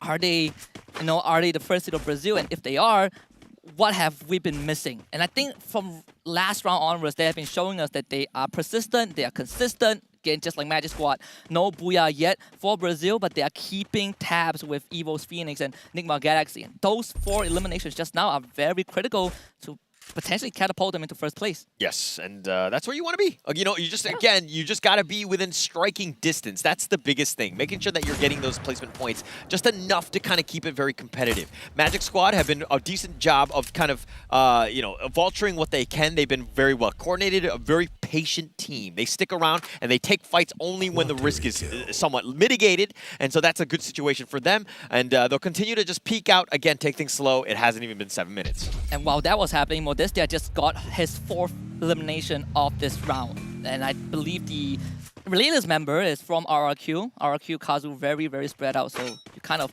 find yourselves in situations where you get picked off easily. This storyline about Brazil against Thailand is so heated. The trophy of the World Series has not left Thailand for almost 2 years. Brazil they are here to gun for it. All right, every single World Series has been won by a Brazilian team or a Thai team. So there's a reason why they're the top dogs. It's 2-1 in favor of Thailand. Yeah. And so we're going to find out who can, win this one today. I think that was going to be the ultimate, test, so to speak. I mean, the trophy's going to be behind us. It's in Bangkok. Do they have the audacity to take it out by another country? Well, if we look at the patterns, right? Yeah. Brazil won their first World Series, and it was in Rio. Yep. Now in Bangkok, Thailand, maybe just putting out there. But 3 in a row from Thailand, though? It's not possible, right? They're still in the lead. They're very much up there. Even if we come down to a tiebreaker, they are winning by booyah, but just at this point of time. Yes. Naguara Esports stepping up a bit. We saw them got those early eliminations just now. And they're keeping it sit. They're keeping it tight together. And that's what we want to see from Naguara Esports. Definitely, and they're playing smarter, right? And I think that they're sticking together, making sure that they're playing as a team. AV Radicals, another team that's been largely off the radar. They have not had a great start to this finals as well. I mean, yes, this is 4th round. They need some points, get themselves back into this one. They're in 9th place right now with only 14 points, and they are definitely on the bottom looking up. The Magic Squad just caught a glimpse of Alpha. At least having 2 of their members moving into that shack on that motorbike. Unfortunately for RRQ, Kazu Razor expires to that blue zone. And RRQ Kazu, one of the more underwhelming rounds for them. Yeah, I mean, they were 5th place. They were only like 2 points behind Keed and Nigma Galaxy, so a bit of a travesty for them. Going out in 10th, that's a rough start. And it's kind of one of those things that even when we talk about the plans, right? We saw X-Band get 2 booyahs. I mean, and they had some bomb of rounds. They did not do well in some, and it's all about consistency. Yeah, you are the highest of the high in terms of booyahs and kills, but at times, when you have some bad games, it's going to really hurt your performance. It's like, how bad is a bad game, right? For Expand, it really felt like they didn't play 2 rounds. Yeah. But you can say the same for Evo's Phoenix. They came back and won 3 booyahs. So there's that discrepancy. But I do agree on the fact that what has happened to Expand yesterday basically kind of translates into AV Radical, right? It has been kind of an ongoing issue for the MCPS region, where when we look at the bigger leagues, when we look at tougher competitions, the more reserved part of these teams start to show. It could be stage jitters, it could be just not as much confidence, but when we see that reflect on AV Radical's gameplay for the past 3 rounds, it is very evident that they are not confident enough to take these initiatives. Yeah, and it's weird. It's an interesting difference of style of play from what we're used to seeing, right? Because in all of the other leagues, right, you play against teams that you're very familiar with. So you have a rough idea of how you want to play things. And it seems like, the AV Radicals of old have kind of not been what we've seen in the past, right? Where they tend to be aggressive, they tend to take as many eliminations possible, and they're kind of almost reacting to the international style of play, which is very different. Yeah, and this is the debut as a region and as a team. There's a lot to be desired. I think, when you look at AV Radicals, you are looking at the young stars to really pop off. But if you only use that as a pivot, then it becomes really difficult for AV Radicals to show up in tough moments. Meanwhile, we see Ignis Esports getting gunned down by the members of K. They've already had Eric on the ground, but thankfully there's no kills just yet. K, though, they are not going to hesitate to go into that blue zone if they can get a couple of pickups. That's going to be very crucial for Ignis to hold on. Yeah, they're going to look to just try to go on the opposite end of this one. Eric gets left for dead. He's probably going to be killed here. I mean, there's no one nearby, but it looks like Ignis Esports are talking about survival. We got to keep ourselves alive and give ourselves a chance. We don't want to take this fight against Keed. We think that Keed have the far superior position. But now, Evo's Phoenix, for eliminations, this is the #1 squad right now, tied, yes, with Magic Squad. But again, it's all about the booyahs. They've ensured that they're in a prime position to win. They've had momentum even from yesterday's play-in. They're continuing to do that now. It seems like Evo's Phoenix are hitting the ground running. I love what they're doing, right? They have Jonah on scouting duty, and they use that information of Naguara Esports being nearby to just completely dodge them. And Jonah, he's going to be left behind by a bit, but that's very important for Evo's Phoenix to continue tracking their enemies.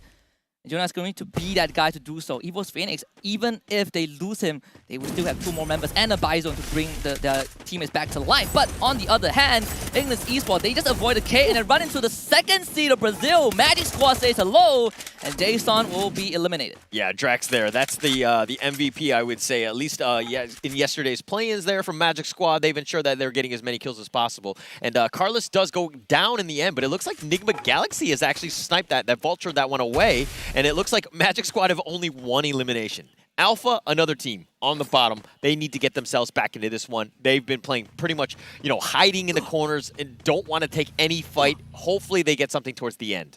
And that was since round number 2, where they failed the rush against Kate. It felt like they decided to take a step back. But Moshi, he is being incredibly cheeky on this truth. I believe he also just got brought back, so there's not much resources for him. The rest of Evo's Phoenix will have to escort him out into safety, but unfortunately it's guarded by teams like Naguara Esports and Vasto Mundo, and Luca has seen that truck pass by. This is very crucial for Jonah to not go down, but unfortunately he has been stranded out in the open with 2 different teams firing at him. And Jonah, his time is running out pretty soon. Luca will get the knock, and I think Vasto Mundo should secure this elimination. Yeah, they'll take that one. And he eventually goes down in the end. But Vasto Mundo will, they were getting some shots in with Naguara. I'm not sure who vultured that one in the end, but Evo's Phoenix eliminated 8th. That's your #1 standing team right now, already eliminated. Enigma Galaxy, that's another top dog, and it looks like they're going to be going up against Magic Squad here. And Italo saw 3 of the Enigma Galaxy members just walk past him, so there's a lot of information for Magic Squad to work with. GU is going to be the first one to get knocked down. They also have Drax in the red, so Magic Squad don't really have the help to take on Enigma Galaxy right now. It's the best chance for NGX to pull this one out of the bag, take down MGS, and perhaps put themselves in a more comfortable situation. Yeah, you have numbers though. Enigma Galaxy right now with 4 against 3. Magic Squad are playing this smart. They're going around the other side of the flank, and they realize that they're going to use the Storm to advantage. Nobody's going to be behind them. But now, Magic Squad, will they be flushed out? Do they need to make a move? Enigma Galaxy holding down angles, making it difficult for Magic Squad to make any sort of movement. And NGX, they're controlling the bridge as well. That's the doorway that Magic Squad might be looking to utilize. But since the blue zone is pushing both of them back, you can see that these 2 teams are moving in parallel. From house to house, from building to building. NGX, though, have better cover to work with. Oh, nice shot there. Bop's right there, looking to go for Enigma Galaxy. But now, they're in the storm. They do need to be careful. Enigma Galaxy don't want to make the first move. They're going to let Magic Squad make the move there. Some glue walls providing some cover. Perfect shot by Dew. Bobs is down. Drax is in the red. Blue zone pressuring him, and the members of Magic Squad, they are just scattering into the wind, desperately trying to help each other out. Bobs runs left, Italo runs right, but they all run into Enigma Galaxy's crosshair, and NGX wipes out Magic Squad. Oh, NGX, that's the perfect way to do it, right? Yes, they were in the storm, but Magic Squad made the first move. They flinched first, and they paid with their lives. Enigma Galaxy took advantage of that one. 4 teams left, but Keed, 8 eliminations. Modestia, this guy has been on fuego. 5 eliminations. This guy is an absolute beast. He was also the one that kept them alive when Alpha rushed them on Kalahari. That's the reason why Modestia is such a reverent player. this is gonna give K such a good spot to work with. They might not have the circle, but they have a lot of space as Nando continues to rack up the numbers. But on the other end, it's Vasto Mundo against Alpha. Crusher getting that elimination onto Gata. Unfortunately for NGX, they are also involved in this battle with a three-way fight. Stop gets a knock, but unfortunately for Gata, he trades right back. Crusher also wants to chip in. NGX, they're looking to push forward. They bring Field Goal back up. Alpha is already out. We're down to the top 3 teams. Oh, Alpha was right in between Nigma Galaxy and Vastamundo. No real space. All the angles were covered. There was grenades left and right. Very difficult situation for them. I mean, they survived to top 4, which is going to give them some placement points, but I don't think they got enough elimination points. Now, Nigma Galaxy still in great position here. Vastamundo, they're the ones on fire, though. They've got all of the eliminations. NGX is the only team with 3 members left. Crusher crushes that hope with a good nade, but there's still some time. General says no, steals it away from Vasto Mundo. Cade is here to play. We talk about the Brazilian teams, and Cade has used a time turner, broken the Riptide Rhythm, broken the glue wall, and another nade overhead onto Crusher. Cade is here to claim their first booyah from Brazil since yesterday. Modestia with the Charge Buster in the face of Vasto Mundo. Luca, the last one alive. Can he do this on his own? The answer is no, and vamos for Cade to get the first booyah in the finals. Cade right there stepping up. That was like a dominant performance, I would say. I mean, they got a ton of eliminations. I think we're going to have to see the exact numbers, but I think around 13 or so, that's exactly what they wanted to do. Get themselves back into this one. They were top 4. That's going to springboard them up even further. They got a ton of eliminations, and they got the booyah. Yeah, just incredible performance from Cade. We've seen this team from round 1 until round number 4, and we were wondering how high up they would place. When is the time for them to get the booyah? And they finally showed up just nice at the halfway point, putting Brazil in a good spot. But we do have the highlights coming up, and let's take a look. How did Cade get the booyah?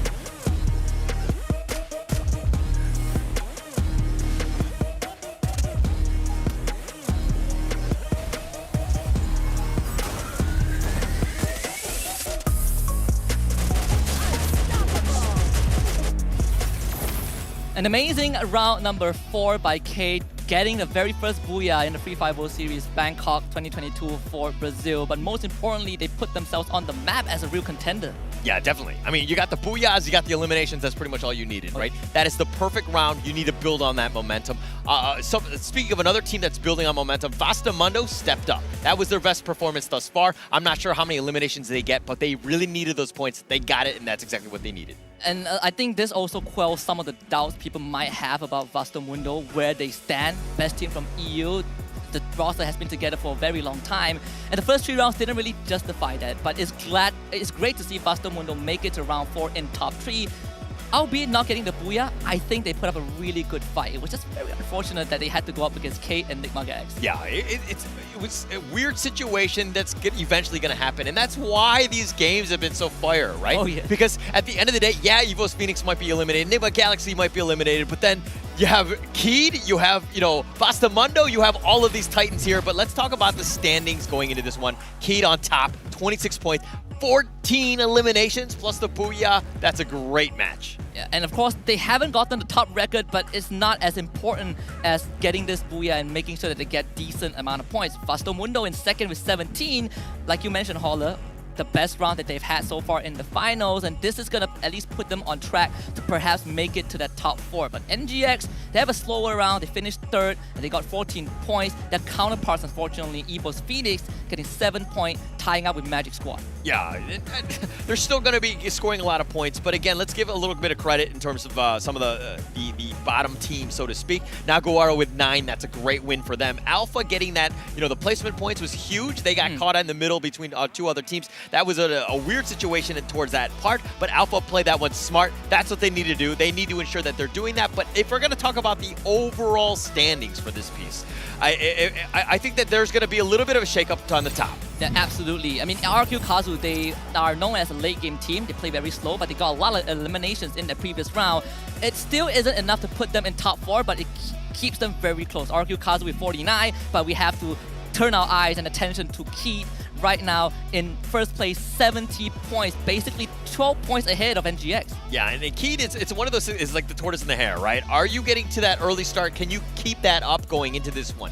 Of course, just 4 rounds. We have the second half. We have 4 more to go. We have plenty of games, but that was a statement win. That's exactly what you want to do. You want to build on that lead, right? We're talking about 2021 Free Fire World Series, Evo's Phoenix. They won 3 booyahs out of 6 of the matches. They had it. It was no contest. Keith want to repeat that performance. And the best part is now they have 2 more chances to do it, right, in this new format with 8 total rounds. I mean, this booyah happened at the best possible round for them, the best scenario. They not only, we didn't only just see Evo's Phoenix getting knocked out earlier than expected, we also had Kate basically getting a lot of kills and being able to secure them with those utilities. NGX went into the last circle wounded because of Vasto Mundo, and Kate were like, you know what, Vasto Mundo, you guys did the hard work, we will claim the reward for ourselves. Definitely so. And the MVP of the last matchup, we're going to see it. Drum roll, please. And of course, it's Modestia, right? 8 eliminations. This is a no-brainer. The fact that Keith was, getting so many kills and, has a 12-point lead in first place or so. 8 eliminations off the back of Modestia. And this is a guy that I have been stressing a lot. I kept saying that we gotta keep an eye on Modestia, and I was just waiting for that one moment for him to really show up. I'm glad it was this moment. We also have to look at the match leaders for round number 4, and I would say that Modestia is definitely at the top of the pack with 8 elimination, but he's also followed by Luca from Vasto Mundo with 4, and of course Dew from Ligma Galaxy with 3. Okay, having seen the Europe Pro League, Vasto Mundo, they kind of ride or die on Luca. This is a guy that gets a decent amount of eliminations. This is a great game. This is a bounce back game. Can they make a run into the second half? But let's talk a little bit about the key players of that game 4, which was actually quite key. Caramel, assist king. You got to help out. You got to get the support. Modestia, not only was he the MVP with all the eliminations, but he's the glue wall master with 14. And the rest of the list is also K members, right? Nando 9 with 10 glue walls destroyed. He had that reptile rhythm down to a T, just landing it on the perfect timing. And not to forget, Dead God also from Kate having that damage, 800 damage block using the time turner is keeping Kate in the fight, but also allowing them to get these pickoffs. It is pretty impressive how they were threatened, but they were not really pressured as we thought they would. True. And when Cade have a dominant performance like that, there's a reason why the key players are going to be 3 out of 4 in terms of, their team securing all of these awards, so to speak, because they were just on another level. I think that, for a team to do that again, it shows the real mettle of the team. Is it going to be possible? I mean, Cade, anything, the world is their oyster, so to speak. But let's talk a little bit about the next map. We played 4 rounds thus far. What's going on in the second half? We are going to run it back because we have just gone past the halfway point. It is the last sprint, the last marathon for all of these teams out in the arena. We will start back on the Bermuda, and afterwards it's going to be the same sequence, right? Kalahari, Purgatory, and Alpine. But Bermuda was the feasting ground of Evo's Phoenix at the start of the evening. I do wonder if Evo's Phoenix can do it again, because this is a map that a lot of teams from Brazil, from Latam, from MENA, they favor this map, but they haven't been able to really crack the code. Yeah, they haven't. I mean, it's difficult, right? Again, just the teams, the level of play has just been so high. But going back to this one, now, if you were coach of let's just say the bottom 6. I don't want to name names or anything like that, but one of the teams, like, what I mean? Like, what are you telling them? What are you getting themselves prepped up to in terms of going into the second half? Well, this is a tough question, but I think from my perspective, if you are already on the back foot, I would say try taking risks. And it's something I want to see in teams like HQ Esports and AB Radicals and maybe Alpha. And Alpha did take the risk, it just didn't work out. But for the other two examples, they haven't really shown that they are willing to make that first move. And if you keep playing passive, so far these past 4 rounds have proved that you are going to get feast on. True. And you talked about Alpha kind of stepping it up, trying to be a little bit different, and that's right. But they were unlucky. I think they got 1 elimination in all of that. And yeah, they were like almost in every single fight. But the fact that they were just kind of caught out and not able to do that was, you know, a little unlucky by Alpha. You know what they say, you miss every shot you don't take, you miss every chess piece that you don't move. So at the end of the day, if they are not really doing well passively, you gotta take the initiative. That will be left for the next round. We're gonna take a short break and we will come back for round number 5 of the finals.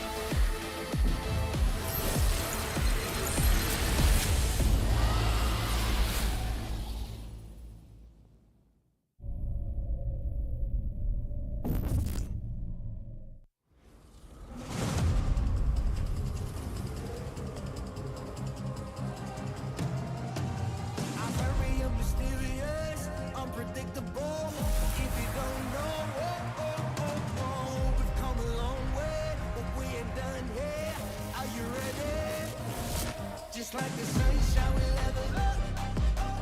What a great view from the top. It's in our nature, it's in our blood. We can stop, never stop. We don't stop with the squad. Like the sunshine, we level up. What a great view from the top. It's in our nature, it's in our blood. We can stop, never stop. We don't stop, 'cause we turn up in flames.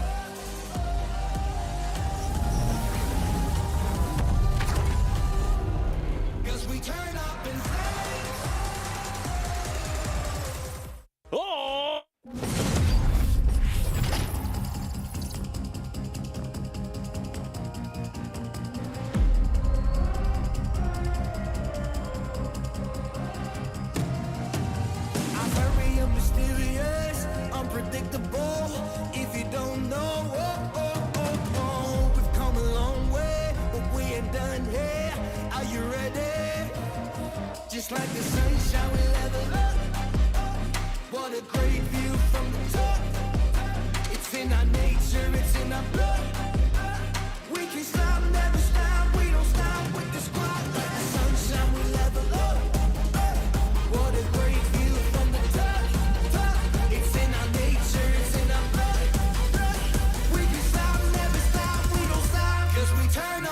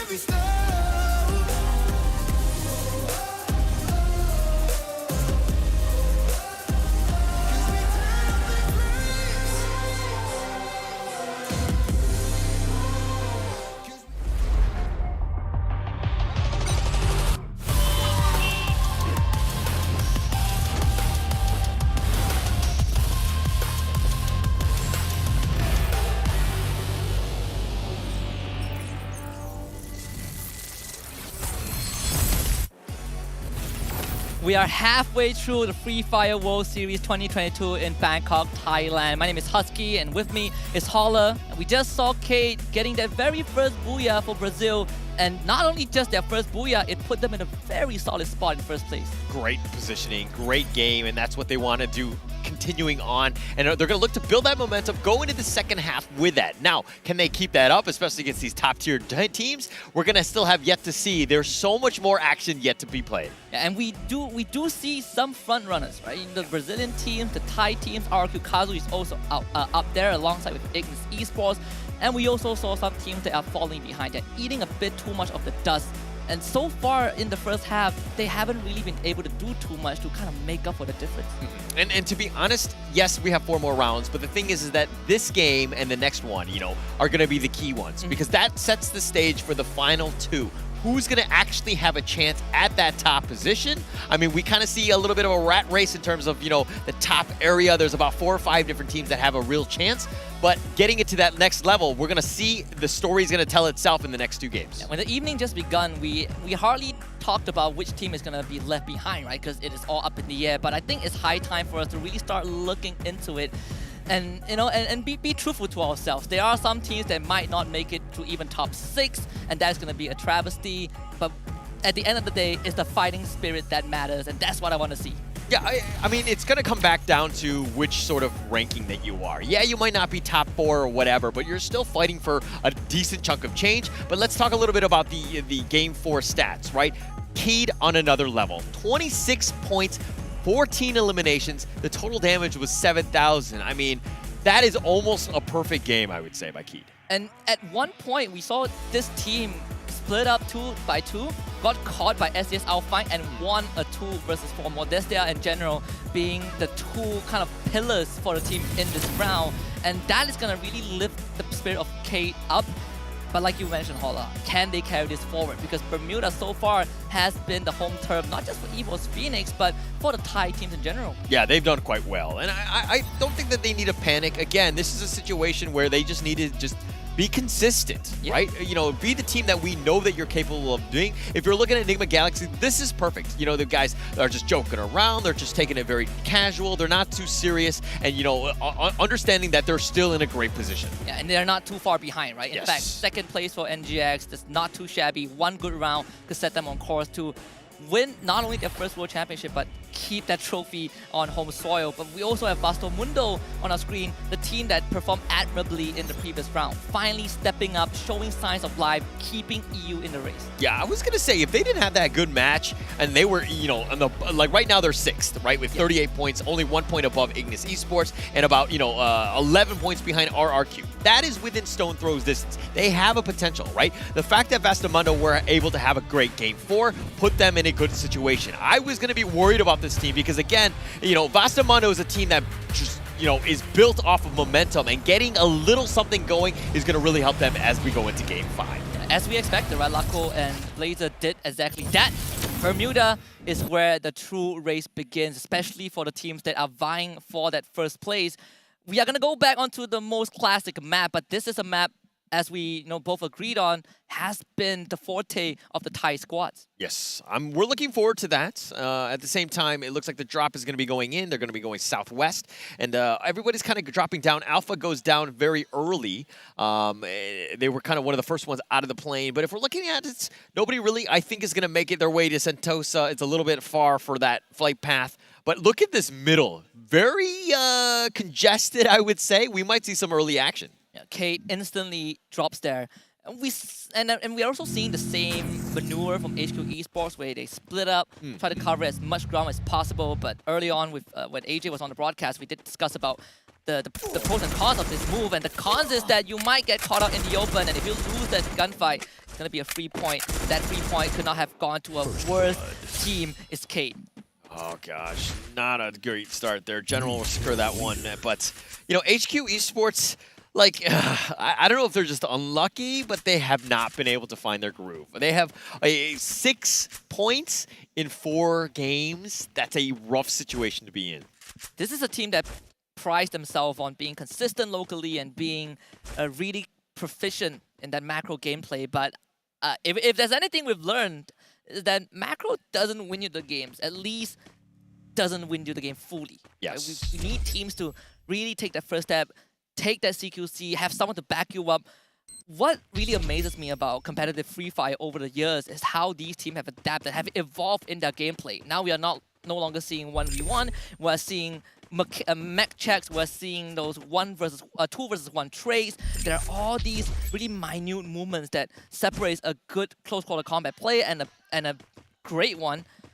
And I think we're seeing that discrepancy shown here. Tanamo, on the other hand, though, is going to get a free knockdown, free elimination onto one of the Vasto Mundo players. They'll take that one. But let me touch a little bit about HQ Esports, right? I think that overall, even with yesterday's playing with Team Flash, going into today with HQ Esports, the #1 seed, I expected a lot more out of the Vietnamese squads. Generally speaking, they still end up getting top 6, but as I say that, AB Radical's in a world of hurt already. 2 of the members have went down. Same for Vasto Mundo. It's going to be EU against MCPS. Who is going to do this? AB Radical taking the first move to move out of the building, but RQ Kazu is shooting them from afar. V2 has just gotten down Blazer 10, bringing Vasto Mundo down to just Nunes. And unfortunately, the EU squad will have to back off, and AB Radicals now get to claim 3 points. Yeah, a huge one. That's a huge win for AB Radicals. They need to get themselves going. But Tanamo goes down, and it looks like Wine's all by himself. What is he going to be able to do? They have 3 eliminations, but now he's all by himself. RQ Kazu saw this from a mile away, then it instantly pounced on AB Radicals. They are wounded, they are crippled. It's a fight that no one on the side of AB Radicals wants to take. It's not a fight that Wine can even be a part of. But RQ Kazu smells blood in the wind. They are chasing after the scent of Wine. It's going to be a tough time for AB Radical to stay in this round. Wine needs to somehow get away. Yeah, he's just running for his life. And they do know that he's there. Razor and maybe are just going to look to just run after him. But Wine, he's getting vultured maybe from hands, and it doesn't really matter. AV gets eliminated. Pac-Man will secure that one. And it's an unlucky situation, right? They were able to hold the fort against Vasto Mundo, but RRQ, they were ready and waiting. And unfortunately for MCPS, they did what felt like to be a good start. It's turned out to be a horrible ending. But RRQ Kazu, they didn't really have to use much, and they have ample resources to take on HQ Esports, who are spread really thinly on the map right now. Okay, RRQ has done quite well, right? Off of Legoloth, he's been doing a great job. I mean, this is a team that's won gold in the SCE Games in 2021. This is a team that's, knows how to win. They've done it not only in the leagues of the Indonesian leagues, but they've also done it on the world stage. They've made sure that they do it. But Vasto Mundo, I give them a compliment in the pregame, and they get eliminated 11th. Shame on me. And to be fair, they were really wounded because of AB Radical. So Ignis Esports picking up the final piece. And since, we talk about RRQ Kazu, props to Legoloth, because I think winning SEA Games was kind of the confidence boost that he needed to be a leader, right? He was doubting himself. He didn't know if he could do it, but that victory, that podium finish, first place medal for the team really gave him that boost. And we are seeing that reflect in his gameplay since the play-ins. And Legoloth, unfortunately, as I say it, will be caught out. But he was alone, so HQ gets a free kill. Yeah, Neo just completely ambushed him. He jumped off the building and just caught him off guard. Legoloth was not expecting that one. It really got caught with his pants down, so to speak. But now Magic Squad, on the other hand, kind of quiet. They've been sticking around. I mean, the Brazilian way has been more of targeted attacks, right? They tend to stick together. They're very well coordinated of when they want to attack. And at this moment, it looks like they're just going to be playing very patiently. Let the game kind of come to them. They don't need to do anything because Keed is right around the corner. And do they actually take out their fellow country mates? It seems like it has begun. GU just got a good snipe onto Modestia. Wonder if Magic Squad will go for that push. So far, it's all just love taps, and some of that can be debilitating. What we saw from some of these teams, especially from the Brazilians, is that normally when a team chases after their opponents, they will stop at a certain point. But for Magic Squad and K, they will chase you until the ends of the world, until the edge of the map, which is a very scary thing because it shows how confident they are. Nigma Galaxy, on the other hand, might just run into an opposing team who is circling nearby, and that team happens to be Alpha. Oh, but Alpha, okay, so Alpha, yes, they're making some movement, but they are kind of loud in those vehicles. They're getting some damage here. Nigma Galaxy's trying to draw a beat on them, not able to take them down. Yes, he does, and he knocks down R82D. He is down. The rest of Alpha would just have to live with the pain, at least for now. There is still plenty of time to get that revive, either by revival zone or the buy point. So for Alpha, not too big of a loss, but for Nigma Galaxy, they are already close to the top of the leaderboard, getting these pickouts, these isolated kills will contribute to that. Yes, it's going to help them out. That's definitely what they need. But again, still very early. Let's just kind of slow it down a little bit. The circle is going to be a little bit beneficial, at least for Magic Squad and Keed, who've kind of been staring at each other. Yes, they're getting some shots, but nobody's really going to go into one another here. It's like a standoff right now, a Mexican standoff between these two teams. For Kate, at least, this is exactly what we saw, I believe, in match number 1, right? Where Kate was in the center of the circle, and then you had RQ Kazu and Evo's Phoenix coming in from the side. Kate generally don't try to push it too much, which in a lot of times looks like the right move, but when push comes to shove, when that circle starts closing in and other teams start coming in and closing you from multiple angles, that's where you start to get worried for this kind of maneuvers. Like, where are you going to hide? Where are you going to go? What's the backup plan? Yeah, and it's going to come down to how the teams play the cover. Obviously, they know the maps, they know the buildings, they understand the certain angles that could potentially happen. But again, I think you're hitting the point of the sense of intel, right? Getting that information, making sure that you have vision. Like, if we're looking at Italo right now, he's like trying to peek out the window, but he's actually looking more towards the corner, so he's not able to see everything. You got to see the movement of the enemy team. You got to make sure that you don't get caught off guard. That's something that Evo's Phoenix have demonstrated time and time again, where they are using the fact that you can put your members out in the open with a couple of glue walls and just some intelligent play, some great foresight. Really enables you to get all this information. And that was what got them the very first booyah of the finals. And it was on Bermuda, where they played out in the open, they covered so much space, and they took advantage of the intel that they got. Yes, and it was super key for them. And okay, HQ Esports, they're in dire need of some points. Tyson here just trying to do a scouting expedition. He's gonna make a lot of noise, so players and teams are gonna understand that he's on the way, but he's all by himself. He's fine. I think he's just trying to see what is out there right now. Just give themselves a chance, find a team so that the rest of the squad can kind of just join them. And HQ able to at least touch down and set up camp in a pretty secure area.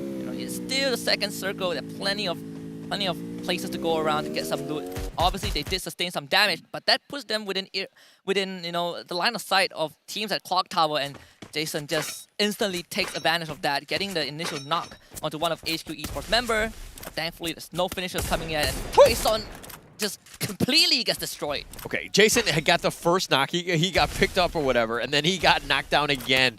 Jason has just been a sniper. Tyson, that was, he's taking some damage. He's got knocked again. Kaino will take that one.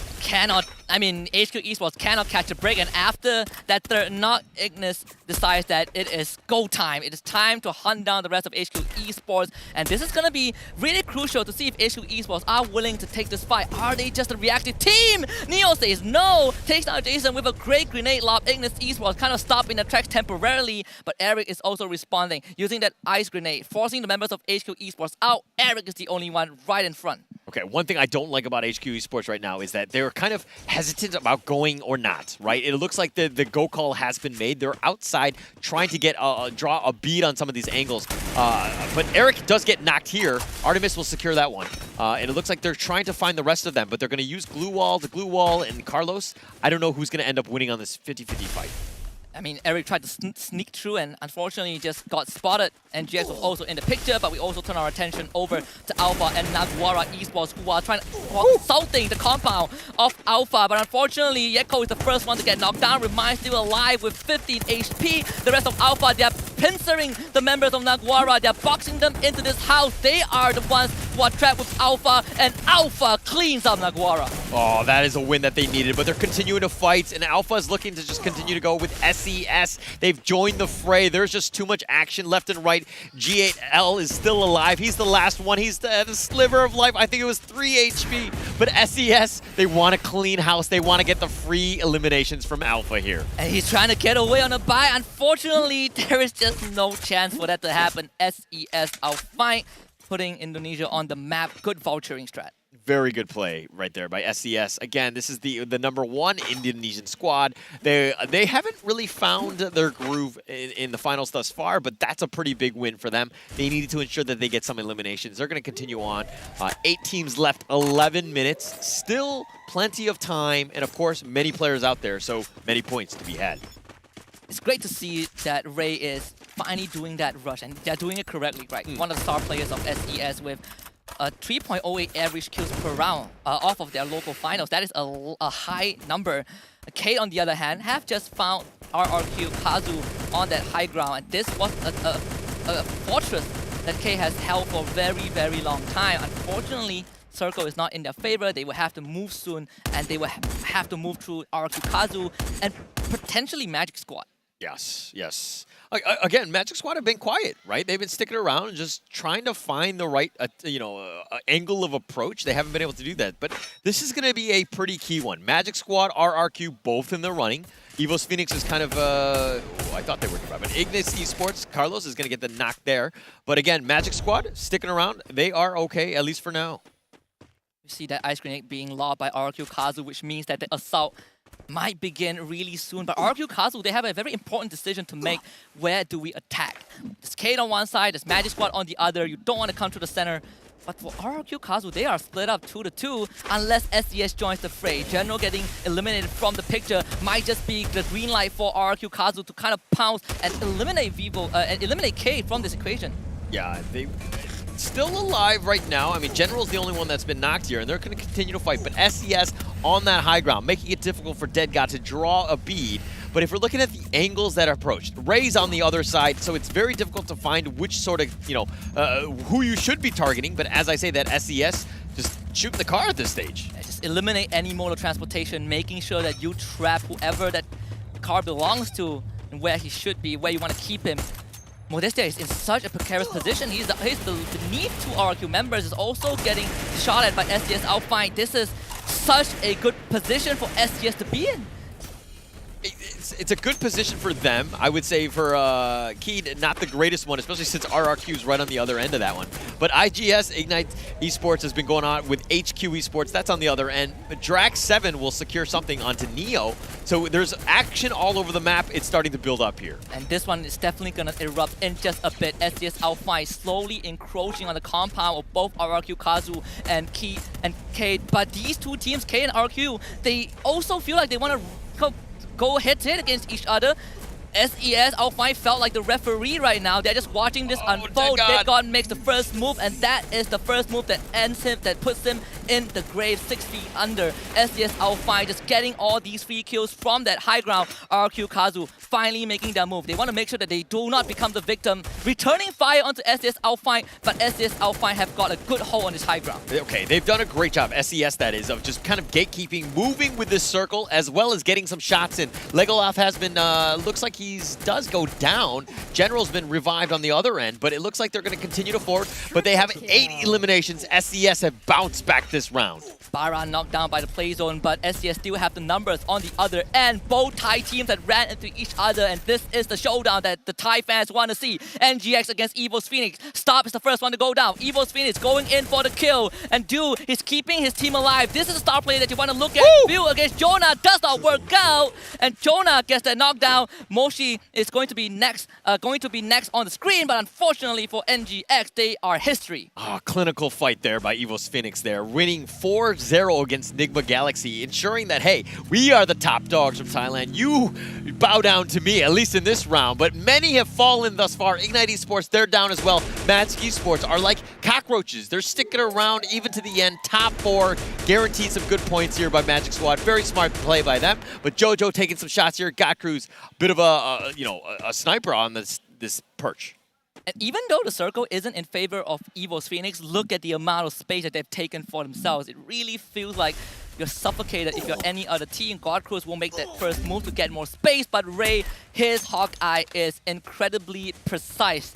Takes down God Cruz, Evos Phoenix thinking if they want to bring their buddy back up, but there's no time to do so. No time yet, but God Cruz has been eliminated here. Get High sticking around. Again, I would say he's the MVP, at least on this squad. Evos Phoenix, got to know where he is at all times. GU just trying to run for his life, but he's going to look to go right into Joanna. And can Jonah do this though? Getting pressure and even a knock with that vehicle. Evos Phoenix out. This is the SES Outfight's best round so far. And they're up against the second seed of Brazil. Magic Squad, consistent, deadly, precise. Can SES overcome them? We see all the utilities getting thrown out, glue wall melters, grenades, SCS against Magic Squad. GU going for the flank, GU getting the first blood, Ray getting taken out, Magic Squad puts one on the board. Puts one on the board, and it's the biggest one for them, right? Again, they were sticking around. They were able to do it. They were not fighting anything in the first, 10 minutes or so. They were very patient, and then all of a sudden, they turned it up. What do we need to do? We need to get some eliminations now. Now let's do it. Late game, we know how to close it out. Very important for those top teams. Perfectly ties back to the storyline and the banter video and the taunts that both Brazilian teams and Thai teams have thrown at each other. Thai teams got their booyah, Brazilian shows up on the second half, and this match is going to get even more intense. This final is going to get even more intense. So I want to see how these two regions go up against each other, but first, let us marvel at how Magic Squad got the booyah for this game.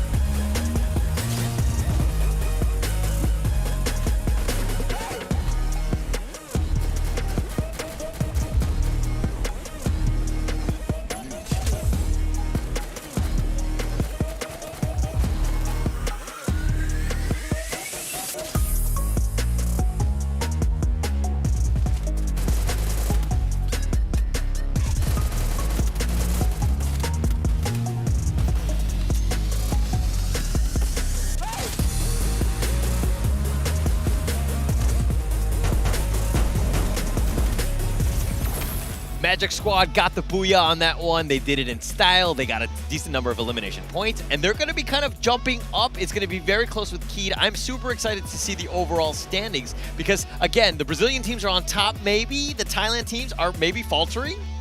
It feels like that way, but whenever we see either Evo's Phoenix or Nigma Galaxy go out, the other will still be in the race until the very end, right? This is a very tight race. It felt like we have been confined in this bubble of just Thailand against Brazil all the way.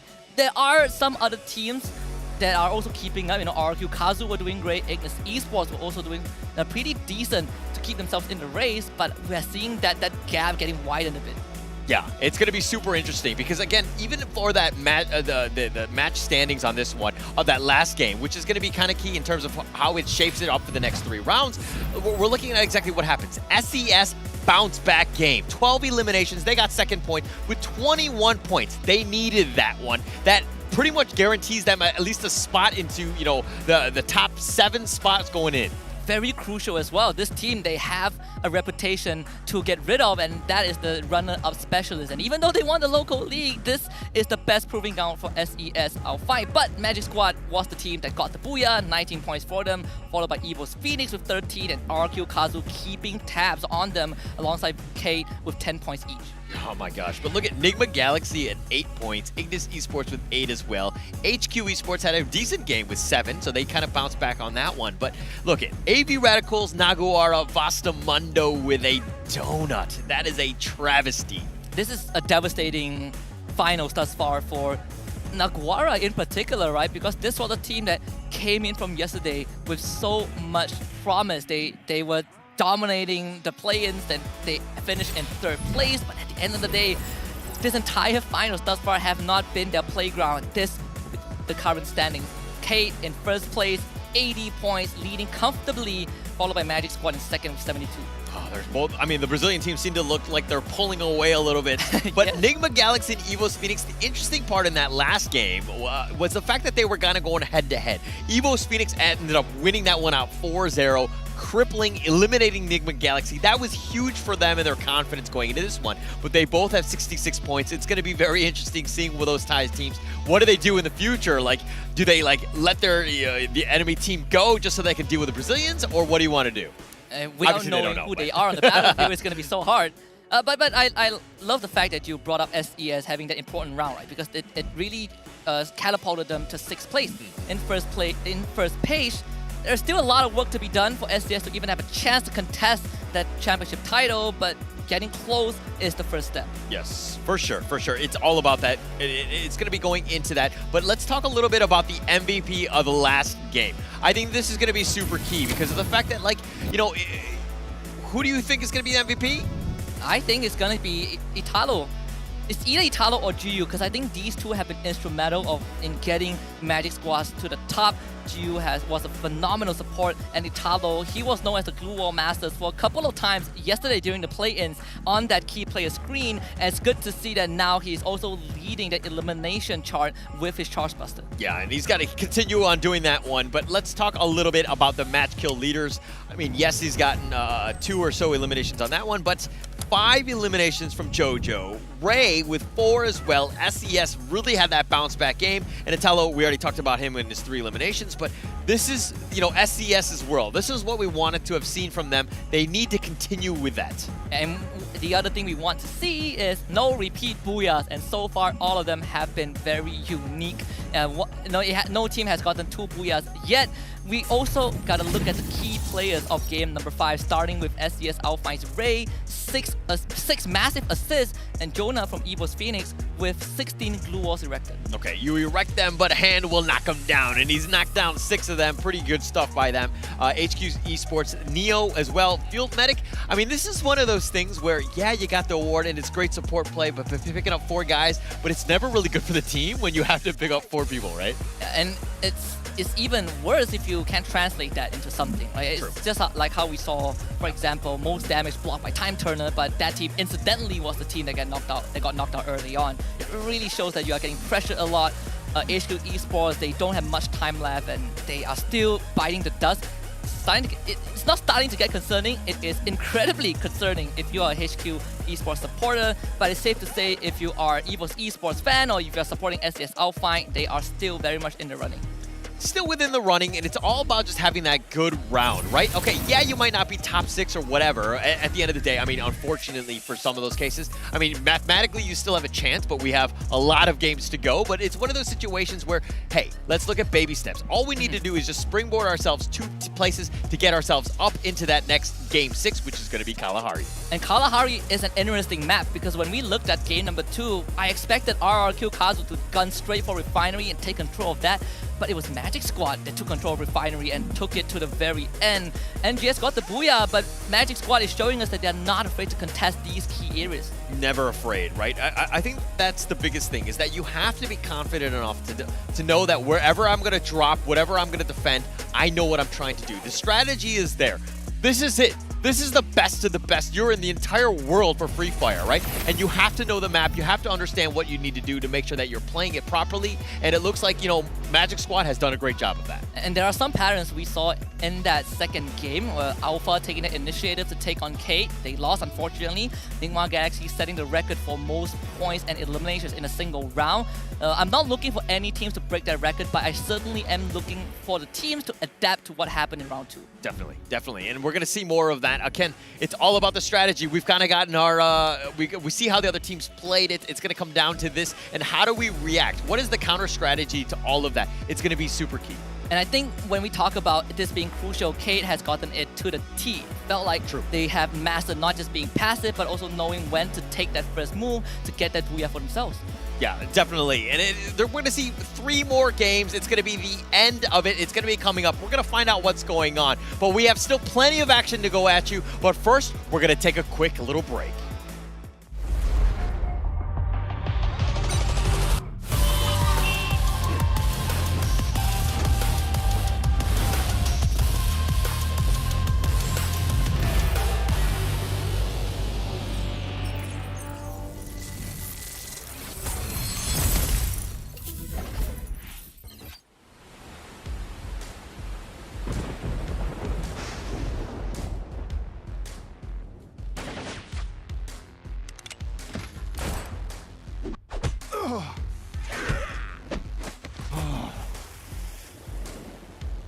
fine.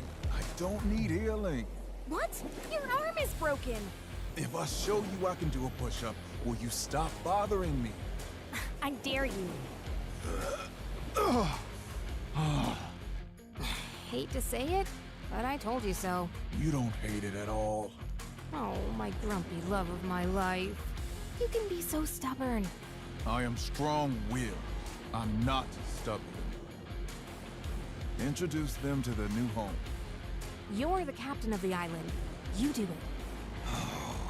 Fine, fine. Thank you for taking us in. What is this place called? Ford, you didn't tell them? Slipped my mind. You're in safe here. The safest place on Earth. Welcome to your new home.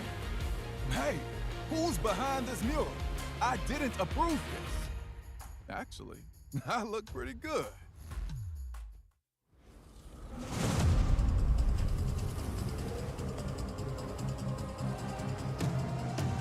I'm very mysterious, unpredictable. If you don't know, we've come a long way, but we ain't done here. Are you ready? Just like the sunshine, we level up. What a great view from the top. It's in our nature, it's in our blood. We can stop, never stop. We don't stop with the squad. Like the sunshine, we level up. What a great view from the top. It's in our nature, it's in our blood. We can stop, never stop. We don't stop, 'cause we turn up in flames. 'Cause we turn up in flames. You can deal with us, with the whole squad. We just can't be stopped. We invincible, undefeatable, but still you try it. Like the sunshine, we level up. What a great view from the top. It's in our nature, it's in our blood. We can stop, never stop, we don't stop, 'cause we turn up in flames. 'Cause we turn up in flames.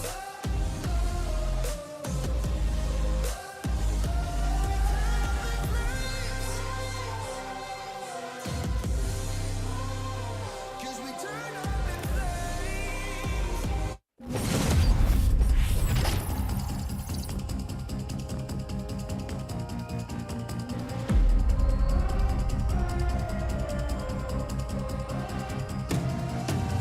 I'm very mysterious, unpredictable. If you don't know, we've come a long way, but we ain't done here. Are you ready?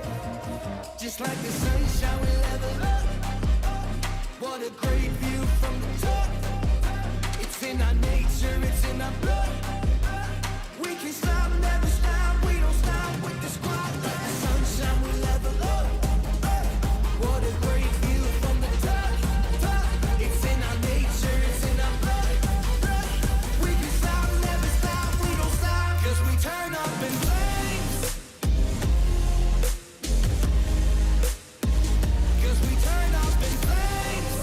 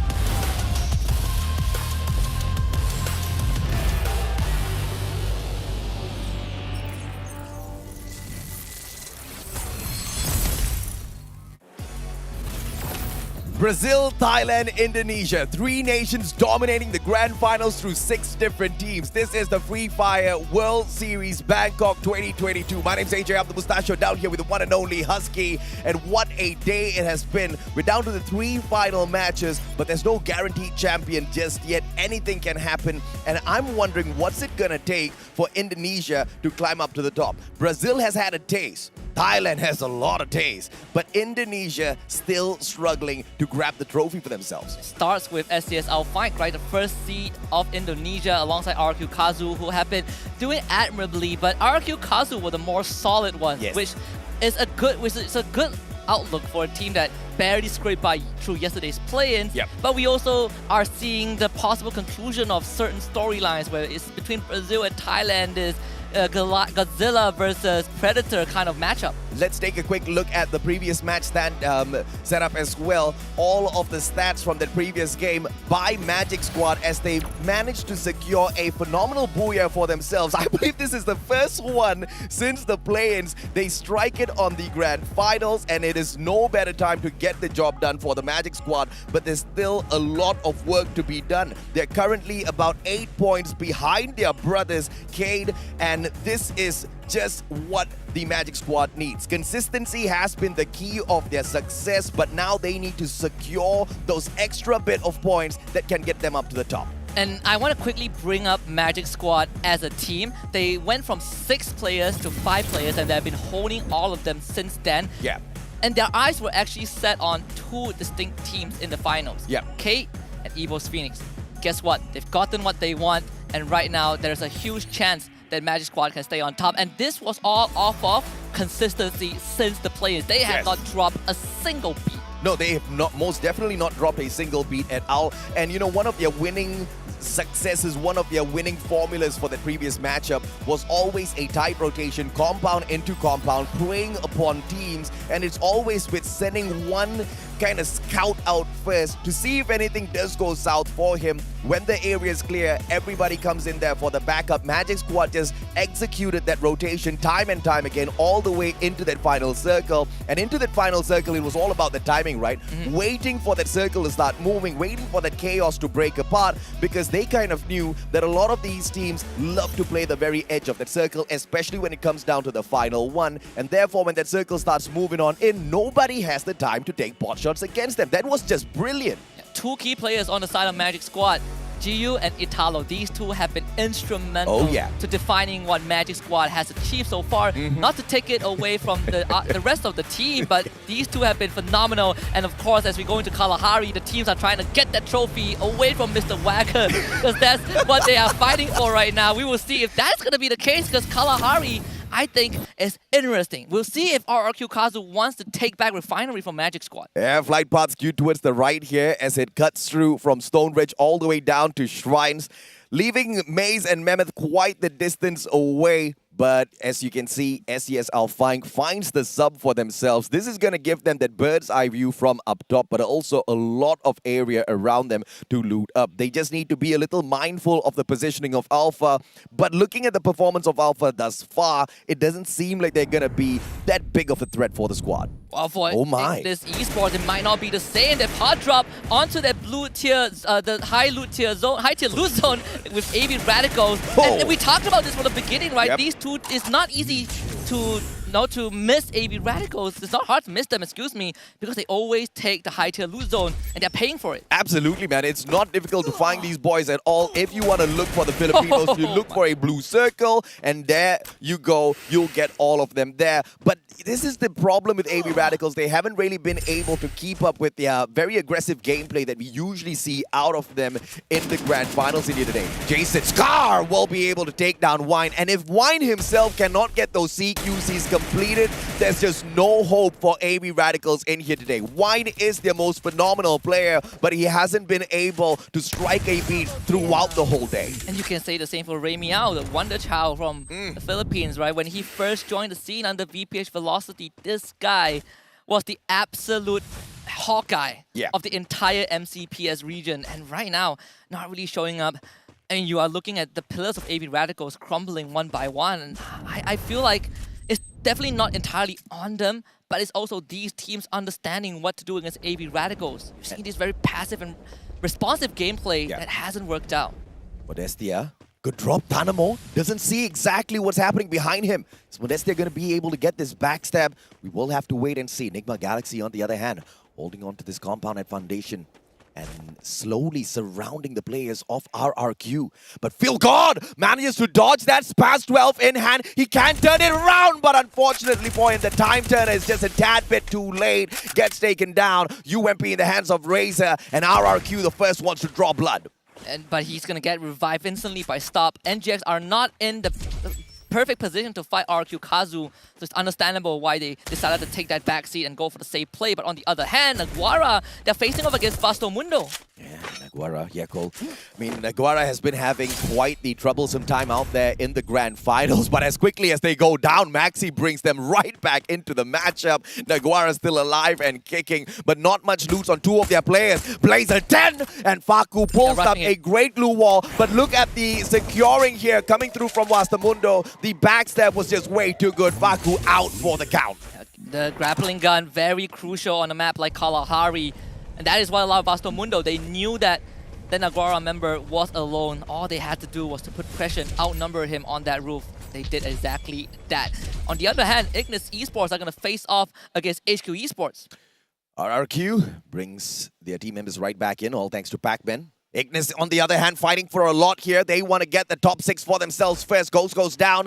Jason, good backstab. Woodpecker manages to get that shot, and he gets the elimination point for himself as well. Eric Max 7 needs one more shot. Can he get it? Pulls up the glue wall, and what a play! Gets the headshot. Hand goes down. HQ continues to struggle. Eric puts on his dancing shoe and just dances around the members of his opponents. This is this incredible movement. He was in the red, uses the building, uses the structures to protect himself. Phenomenal play. You could have slapped it and he would have gone down, man. I mean, that was just so close for the player from the side of HQ. But Eric's just way too good, man. I mean, happy feet. He danced around that perfectly. RRQ, on the other hand, Razor and Maybe needs to look for a little bit more of those loots. But this danger zone is just going to tease them for a little bit as they run away. They were at the very edge of it. Refinery is the home of RRQ, and they are right back at it. It's good to see that RRQ got control of Refinery, but also partly because Magic Squad decided to not contest it early on. HQ Esports bringing the two fallen members back, but as quickly as we say that, Vasto Mundo, on the other hand, have engaged in with Ignis Esports. No offense to HQ Esports, but the more they bring their team members back, they are just going to feed into some of these teams. 180 by Jason Crusher got crushed instantaneously. Jason's playing this on a whole other level. Ignis on the long side flank doesn't even need to do much, but Kano down on the ground though. Can he get to him? Yes, he can. Jason getting everything done all on his own. IGS is on fire right now. 5 eliminations just on his own. This guy has eyes on the back of his head for sure. HQ Esports, they end up losing Neo after those 2 revives. So it's going to be another tough round. I mean, as HQ Esports, we were all agreeing on the fact that they were just responsive, a very passive team. They're relying on that macro, and it's good that they stick to the identity.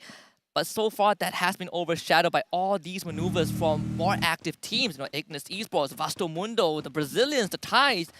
It's just proving to us that you have to also make your own active decisions.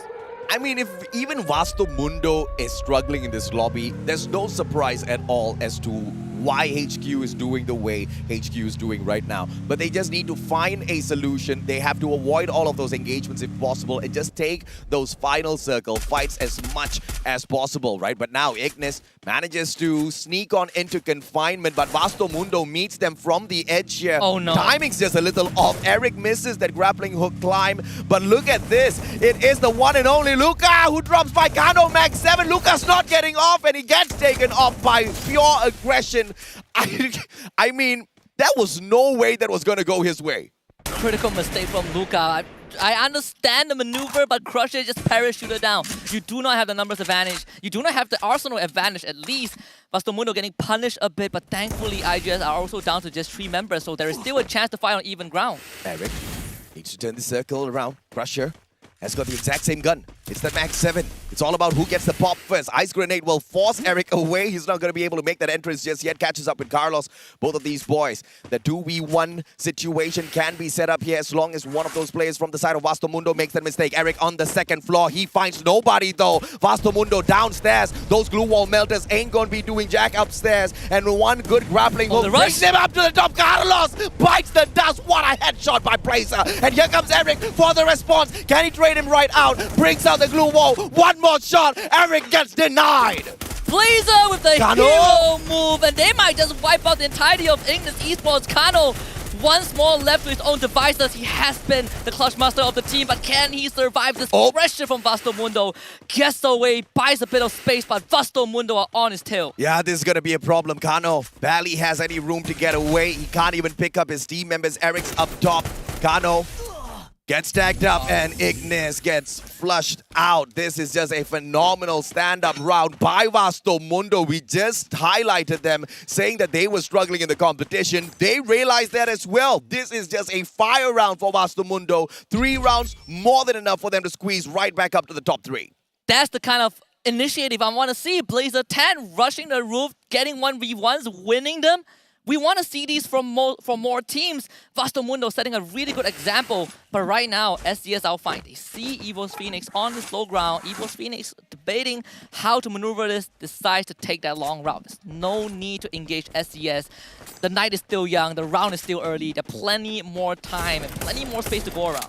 The Knight's not that young though. The Knight's getting quite old here. All of these players are getting tired, but they just have to remain razor sharp. They have to remain focused. Joe from up top. Jonah on towards the left-hand side as well, but Ray has got that LFG, trying to keep him a little bit pin-sit down, but all of those defensive structures were supposed to be the best of engagement strategy. Just by dodging behind, he does not need to lose any one of his glue walls. God Cruz a little too far away from the rest of the Evo squad. Get high alongside Moshi, and now SCS are fine. They've got the advantage. Bird's eye view, EVOS might just lose 2 players here. And they are still putting pressure onto Evo's Phoenix. But just to give a bit of props to Evo's Phoenix, they have always controlled zones that have revival points. So even if they lose a member, it is not too big of a deal. Now they are the one who is controlling Refinery. RQ Kazu have moved away just a little bit. But with the state of the circle, Evo's Phoenix might also have to consider moving. Kate playing this slowly, just 2 more players left on their side. They are the #1 ranked team at the moment, but very early engagements has just forced them to struggle just a tad bit here. Apologies, not 2, but they do have 3 on their side. Vastomundo loses Blazer 10. That's going to be a huge shot coming through from the one and only HQ, but they get one traded out instantaneously. Nunes with the backstab should be able to find one. Artemis flies away. That grappling hook is sound, but the backstab's just way too good. Nunes should be able to secure this for himself. Vastomundo does it again. Go on the roof, catch the isolated members that's keeping watch out, and you gain a numbers advantage to control the building. Vastomundo have gotten this equation down to a T, and HQ Esports, they're getting picked apart. Han needs to hold his team together, but he's getting pincered. Vastomundo once more stays in this game. This is why I want HQ. Don't revive your players, man. You're just going to be feeding into teams like Vastomundo. Vastomundo thanks them with a huge big smile on their faces, but Crusher, the final remaining player here, needs to find a revival for the rest of the squad if they can, and if they can get into that final circle as well. This is going to be a massive round for Vastomundo. The likelihood of them finishing things up with a booyah is going to be really low though, because we are already at the halfway point. Even if those team members are brought right back, the kind of loot that they might be able to get their hands on is questionable. Despite that, I would say it is so far so good for Vastomundo. Another round where they're showing up and they have 12 eliminations so far. This is crucial for a team that was placed 3rd in FFWS Sentosa just a couple of months ago. You know, there is some pride in there. And I like the fact that there was a buy point, so Crusher bringing back Luca at least, making sure that at least he has a companion. At least there's a second hand to help him out. That's a smart move. Instead of using all of his coins to buy back every single player, he brings one back first as an insurance policy, and I'm very sure he's going to rotate around looking for one of those revival points, because it is going to be risky. When you've got teams like EVOS Phoenix just camping around revival points, it is going to be absolutely messy when you get there trying to revive your whole squad. So that insurance policy should still keep Vastomundo as one of the big threats for that final circle. RRQ Kazu, on the other hand, they're struggling to find their eliminations within this round. And Razor as well as Maybe, they've been slowed down as they got taken down a little bit too prematurely. SES Alpine on the opposite side. Now this fight between the two brothers from the side of Indonesia could break out at any moment. And Magic Squad also finds themselves in a pickle with Alpha. And just now Alpha tried to rotate, but they lost their vehicles in the process because Magic Squad was pressuring them the entire time.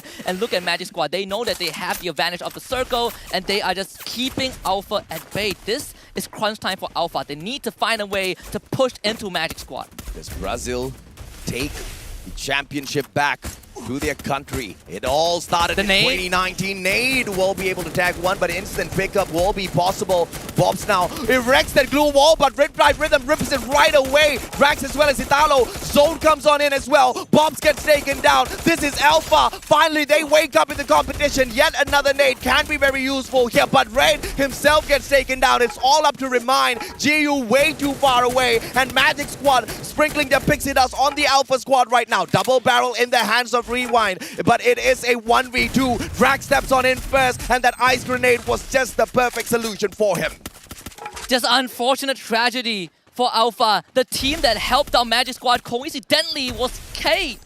They were the ones vouchering the kills. They made life incredibly tough for Alpha, and right now SES Alpha finds themselves taking down members of Evo's Phoenix. And it looks like the Indonesian players want to rise up to the top. And yes, this is the best way to get it done.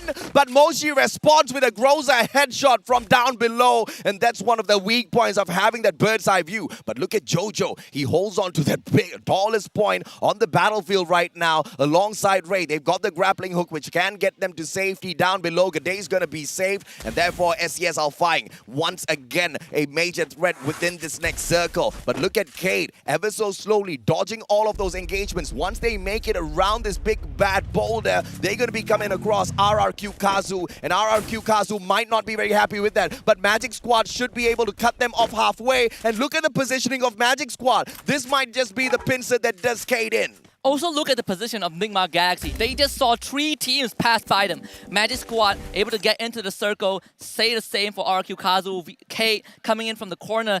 But NGX, they watched all of this rotation happen, and it is so easy to get those pickoffs. Masto Mundo now, Crusher moving on in first, and Bob's a little bit too slow and to is catch him. And yes, he does move on up to the top. Here comes Feel God with the sprays, gets Maybe, ducks away behind the container, gets the second one as well. Feel God feeling good right now. Can he get the third? Backman backs away. Feel God misses this shot, but he's not slowing down just yet. Turns around the corner. Bob's on the other hand, very low on HP, but a glue wall erected by his opponent keeps him alive as well. He's gonna have a lot of time to recover. Fights on different fronts, NGX winning all of them, and Magic Squad wiped out by Stop, and he also found Pac-Man. Busto Mundo goes out thanks to K.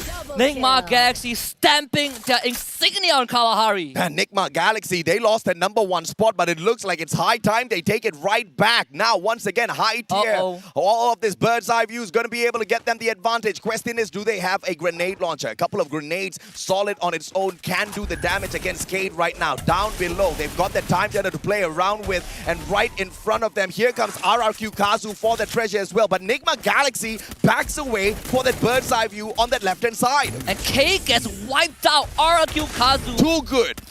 They were not able to do much. They were not in the fight, but Nigma Galaxy did it perfectly. SES eliminating Stop, bringing the NGX down to just 3 members. Riptide Rhythm, perfectly done. Bara puts up a clutch wall. Oh, what a great glue wall pulled out. Timely manner that saves the lives of SES. And now, Nigma Galaxy gonna be a huge problem for this next fight. But Legaloth, nade, but due response with his own glue wall that keeps him up and surviving. Legaloth takes Ray out of the equation. Jojo, Gaday, as well as Bara, they're all waiting. Legaloth can do the dirty on Team Nigma Galaxy, but it's all about the timing. This is crucial for NGX. If they can get this win, this is going to put them in such a good position in this final and give them the second booyah. But Caramel got snuffed out by Bara. SES Alpine waiting in the wings, getting this kill, and they are now about to erupt in the final fight. Dew saving his brother, 2 grenades. Gaday has got the grenade launcher. Nigma Galaxy about to eat a couple of big Here it comes. One, the first one, but that does not tag anybody up just yet. Dew has got that double glue wall set up. Glue wall melter, courtesy of Gaday. Now down at the bottom bottom, it's gonna be Bara as well. That Charge Buster gets absolutely nothing. RRQ Kazu still alive and kicking up top. He's avoiding all of the engagements. Caramel has got the grenade launcher as well. What a 180! Enigma Galaxy taken out. This has to be SES, and Legolas flies on through, but the Indonesians get a booyah! You have just witnessed the first seed of Indonesia playing like the first seed of Indonesia. What a performance from SES. 2 rounds that they have shown us that they can do it, and both rounds were classic, were just phenomenal gameplay all towards the end. The rounds that they have gotten for themselves, vouchering kills, getting high ground, taking advantage of teams they want to rotate. NGX did phenomenally, got a lot of info, but I mean SES Alpha did a better job. This was a hard-fought booyah by the Indonesians, but the highlight to see exactly how it broke down.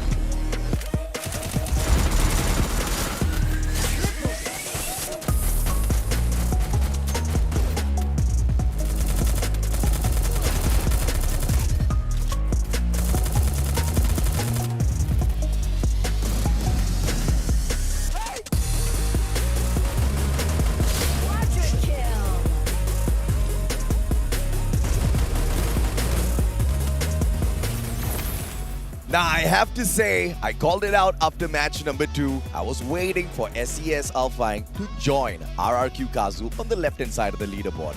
Not only did they join them, they were just one step below them in the earlier matchup. You called that out. They were struggling just a little bit in comparison to RRQ, but look at where they are now. I mean, SES Alpha, this is the first booyah that they got in the finals, but they also had a previous round where they did very well. Yes. And these 2 rounds have a similarity, right? They have a common playstyle that we saw. SES Alpha playing the vouchering game. They were getting high ground advantage, and they were picking out members from different teams who were rotating inside. And we talk about Ray from XCS, right? He is the rusher for the team. It's great to see him show up, and he really did play his part in this map. One of the highlight plays, in my opinion, also is from the side of Enigma Galaxy. The players of Cade right below them under the platform. There was no line of sight at all. They hop on over to the boulder on the left-hand side. Cade did not see that coming and instantly put them out of the equation. Alfine picking up 21 points for themselves. 12 from the booyah, 9 from the eliminations. Enigma Galaxy doing phenomenal as well as they shut many of those teams up with the 19 points to their side. And Vasto Mundo, this was a breakout run from them. It's just unfortunate that they only managed to sneak away 5 of those placement points. This is the second round for Vasto Mundo where they had an incredible performance. I mean, they took out both, I believe, HQ Esports and Alpha in the same manner where they were just pushing, they were just going for the rush, and they completely caught these 2 squads off guard. You can say RQ Kazu in 4th place with 14 points. Cade also did fine with 13 points in 5th. Esports kind of rounding out the first page with 8 points. If Vasto did not pick up absolutely nothing in the previous round, they would most definitely be in the top 4 right now, looking at the kind of massive points that they can pick up for themselves. But of course, here's the overall standings and how the leaderboard has been shuffled. It is still going to be dominance from the Brazilians up top with the 93 points, but Enigma Galaxy's quickly catching up, 85 in that 2nd place. Magic Squad wants to sprinkle that pixie dust to slow them down, but it's not going to be possible because Enigma right now is on fire. The Shooting Stars are about to bust through the Brazilians in this next matchup, unless of course, something messes up for them. We have 2 more rounds left, AJ. It is not a far cry if we say that NGX might win or even Kate taking the trophy back. Yeah. The trophy was first claimed back to Brazil during FFWS Rio, and maybe after 3 years it would be brought back again. Kate is leading that charge. Kate is most definitely leading the charge. There is a possibility here that the Indonesians might be able to sneak it away from both the Thai as well as the Brazilian squads. But in order to get that done, SES Alpine needs to hit massive booyahs in the next 2 rounds. And they've clearly shown us that they are capable of that. RRQ Kazu, on the other hand, they've shown us that they are capable of consistency. Let's see if Indonesia can prove themselves out there on the battlefield. But who's the MVP for SES Alpine? You'll be able to see that right now. Gade with the 3 eliminations. This guy was surely the playmaker for the squad. And I was looking for SCS to not just rely on Ray to be the rusher, but also to make moves as a team. And that match just now was the perfect example of SCS Alpine realizing that we do not need to be the passive ones. Why are we holding back? Go forward. We are the first seed of Indonesia. We had this title of runner specialist. We do not want that to stick with us. Yeah, the top eliminators of that matchup, as well as a lot of action broke down on the battlefield. Surely you should see one Nigma player here. Yes, you do. Dew picks up the total of 6 eliminations to pick up the top spot for himself. Jason and Modestia tied for the 5 eliminations each. Ignis, though, it was really unfortunate for them. They had an opportunity to run away with this game, but the gameplay crumbled a little prematurely. And it's very tough in those situations, right? These 2 teams, both Ignis Esports and K, were caught out in the open a bit too early, but we also gotta look at the key players from game number 6. We have Basto Mundo's Crusher, 4 assists, and of course, Ignis Esports' Kano with 11 glue walls built. Yep, and of course the glue wall destroyer, the one and only Dew, he takes them down with a Riptide Rhythm. Not only that, he just shoots down some of these glue walls just so that he can get access to the elimination point right behind those glue walls, and he got the job done for sure today. 6 eliminations in total, all thanks to those plays. Jason, on the other hand, he was super accurate today, wasn't he? Yeah, he was incredibly on point. At least this is one of the rounds that he was able to do so. Remember, Ignis Esports, they did get a booyah, and that booyah came from them being able to sneak into the circle. We were looking for Ignis Esports to put on a bit more of a proactive move. This round was one of those rounds. And of course, thus far, we've gotten 6 rounds all sorted out already. We've got Purgatory and Alpine coming up for you guys. But a quick recap on all of the booyahs from the start of the day. When we kicked off Bermuda, it was the home ground, the Titans, EWOS Phoenix, Undying, Comeback Kings, but they have already gotten silenced just a tad bit. Nigma Galaxy picking up that booyah at Kalahari proved that the home ground advantage is a real thing, and this was the round that you mentioned from Ignis. Purgatory Game 3 was where they stood up, and they stood up tall. Perhaps in this next matchup at Purgatory once again, we can see Ignis shine through. And I hope that's the case. I mean, for the side of EWOS Phoenix, they have not done well for the past 3 rounds, and it is going to be a worry for them with 2 more rounds left. How you wish it's just 6 rounds, because K would have ran home with the trophy, but we have 2 more to go, AJ. Yeah, absolutely, man. I mean, the past 3 matches, I believe they barely picked up a lot of points for themselves. Ignis got a total of 20 points from 3 games. Oh, yeah. That's not Ignis quality at all. That's not the usual Ignis that we see out there on the battlefield, but it is what you can expect when you've got a lobby like this. It's stacked with pro players. It's stacked with pro players that can eliminate you on sight. The moment they lay their eyes on you, you're pretty much gone from the equation, which is why some of these open rotations on those hills are just not the best of ideas. One thing I like about Ignis Esports right now is they were sticking to the identity, just like AB Radicals, just like HQ Esports. Honestly, just like the rest of the team, Ignis Esports continue to play that 4v4 rushing playstyle, and that's what defines them in the Latin region, and that is why they are so feared. Even though they're not really the front runners right now, I want to see them continue this pressure,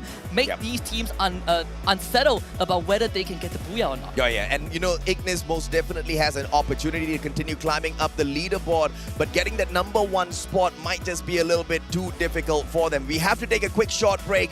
When we come back, we head right back into Purgatory. We'll catch you in a bit.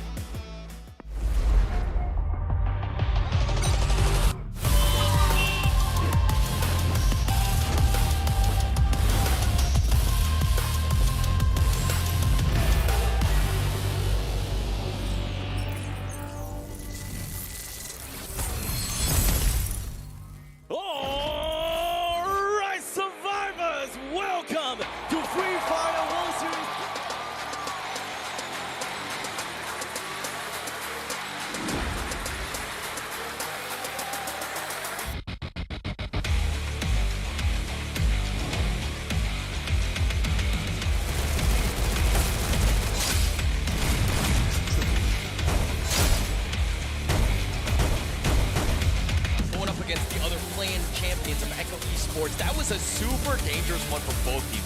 High risk. There's so much at stake right now. Directly below him is not going to be Fernando at all, but not a initializing shot that sekarang ini. Shot telah disupai tapi But here comes Moji, the grenade from JLX!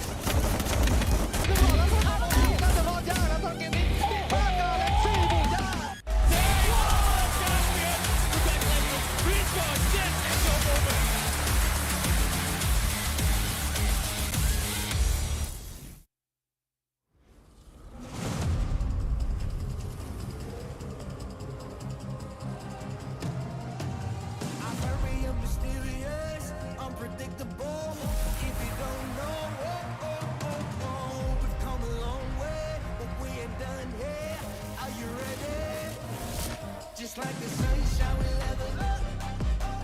What a great view from the top. It's in our nature, it's in our blood.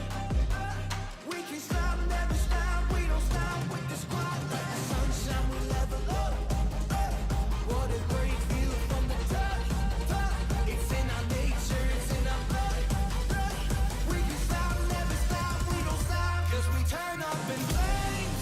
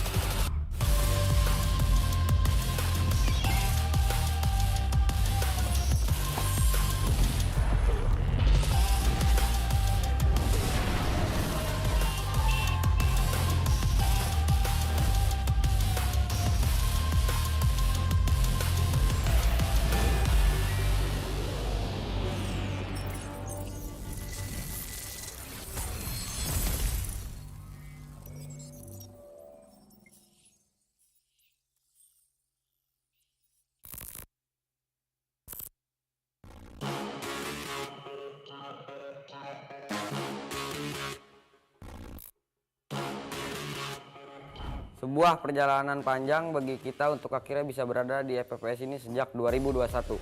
Fakta bahwa kita bisa ke FFWS, menurut gue sangat pantas dengan semua usaha kami. Gue berharap kami bisa mendapatkan kejuaraan pertama untuk tim kita. A nossa equipa, nós estamos juntos há muito tempo. Quando as pessoas falam de como as outras regiões são fortes, esquecem que nós fomos terceiro lugar da última vez. Thật sự thì mình không quá lo lắng vì mình đã có trải nghiệm từ lần đi Singapore trước đó rồi. Chỉ cần team mình giữ vững phong độ thì có thể nói là HQ không ngán một ai hết. Ipinagmamalaki ko na umabot kami dito. Gagawin namin ang lahat para magningning sa FFWS. طريقة وحيدة حتى نظهر شكرنا للمعجبين وهي أن نعطيهم أفضل ما لدينا نحن مصرين على ذلك فهم La última vez nuestro camino acabó en play-ins. Esta vez seguiremos peleando y acabaremos con todos. Eu penso mais como uma vingança. Nós vamos provar que os times da Tailândia não são imbatíveis. Nem o time tailandês ganhou 2 vezes seguidas. E nós estamos aqui para que não ganhem novamente. Vamos levar esse orgulho de volta ao Brasil. ผู้คนต่างสงสัยว่าเมื่อไหร่ยุคของทีมไทยจะสิ้นสุดลงสักที เราจะทำลายขีดจำกัด และรักษาแชมป์ที่ประเทศไทยไว้ เพราะเรานี่แหละทีมม้ามืดตัวจริง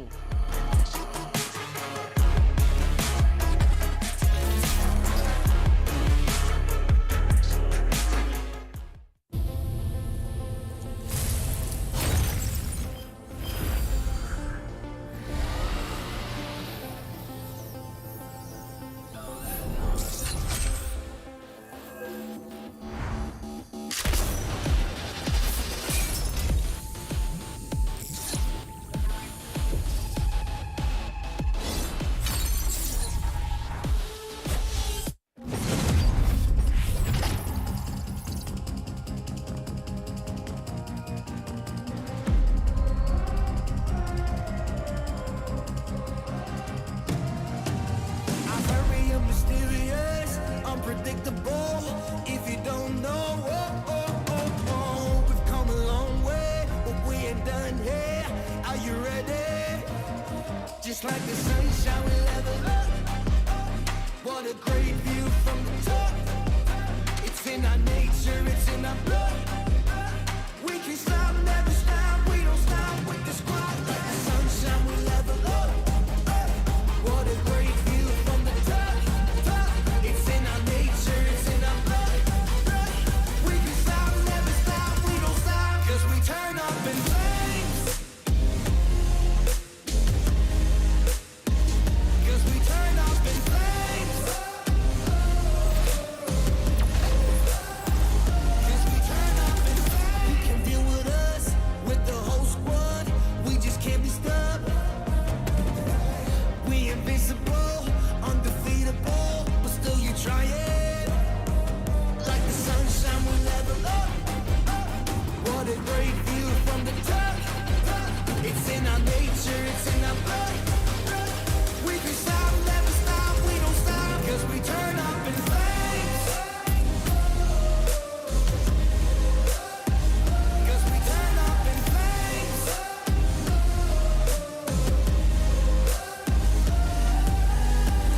You can deal with us, with the whole squad. We just can't be stopped.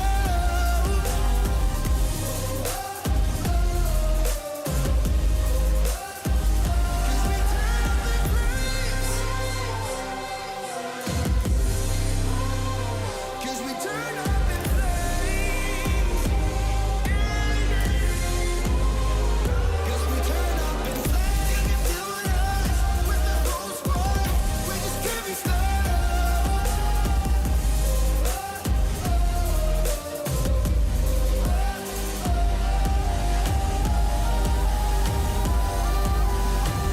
'Cause we turn up in flames.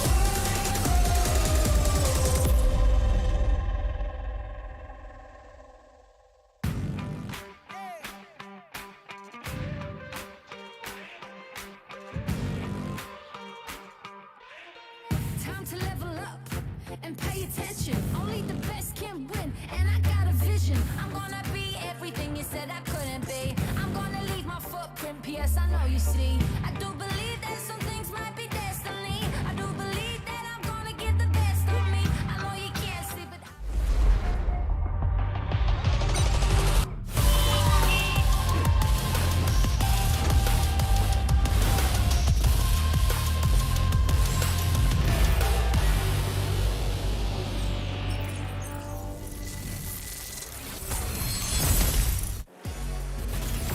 Brazil, Thailand, and Indonesia, they each have 2 teams in the top 6 right now. That's it. All those teams. Are they going to win the world champion? I mean, one of them surely do have their hands on that world championship already. It's, yes, RRQ as well as SES Alpine, especially SES Alpine, a little too far away from that #1 spot. But SES just scored a phenomenal booyah. If they can pull a back-to-back-to-back 3 booyahs in a row, they are your world champs. They will be able to sneak it away from the home ground boys, EVOS Phoenix as well as Nigma Galaxy. But that is surely asking for a lot. RRQ is just 6 points ahead of them, and they have a huge chance as well. I mean, RRQ has been one of the most consistent teams in the competition, but they have to get it done over the dead bodies of Magic Squad. I mean, if RRQ was consistent, Magic's just slightly on a edge here. So you're telling me there's a chance, right? That's all I needed to know, because at the end of the day, we have 2 more matches ahead. And I mean, SES, can they do the miracle run? You're talking about the 3 booyahs in a row. Potentially it could happen. But SES had a great one. Let's talk about the previous match stats for that one. SES, I mean, they had 21 points, but with 9 eliminations and 5,000 damage. SES, we liked what we saw. Can we see more of this? I mean, okay, it's asking for a lot. It's asking for a lot, right? But the SES has proven they can get this done. And we did discuss this just before heading on into this matchup as well, just during the break, that whenever SES was playing it a little bit slow, whenever they looked like they were a little scared to get into an engagement, they did horribly. On that round where they secured the booyah, that was the kind of aggressive SESL flank that we have been expecting throughout the whole competition, where we finally saw them. Now, we just need this Indonesian squad to go ham. We need them to go all out. If they do, Indonesia stands a super strong chance. Okay, I love the fact that you're bringing up SES. It's funny that we're like putting up so much praise and so much pressure on the 6th place team right now. You know what I mean? Like, they have such a hard journey, but we're like, no, SES, all you need to do is just triple booyah. Yeah, triple? Easy, right? I mean, RRQ at this point is like, hey, am I not standing here? Have I not performed enough for you guys to talk about us just a little bit? I mean, RRQ has been amazing, but we want to see the hustle, right? I mean, SES, if they secure yet another booyah back-to-back, they're going to be putting on a phenomenal amount of pressure on teams like Cade. They're going to be putting on a phenomenal amount of pressure on teams like Nigma Galaxy as well as Magic Squad. And talking about Nigma Galaxy, this team has been quite strong, right? Cade as well as Nigma, both of these teams have got the most number of eliminations out there on the battlefield right now. RRQ Kazu, on the other hand, currently sitting down in that 4th spot with 73 points, just 6 points behind Magic Squad. Now, this is just a situation where anything goes. None of these teams, none of these top 6 teams are going to be happy if they do not find this next final circle. It's going to be huge, right? And I think that this is the drama, right? We're coming down to it. We've extended the World Series. We went from 6 rounds to now 8, completely changing things up, throwing in an Alpine, doing whatever we can to make it harder for the teams to really show up, show that consistency, and make sure that, hey, if you're going to win out, you got to get the top 3 and you have a chance. And don't think that this last 2 fights are all about the top 6 teams in here. Everybody walks away with something in their hand, in their bank accounts. This is the Free Fire World Series. Garena has always been super generous when it comes to the prize pool. Even at the play-ins, everybody gets a slice of this pie, right? So down at the bottom, you are looking at HQ Esports as well as Naguara fighting for a bonus of $10,000 And it's not like they have to get phenomenal rounds for themselves. They just have to get about 2 or 3 points more than teams like Alpha or AV Radicals. That's not a lot to ask at all, Holla. Not a lot to ask, but it's still very difficult to do. The level of play is just so high, and getting those 2 points is literally, yes, you get 10,000 for it, but 2 kills is not, or 2 eliminations is not easy to do, especially against these teams. It's a rough situation. Now, if we're looking at kind of how you're talking about it, I love the fact that you talked about AV Radicals, Alpha, Nagura, HQ Esports, because they are within 4 points of one another all the way at the bottom, getting themselves in the money. But right above that is Bastamundo in 7th at Ignis Esports. Let's talk about Ignis Esports. They've got 1 Booyah, they have 53 points, and this is a different tier, right? 53 and 55, that's a bit of a rat race. They do have a chance at the top 6, but they gotta make moves. This is pretty much it. If they bomb out this one, they're pretty much eliminated from probably top 6 qualification at this point. Basically, what you're asking for, Holler, is for Vasto or Ignis to secure a good Booyah in this next round. or at the very minimum to be placed in the mid-segment of the round match standings by the end of Game 7 as well as Game 8. Now that's the kind of performance that is going to be able to bounce them right up to the top, or at the very least to climb a couple of ranks, but that's also dependent on these top flight teams not making it into the final circle, which we have come to find out is very difficult to prevent, right? I mean, these guys are on fire. Cade has been phenomenal as they leapt into that #1 spot. They have refused to let it go. Nigma Galaxy desperately is trying to take it back, and they're 8 points behind, and that kind of motivation is not easy to go in there and disturb, right? You know Nigma Galaxy is going to go for gold after this. Of course, and they want gold. I mean, that's pretty much what they want. I mean, RRQ right now, the only top 8 or top 6 team, excuse me, without a Booyah, they're going to want it. But look at that spread. No team has gotten 2 Booyahs thus far. It's really come down to the eliminations, and there's a reason why Cade and Nigma Galaxy are at the top, because they're mechanically sound. They get those eliminations. And Cade, it's all about the repositioning as well. Your positioning out there on the battlefield is absolutely crucial. But how do you travel from one compound into another?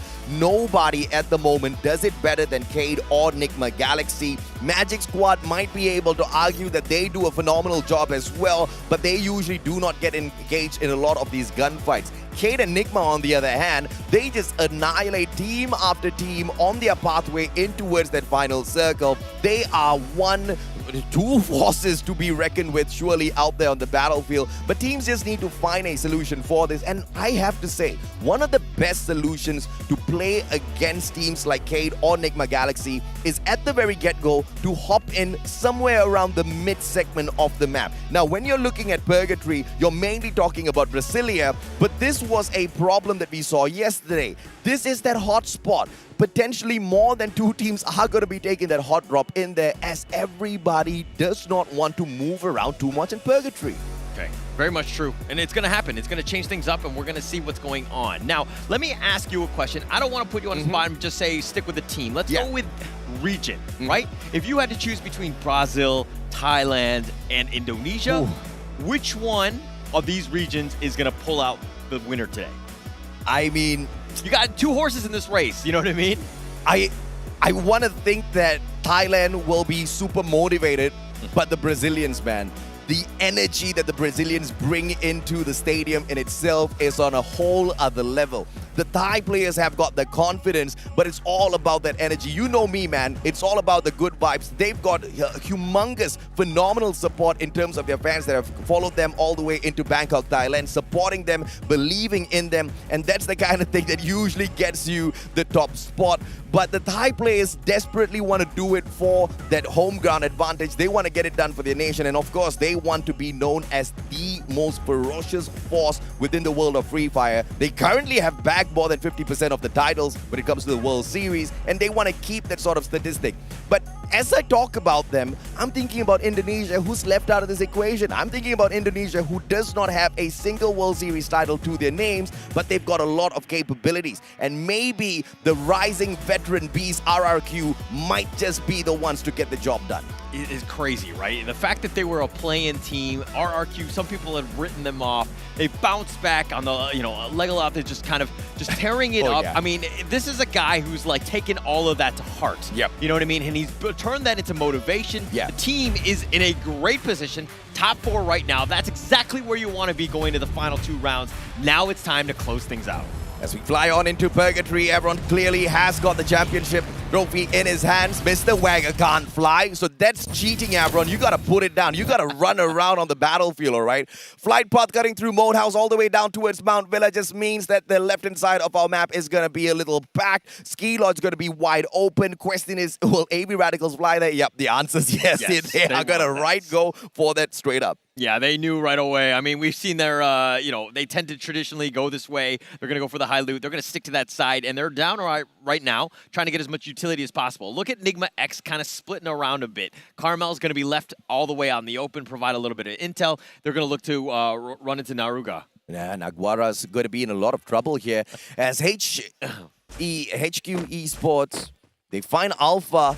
Now, these 2 teams, the last thing they need is early engagements, all right? Both these teams are struggling. Both these teams are very close to each other.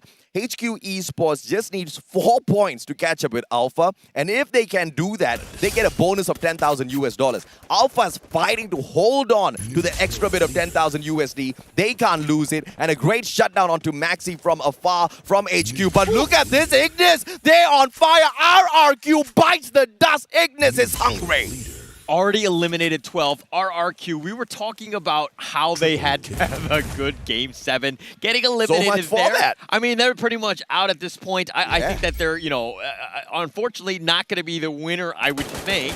I mean, especially since the other two have, or the other 3 teams have such a huge lead at this point. But now they need to build off on that. They got to figure something out in terms of coming back. But Kazu, now they have plenty of time to think about their mistakes. But look at this, SES, the flank, they might just be able to get a huge advantage here as Nigma Galaxy preys upon the players of Cade. Modestia down on the ground. That MVP is going to get taken out of the equation. But Nando 9, the savior of Cade, might still be able to turn things around. General's on that bike and he's off and about. He's not going to be waiting around to get shut down. He backs away to play the game of revival. There is a revival point here just outside of campsite that he can make good use of. But General's just going to circle around first to make sure the area is clear before he attempts anything of the sort. Smart, but it looks like Nando's running into Carmel here. Carmel did get a couple shots onto Nando here. And again, they're completely isolated, but Keed have not had a great game. Carmel almost tried to run him over with a bike. He's going to drive right by, and he should be fine. He hops off, and it looks like he's going to go for a one-on-one versus Nando. Yep, Mother Nature is my savior. Nando uses the tree as cover, but steps on out. My goodness. Gets sprayed down onto the ground. Caramel gets the advantage as Nando misplaced that by a mile. Caramel's just going to go in for the Juggernaut finisher. Tries to run him over instead. But he's not going to go in here, take cheap shots at the player on the side of Cade. He knows nobody else is going to be able to secure that elimination. But can you imagine how salty he'll get if someone else just nicks in one shot and takes that point for themselves? Yeah, that would be silly. But I think at the same time, it's like you're holding him off. Nobody's going to get him. He's kind of wide out in the open. You're going to basically secure that one. I think they should be fine. But Naguar here, 1 elimination. Brand has got it. They're looking for more. Ignis Esports have also been, the kill feed has been quite high. I want to see the eliminations on Ignis. I mean, Enigma Galaxy, once again, the Thai players are on fire and they are off to an amazing start.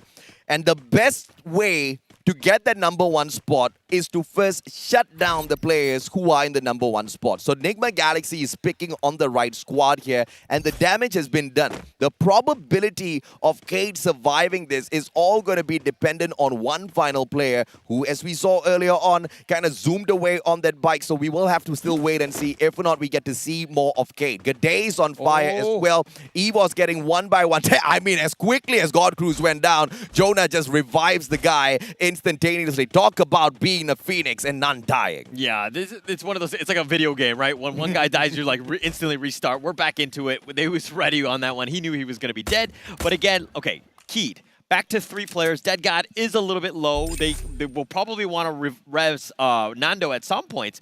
But look at Modestia looking all across against Vastamundo, and it looks like they're not going to make the move. I love this, man. I mean, he's not stopping, clearly just zooming around from one compound to another, looking for the opportunity to finally take that one final player back. But Nigma Galaxy, opportunity now to prey upon the Filipinos. AV Radicals, just 3 players on their side, 2s.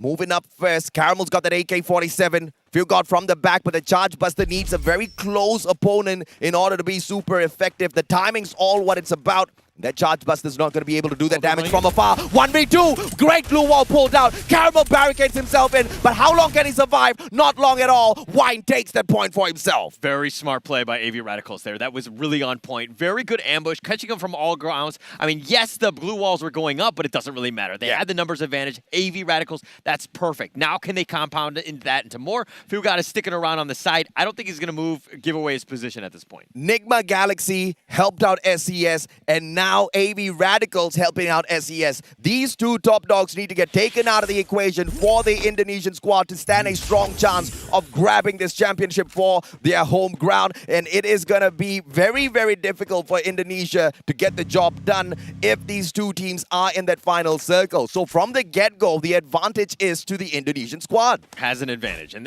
this is what you wanted to do. They built a lot of momentum going into the last round, or from the last round into this one. So it's kind of helped them out. They're putting themselves in a good situation, and they're probably going to jump over. I mean, I think RRQ, Kazu at this stage, but Evo's Phoenix still up there. They do need to find some of those teams to get those teams eliminated. Again, Keed, Galaxy, Magic Squad, Evo's Phoenix, all still alive, and there's plenty of points to be had.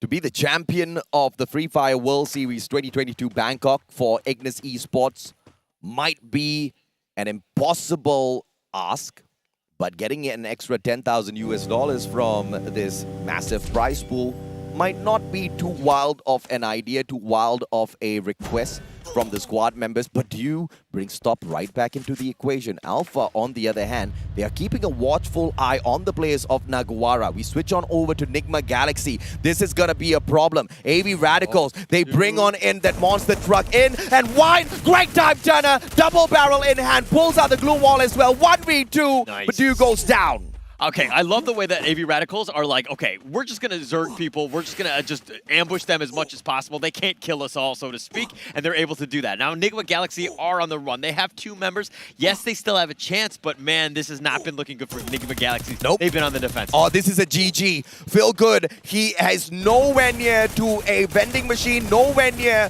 to a revival point as well. Vasto Mundo, on the other hand, they meet the players of AV Radicals. AV Radicals are not the only predators out there on the battlefield, but AV's turning the tables on Vasto Mundo themselves. What has gotten into the Filipinos? White manages to get a trip mine knockdown as well. Vasto Mundo bites the dust, but one more survivor on their side. Everybody's helping out the Indonesian squad of SES Alpine. They're definitely helping them. This has been very beneficial for them, but AV still going up against Vastamundo here.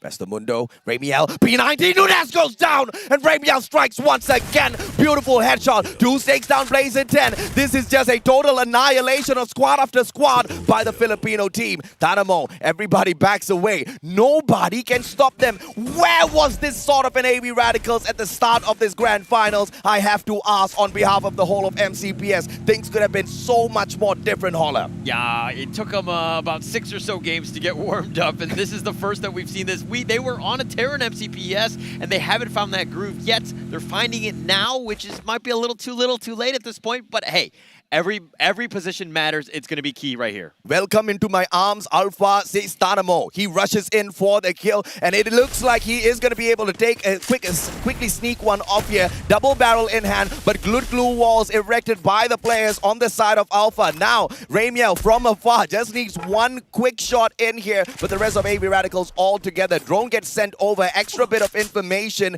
and Alpha has got that info for them so that they can back away ever so slowly, but it's all about how AV Radicals continues to be aggressive, and Raid from out of nowhere knocks Dynamo, but this pickup is gonna be possible. It's gotta be possible. He's got the glue walls. He's keeping himself alive. Alpha RA2D still hiding behind this shack. Yep, 2s now. Double barrel! And they get yet another. AV Radicals on fire, baby! Pusang Galat, this is not expected at all. 8 eliminations. AV Radicals are on a roll, and Alpha can't do much about them at the moment. They'll have to play this patiently. Alpha doesn't even have an active revival point there, so this is going to be quite the struggle for this MENA squad. Okay, AV Radicals have woken up. That was a nice kill right there. They made sure that they got it. G18 is the last one surviving. He does not want to give away his position. He might actually go down to the zone. We're going to have to see. But let's talk about Enigma Galaxy. They've been shot left, right, and center, so to speak.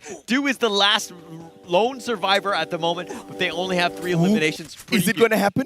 Is it going to happen? I just saw the player from the side of Cade just driving past. But EVOS now will be able to meet the Magic squad. Good glue wall pulled out. Jonah now, premature, hopping out of his vehicle. He gets surrounded by the players of Magic squad. Drax gets knocked down instead, and Dew brings back Field God. So that means Sigma Galaxy is still going to be alive and kicking as MGS now meet a very strong team out there on the battlefield. The Thai players want to take them down, but God Cruz goes down as well. Moshi the survivor from the backstab, but can he get there? Get High gets the job done instead. Get High is on a roll. He's trying to find it. He's going to look One to go more. for pops. Oh, but he gets knocked down onto the ground. Moshi, where's Moshi? They all desperately need him. Moshi's slow to the pace, but look at this. He usually is the long-range sniper. Bob's going in for the pickup. Grenade does not connect. Italo now backs away. Mag 7 in his hand. Moshi turns around, but what a glue wall pulled out. And this is going to be lethal because EVOS Phoenix does not have that backup. Get High's not going to get picked up. It's a 1v2. Moshi still dodging around all of those glue walls. That Mag 7 is the secret answer. Grenade on the charge for Bobs as well, but Moshi has handled the situation well so far. Switches out to the UMP. Can he get the shot? Italo with the Mag 7 gets stacked up. Grenade goes far, and Moshi still surviving. Pulls out the bush as well to hide away from them. Charge Buster is the better weapon. He circles around, survives, and the Riptide Rhythm gets nothing.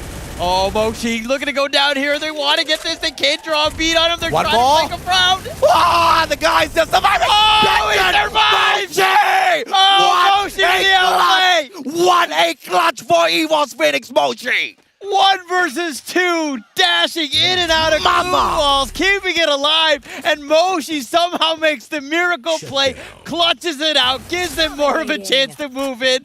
What a play! SES Alfine says thank you very much, AV Radicals, for clearing up the house, and they take them out of the equation as well. The Indonesian squad, we talked about the miraculous 3 back-to-back booyah that they need to hit. They are on a good trajectory to do exactly that. But here comes Naguara, the struggling LATAM squad, fights Bara with a backstab, and that might just ruin the Indonesians' play. Yeah, I think they just got it, most of them. I mean, not all of them are dead, but look at, okay, let's talk a little bit more about Key. A little slow it down a little bit. They've only got 1 elimination. I mean, this is one of those things where they haven't really found that team, but there's still 8 teams left. There's still plenty of time, but they are full strength. This is a scary place to be in if you're any other team right now, because Keed are a bunch of killers. They're going to find you, and they're going to go in. You're patient now. It's still only 12 minutes. Ignis, will you spoil the Brazilian party?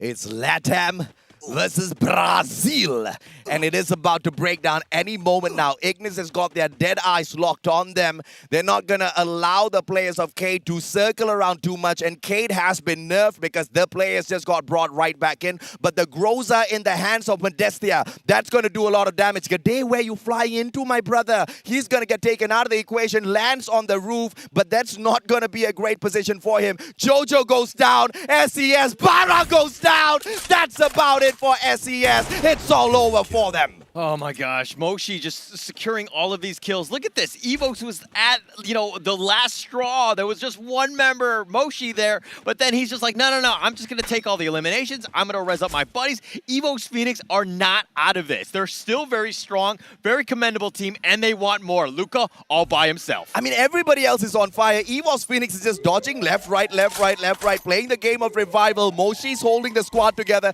Can we still talk about that Moshi 1v2 super dodge, running those mazes around the glue walls, and the guy manages to take the time to switch out into a charge buster as well to finish the job off. I mean, Moshi, if he doesn't get the MVP title, I tell you, I'm going to cause a riot here. That was an actually crazy play, and that will be highlight. I mean, we got to clip that. We got to make sure that that goes on every single highlight because that was amazing. But the fact is, Evos Phoenix still have a chance. If they pull off that booyah, which started with that initial 1 versus 2 fight with Moshi, I mean, that is just speaking volumes of this team and the resolve that they have. They really want this. Mena's gonna cry a river as Alpha gets taken out of the equation. Naguara, this was the encounter in that second matchup. Remember, EVOS Phoenix got taken out by the players of Naguara. God Cruz goes down, and the grenade launcher is for naught. Jonah as well as Moshi. Are we gonna see another 1v2 from Moshi as Yeko gets taken out of the equation? It's now 2 players on the side of EVOS Phoenix outside of the circle.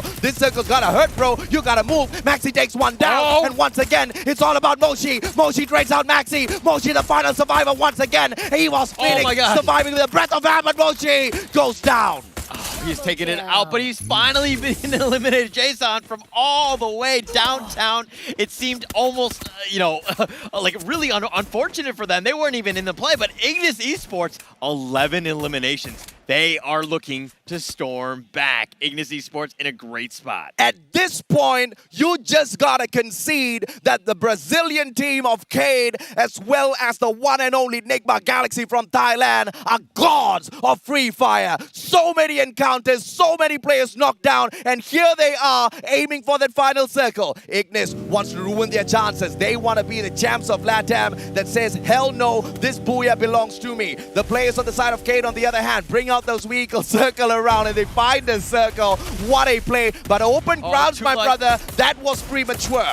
Yeah, Modestia with literally 2 HP, but they're wide out in the open. The glue walls are there. Ignis what? In a decent spot, but he gets sniped. Nando, he's a pro with that sniper. Come on, Nando. How did he hit that? Phil God goes down, though. Eric trades him out. Great headshot. Secures the elimination as well. It's going to be Ignis aiming for that Booyah. But can they get it done over the crawling bodies of the players on the side of Cade? Nando in general, they flank from the right. Good grenade is going to tag up those players. Yet another comes through. Riptide Rhythm misses by a mile. NGX gets taken out of the equation. But General, he's got the grenade launcher. Oh, it's Cade! It's all about Brazil this time round. But Dead God loses his standing. Ignis Esports still sticking around. They're going to be all the way on that side. They're going to use the glue wall to their advantage. But General's looking to fight with this one. He goes down. Ignis Esports are looking to clutch this out. It's a 2 versus 2. I can't believe I just saw a side takedown in a situation like this. Modestia as well as Dead God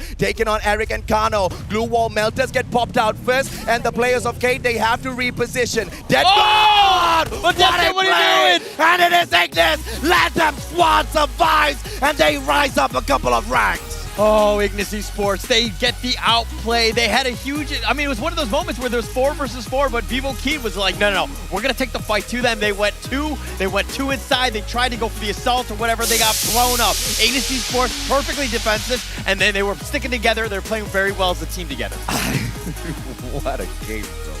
We've got so many crack teams in the grand finals in here. It's not gonna be easy, but the LATAM squad just maintained their composure no matter what. They allowed everybody else to do the dirty work. They just played the safe placements. Let's take a quick look at this replay and see how it was done.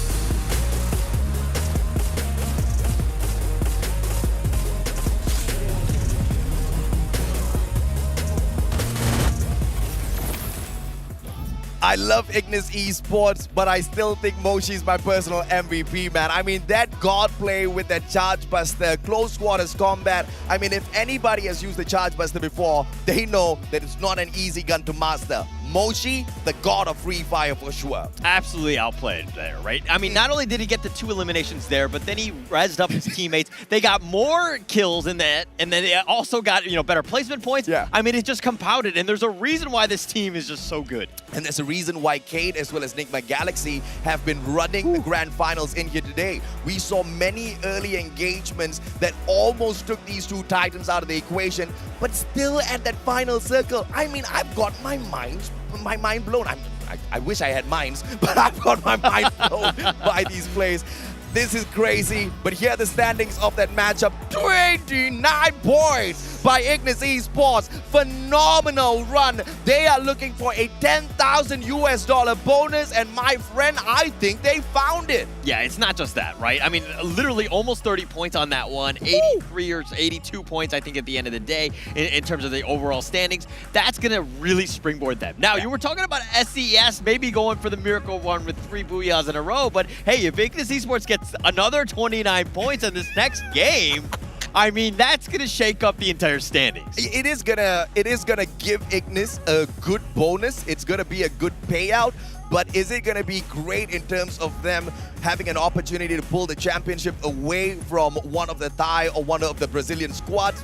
I don't think so just yet. But Nigma Galaxy bombing out a little bit too early here makes me worried for their overall standings on the leaderboard. But the saving grace here is Vivo Keed. They are on the exact same point with the 12. And Cade still maintains that #1 spot. Nigma Galaxy right behind them. And guess who's there? EVOS Phoenix. If you ask me who's my favorite right now, I'm sorry, Kate. I'm sorry, Nigma. It is the one and only EVOS Phoenix, and you can thank Moshi for that. Yeah, just that was a miracle play right there. But look at Ignis Esports. Ignis Esports so close. Now, again, Keed, this is their thing. They've been scoring, 10 plus points almost every single match. Yeah. They've been on a tear if you think about it, right? This is through 7 games. They have 105 points. Right? They're averaging quite high. I mean, it's more than 10 points a game. Obviously, I don't know the exact math because I don't have my abacus with me, but that is consistency. That's exactly what you want to do. If any other team really wants a chance, they need to eliminate Keed early. This is just so sad for Ignis, man. I mean, where was that firepower a little bit earlier in the competition?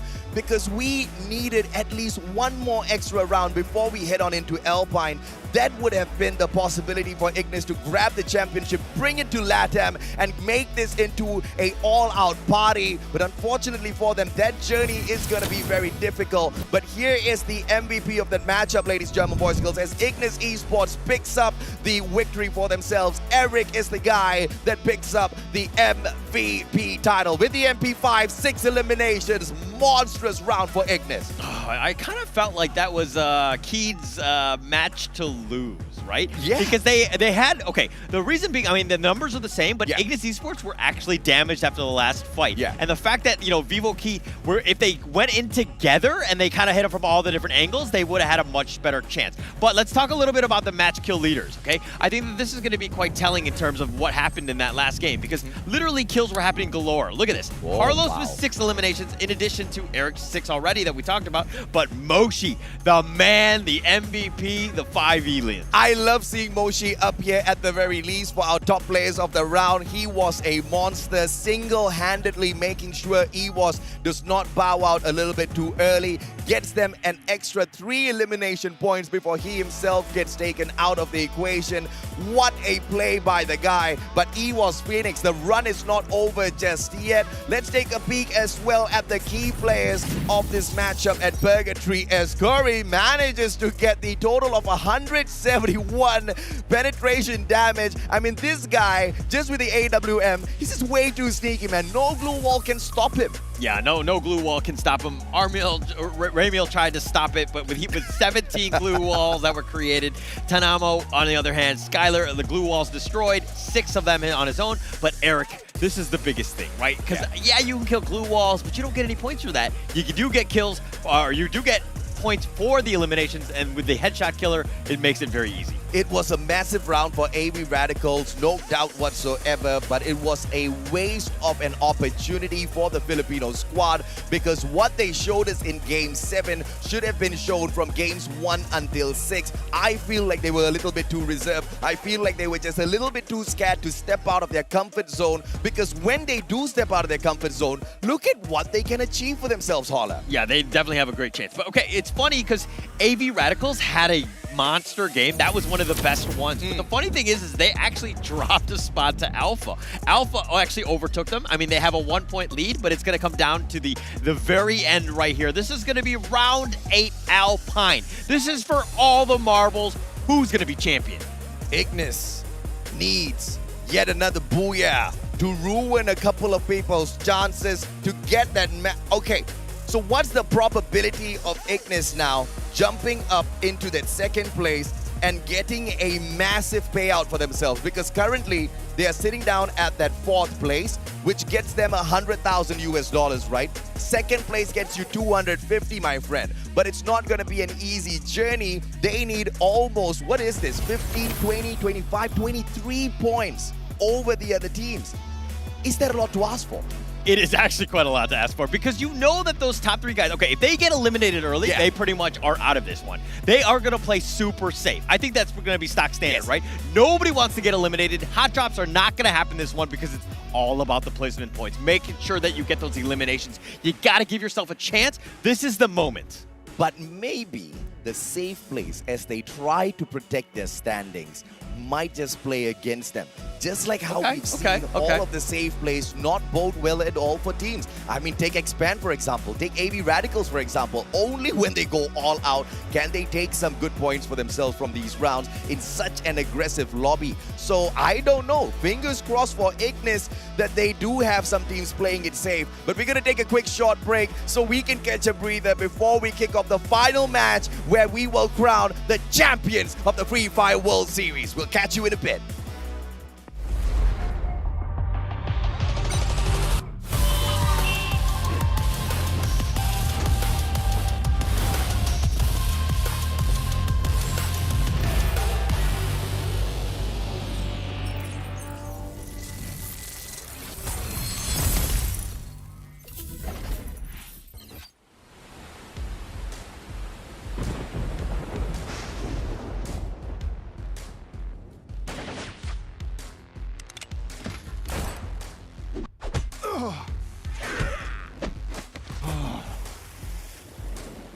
I'm fine.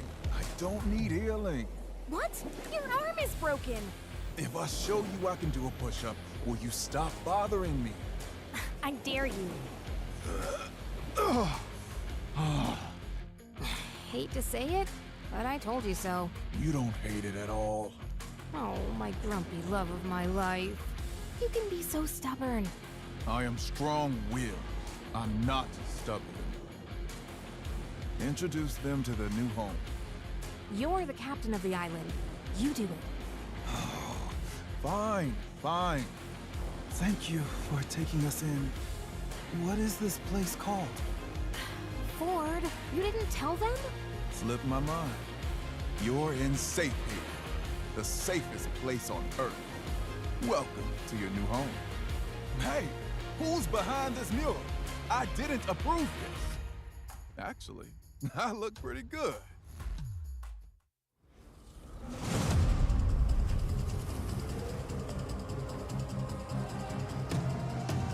I'm very mysterious, unpredictable. If you don't know, we've come a long way, but we ain't done here. Are you ready? Just like the sunshine, we level up. What a great view from the top. It's in our nature, it's in our blood.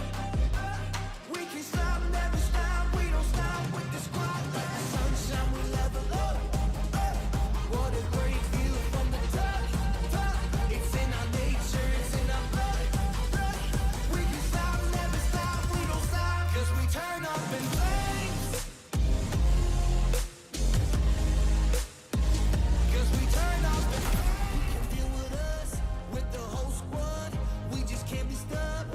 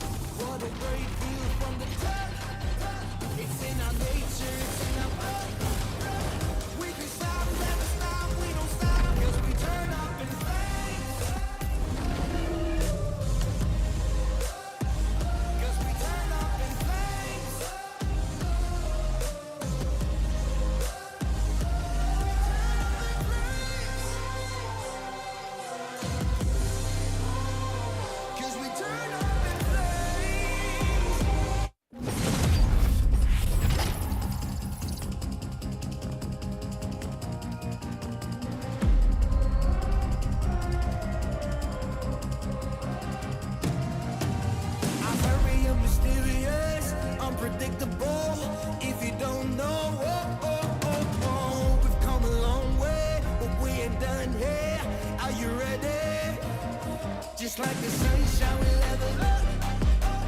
What a great view from the top. It's in our nature, it's in our blood. We can stop, never stop, we don't stop with the squad. Like the sunshine we level up. What a great view from the top. It's in our nature, it's in our blood. We can stop, never stop, we don't stop. Cause we turn up in flames. Cause we turn up in flames. Cause we turn up in flames. You can deal with us, with the whole squad. We just can't be stopped. We invincible, undefeatable, but still you try it. Like the sunshine we level up. What a great view from the top. It's in our nature, it's in our blood. We can stop, never stop, we don't stop. Cause we turn up in flames. Cause we turn up in flames.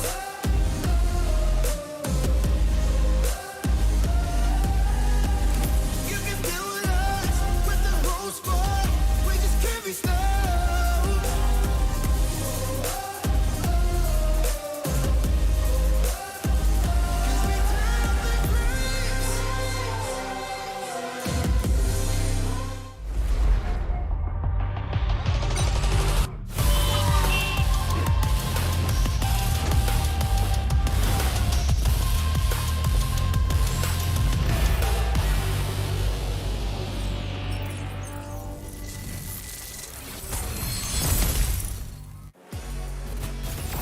It comes down to the wire. It comes down to the final matchup of our grand finals here at the Free Fire World Series 2022 Bangkok, Thailand. My name's AJ. I'm the Mustachio down here with the one and only Holler to close the show off. But we've got this one final game that will decide exactly who our champs are. And even a team like Ignis still stands a chance. But the conditions are quite tough to meet, Holler. Yeah, so basically the the other three teams need to be eliminated like 12th, 11th, 10th. Pretty much they need to be eliminated very early. Super. Gonna be difficult to do. I think the strategy going in is just to play it safe. Yeah. No hot dropping. Make sure that you're as far away from the other teams as possible. Yeah. Get yourself into those free placement points, so to speak. I say free with air quotes on that one because it's not really free, especially at this stage. And, you know, you could take the biggest risks of your life if you know exactly where those players are going to drop on into. You could hot drop them. You could perhaps tease them and try your luck by taking them out of the equation. But let's take a quick look at the match stats for round number 7 first. Because Ignis Esports ignited that fire within their hearts to score a massive 29-point round for themselves. 17 eliminations, 12 from the Booyah. They were absolutely cracked. And just like that, back in the race for the top 3. Okay, Ignis Esports went from 8th position and they springboarded themselves into the 4th position with that single game. That's how close things are, okay? I mean, anything can happen at this point, but let's talk a little bit about, you know, what needs to happen for this final match. Well, for this final match, ladies and gentlemen, boys and girls, Cade needs to hide. Nigma Galaxy cannot hide. They have to hunt for eliminations. Nigma Galaxy requires 9 points more than Cade in order to take the championship for themselves. This is their home ground. You know they're desperate. EVOS Phoenix, they need 19 points more than Cade. Even more of a troublesome task for them to secure. But if God Moshi can appear once again and grant them all of those elimination points, it might still be possible.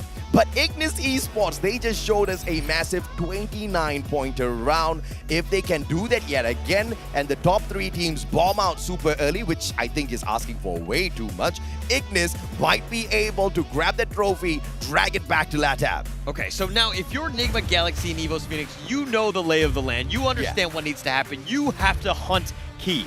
Yeah. That's pretty much your chance. Correct. Are you going to go super aggressive trying to find that team to give yourself that one opportunity? Because literally, look, if you get that first place, you are immortalized. right? It's all or nothing at this stage. And of course, we are not waiting for nobody. Alpine is on your screens right now as the flight path cuts through dock all the way down to Fusion. It's just a party all across the map. That high tier loot zone is going to be the aim of AV Radicals, but is anybody else going to drop by? Yes, Naguara might just say hello. Magic Squad is here as well. This is just all centered towards the middle part of this map. Everybody wants a piece of the action. Okay, look at Keed going straight top. This is the team to watch just to understand what could potentially happen. Yep. We follow Keed throughout and Nigma. see exactly what's going to happen. Nigma, bro. Galaxy. I do not think this is a smart choice for them because Magic Squad, they are there to sprinkle the pixie dust on them. Nigma Galaxy as well as Magic Squad, both in the exact same compound. Things are going to go south for one of the two. Magic Squad doesn't have a lot to lose, but Nigma Galaxy, under no circumstance whatsoever, can they afford to lose this next gunfight. They are looking for the championship, and in Magic Squad might just be able to help Cade out here. Yeah, it would be actually huge if they could do that, but he's throwing with a frying pan when in doubt, but he gets my shot Lord. here. Artemis is like, nay. I mean, come on, that was just way too cheeky, and I think SES deserved to get taken down in that manner, right? I mean, Ray's there.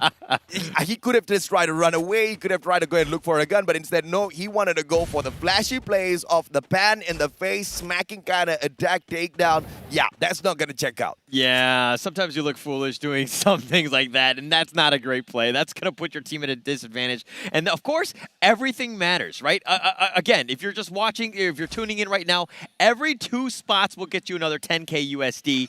Every placement point matters. I may not be able to grab that championship and bring it back to Brazil, but guess who can? My brothers most definitely can, in the name of Cade. And in order to get that done, Nigma Galaxy, I need to take you down. This is going to be a tall order. And Cade, on the other hand, they're going to town on the Mena squad. They shut down Alpha players one after the other. Just a single elimination, though. And SES moving straight in towards them. This might just be a party house for Cade, as they just need to sit down in the same spot, picking on player after player. Okay, you're calling Cade your brother, right? Because they're the favorite going into round 8, and you're just trying to jump on that bandwagon now? No. Cade's not my brother. Cade's the brother of Magic Squad. Okay.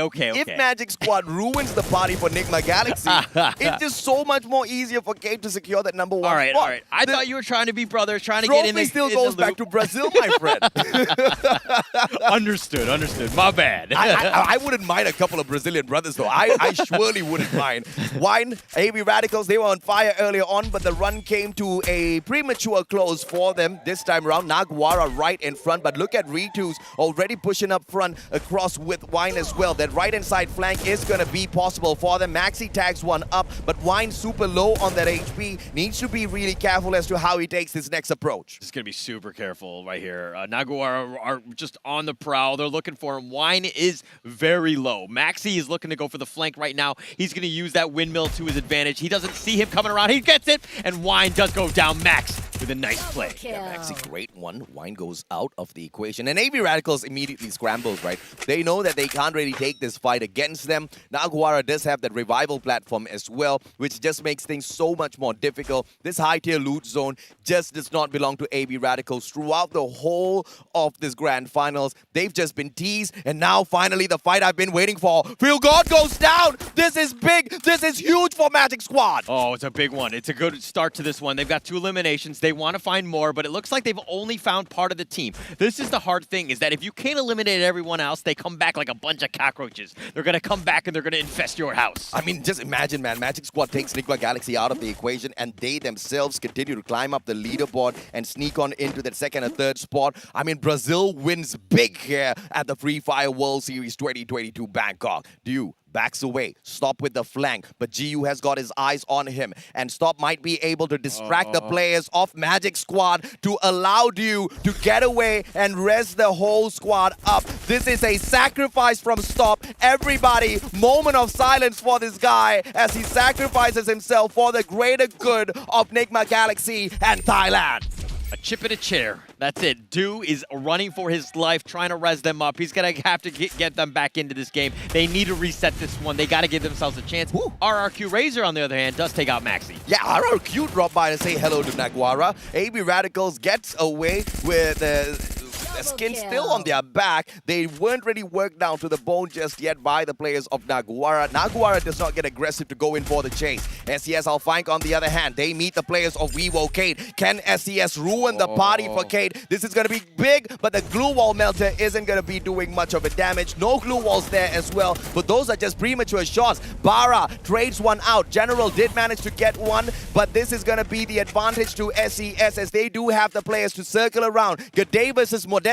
That's going to be a big fight as well. Modestia has got the Mac 10. G'day is going to be in trouble. Okay, look, Cade is actually the #1 team, and my heart is skipping a beat for them, right? Modestia! If they get eliminated early, it looks like they're doing that right now. They've only got 2 members of Cade here. SES are turning this on. You better run, Cade. You better run. Dead God leading them away from Nando 9. Nando 9's going to be the final savior. Pulls out the time turner behind him, but Dead God is good as dead right there. Elimination point to the side. Nigma is good! And Nigma's out! This is insane! Nigma's out of the equation, which means Cade now needs to get taken down as well Oh my for God. Evo's Phoenix to stand a chance. Oh my God, if Nando goes out, this opens up the door. This is the play that you needed so many different things to happen for the 3rd, 4th, 5th place teams to actually have a chance. The fact that it could possibly happen is absolutely insane. Keed, where's he at? It's happening! It's happening! Yeah, Cole gets taken down and out of the equation. Magic Squad, they sprinkle their pixie dust all around already, all right, but they're just spending way too much of time outside of the circle.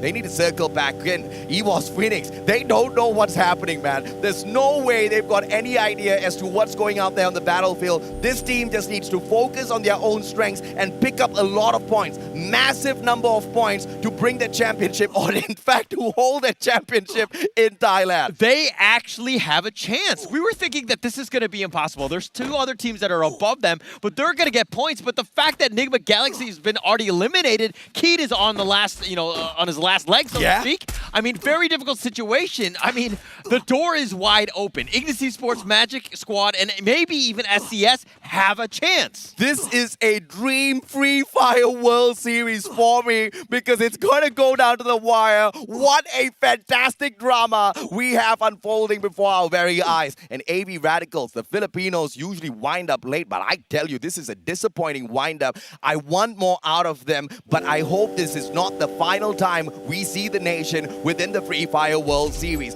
Them performing great towards the very end of our grand finals shows that they've got the quality to take it all the way. They just did not have that self-confidence to get the job done a little bit earlier on. But now, Magic Squad, Pixie Dust Boys coming straight towards the players of AB Radicals. But AB, they are in a pickle now. Outside of the circle, Magic Squad just needs to gatekeep. Yeah, they need to gatekeep. They just need to play it safe. They have nothing to do. They can play super patiently. They can be all the way in the back. AV Radicals need to make the move outside of them. So it's on them. Who's going to make that first move? I mean, AV Radicals are just kind of tanking it because they realize just how dangerous this is. But let me also talk about Keed. On the back end of this, one thing that did happen was General was revived. They have 2 members left of Keed. Drex tagged up. Italo, GU as well. Wine rushing on 4th. Can he get this? He manages to drop his health right back up. Grenade being cooked up. Wine does not drop it just yet. Finally gets taken down. A little premature of a rush, and Wine gets punished for that maneuver. And Magic Squad now with the advantage, but they're right below the bridge. They want to play troll against AV Radicals. Okay, Magic Squad was actually 5 points behind Evo's Phoenix going into this one. Considering that Enigma Galaxy's already been eliminated, this opens up the potential door for top 4 for Magic Squad, assuming they can continue this. They need to secure the rest of AV Radicals. AV Radicals are being very difficult. They don't want to give away any free points. They'll happily tank up the Storm for now, but they're going to stick around there and they're just going to wait this one out. There's nothing for AV to lose. Magic Squad has got a lot to lose. To the point that you just brought up, Magic Squad still can continue climbing up the leaderboard. They need no points they don't need a lot of points to get an extra $10,000 right? They literally need 1 point more than Ignis to secure that bonus for themselves. But now getting stuck outside of the circle, RRQ dropping by to say hello, my friends. Maybe with a backstab, Italo goes down. Gio trades out Legolas. That's gonna be a good trade back, but he himself gets knocked down by Maybe. Bob trades out Maybe. Bob takes that elimination as well. Razor and Pac-Man for the side of RRQ. But Taramo grenade! Out. Taramo strikes finally, and AB Radicals still stay alive. But Bob's the final survivor, the final hope for Magic Squad. Oh my gosh, RRQ completely saves AV Radicals and changes things once again. Vivo Keyed back to full strength. This is scary. They had an opportunity, but now that they're all alive, I mean, this is one of those things where you're like, for the other teams, do they actually have a chance? My God. That was low. Yeah, that got way too close, Nando. Don't give me no heart attack like that. Tanamo gets yet another grenade knockdown. Pac-Man's elimination point has been secured by him. AV Radicals is on a roll, although they got stuck in quite the pickle earlier on. Cade, on the other hand, come on. Can we talk about a couple of survivors here? I mean, this is the way they needed to do it. They've been doing it all day today. They've just been surviving. They've gotten all the eliminations. I mean, they were down to their last member. That was the closest for this one. They had a chance. Now, who can find Keyed? RRQ eliminated 9th. RRQ's out. And earlier on, we saw Magic Squad do a number on Nigma Galaxy to help their brothers out. Cade needs to buy them dinner, breakfast, lunch for 3 years to say thanks. I mean, this is just gonna be a phenomenal run for Cade if this manages to go through as a victory for them. But EVOS Phoenix now grenade on the delivery, but Get High is the one that secures it with the Max 7. Jonah steps up as well. This is the Thailand squad versus Indonesia. SES are flying. They bite the dust. EVOS Phoenix on fire. They know what's needed. They need massive number of points to hold the trophy in Thailand. Okay, EVOS Phoenix already a World Series winner. They got second place in the last one, and they're again in a great position to be in the top 3, top 4 at this stage. I mean, it's pretty much on them. Can they find Keyed? Can they eliminate them? Get those points, because Keyed has a huge advantage going into this one. It was about 18 points going into this one. Carlos with the LMG in hand. Neo has got the grenade launcher. But how can they cut this distance towards Ignis? It's all about how HQ plays this. I mean, they need 15 points to catch up in Naguara, which gets them no bonus. But if they can get 16 points, they catch up with AV Radicals. So that's going to be that's a 10,000 USD bonus. But HQ has been struggling all throughout the grand finals. And to take on Ignis, the LATAM squad that is super pumped up after the previous matchup, is going to be a challenge. But EVOS, though, they meet Ignis on the other side. This could be deadly. EVOS Phoenix moving on in here for the strike. And the double barrel gets it for the squad. And this is just EVOS Phoenix on fire. There's no one's going to be able to stop them. Off screen though, Radical's doing a number as well. Oh, Jason is, I think he's the last load. Oh, Carlos is still alive as well. EVOS is looking to go in this one, trying to draw a bead. The glue walls are there, but... And Carlos, final player, is alive and standing for the players. It's Jason, and he has got the charge buster. But Jonah, just with the pan maybe this time round. Can we see a smack? Oi! Good ice grenade gets the elimination. Guys bite the dust. Ramiel, on the other hand, manages to take it down Artemis. HQ hanging on for their dear lives as AV Radicals tries to take them down. Goes with the Max 7 return, and Cade surviving. But this is Magic Squad. Can they ruin the chances of 2 big titans and help out EVOS Phoenix? They have a huge opportunity right here. Magic Squad is going to look to take this one. Vivo Keyed have 4 members. They picked up General. They're going to look to fight this one. And it looks like AB Radicals bites the dust as well. Nando responds. GU up in the air. Taken out already. Dead God surviving. General's been picked up. Nando, he still survives with a sliver of health. And the whole squad of Cade hanging on for their dear lives. MTS, get the heck out of here, says Cade. They won the championship. I mean, they've got it, but they've only got 2 kills. Now, Vivo Keyed right now, they're going up against EVOS Phoenix. EVOS Phoenix gets the nice knock on the Nando. And God Cruz gets the God nade as well. General goes down. There's the Modestia down. This is EVOS. This is EVOS doing it for Thailand. 13 elimination points already. 4 more teams out there. He's out! Bye. He's out! Kane, Thailand, I think they keep it in their country. I mean, they've got 14 in eliminations. It's all about the placements points. You got HQ Esports, you got Fasta Mundo. Those teams are not in the running. EVOS Phoenix, they can own this one. The destiny is within their hands. EVOS Phoenix, the cockiest when we started off the play-ins. From the play-ins to the grand finals, can they secure the elimination on HQ, who have been struggling all throughout the competition? Vastamundo, though, might be the ruiner of this party for the squad. They circle around from the left-hand side, but EVOS Phoenix says, you guys deal with the firepower, we want the circle. We're going to take it. We're going to be in positioning. We're going to make sure that we're there. HQ Esports, Vastamundo. I'll let you two just fight it out. I've got no issues with that. I will go for the third party. I'll make sure I'll take it whatever I can. I have no pressure right now because I'm in the middle of the circle. This is a victory for EVOS Phoenix on the highest level. Vastamundo says, thank you for coming, HQ. Get out of here. We want to meet EVOS Phoenix. 2 players on the flank. It's going to be the AC-80 in the hands of God Cruz. Grenade as well. Jonah on the other hand. Just a ban, but you know she can cook it up. It's going to be Nunes with a Groza. They attack from afar. Get high. Moshi, he's the secret weapon of the squad. They're sticking aside. They don't need to do anything. The storm is just wide open. Let the snipers go in on the action. Let's force out where we need to go. The circle has been dropped. It's in favor of EVOS, though. They need more than 18 points. They need 19 points more than Kane to secure the championship. They need all of these eliminations. One goes down. Nunes is out. Oh, he's dead. Will he get crushed? One more shot. Oh, Crusher. Crusher. Plays the 10 from the back as well. Luca ain't got no luck. This is EVOS Phoenix. This is Thailand. He gets knocked as well. And EVOS Phoenix. I don't know if that was enough, Holler, but that was a phenomenal round from the home ground boys. Wow, if there's ever a moment you need to step up, that was it. EVOS Phoenix, I think they got a monster. 18 kills plus the booyah. I mean, that was everything. That was perfect for them. EVOS Phoenix completely turned that one on. I believe they might have gotten it done. I believe that was enough, but we still need to wait for the official stats. But look at this squad, man. EVOS Phoenix, they are your champions. Ridiculous how they got this done. What a final round runner. I cannot believe what we have on our hands, Ola. Oh, they needed to have done it. They did everything that had to have been done. I mean, the fact that Nigma Galaxy got eliminated early like that really opened the door. That was the only reason they had that opportunity. And you know who they have to thank?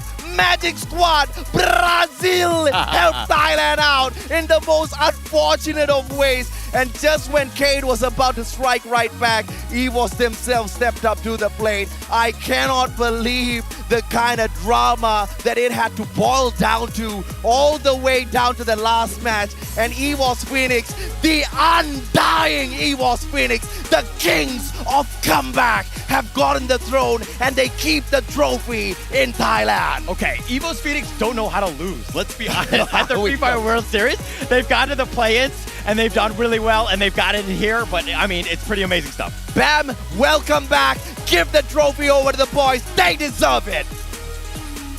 I am back. Oh my goodness, ladies and gentlemen, that is it. We have the champion of Free Fire World Series 2022 Bangkok. Give it up for the one and only EVOS Phoenix! Let's hear it. Let's hear it. They did it. Wow, representing Thailand, ladies and gentlemen, they finally succeeded in bringing their second world champion title. Bring it. เชิญเลยฮะ มาตรงกลางเลยครับ Front and center right here in front of the trophy. Oh my goodness. This is huge. Their big moment right here, ladies and gentlemen, right here in their homeland. Can you believe it? Right here in the heart of Bangkok. ชนะเป็นที่เรียบร้อยนะฮะ เชิญเลยครับตรงกลางตรงนี้เลย ฝันเป็นจริงมากๆ วันนี้มาถึงเป็นที่เรียบร้อยแล้วนะฮะ กับแชมป์อีกหนึ่งรอบ เชิญด้านหน้าเลยด้านหน้าเลย โอ้โห teary eyes right now. Big moment because they've been pushing and pushing. Oh my goodness, this moment right here. Let's take it in, take it in. This is not a dream, guys. This is real. You guys are the world champion. And now it is time to announce the MVP. Of course, who contributed the most for the team, has become the most valuable player of the World Series. And the MVP, give it up for Moshe! Whoa! Great job, Moshe! สุดยอดเลยครับโมชิฮะ Here's a medal for you. Turn around. Wear that medal. Wear it with pride and honor. Wow. สุดยอดมากๆครับโมชิครับ MVP ครับของ World Series ในครั้งนี้ Take it in. Take it in. All right. สุดยอดครับน้องๆทุกคนเอาล่ะ ได้เวลาแล้วนะ เชิญด้านหลังโทรฟี่ตรงนี้เลย เดี๋ยวนับถอยหลังเป็นพร้อมกัน ชูขึ้นสูงๆชูขึ้นสูงๆครับ The moment is right here, ladies and gentlemen, for Evos Phoenix to raise that trophy up high on my count. Ladies and gentlemen, we'll be counting all together all around the world, and they'll be raising that trophy up high because they're the world champion. On my count, on 3, 2, 1.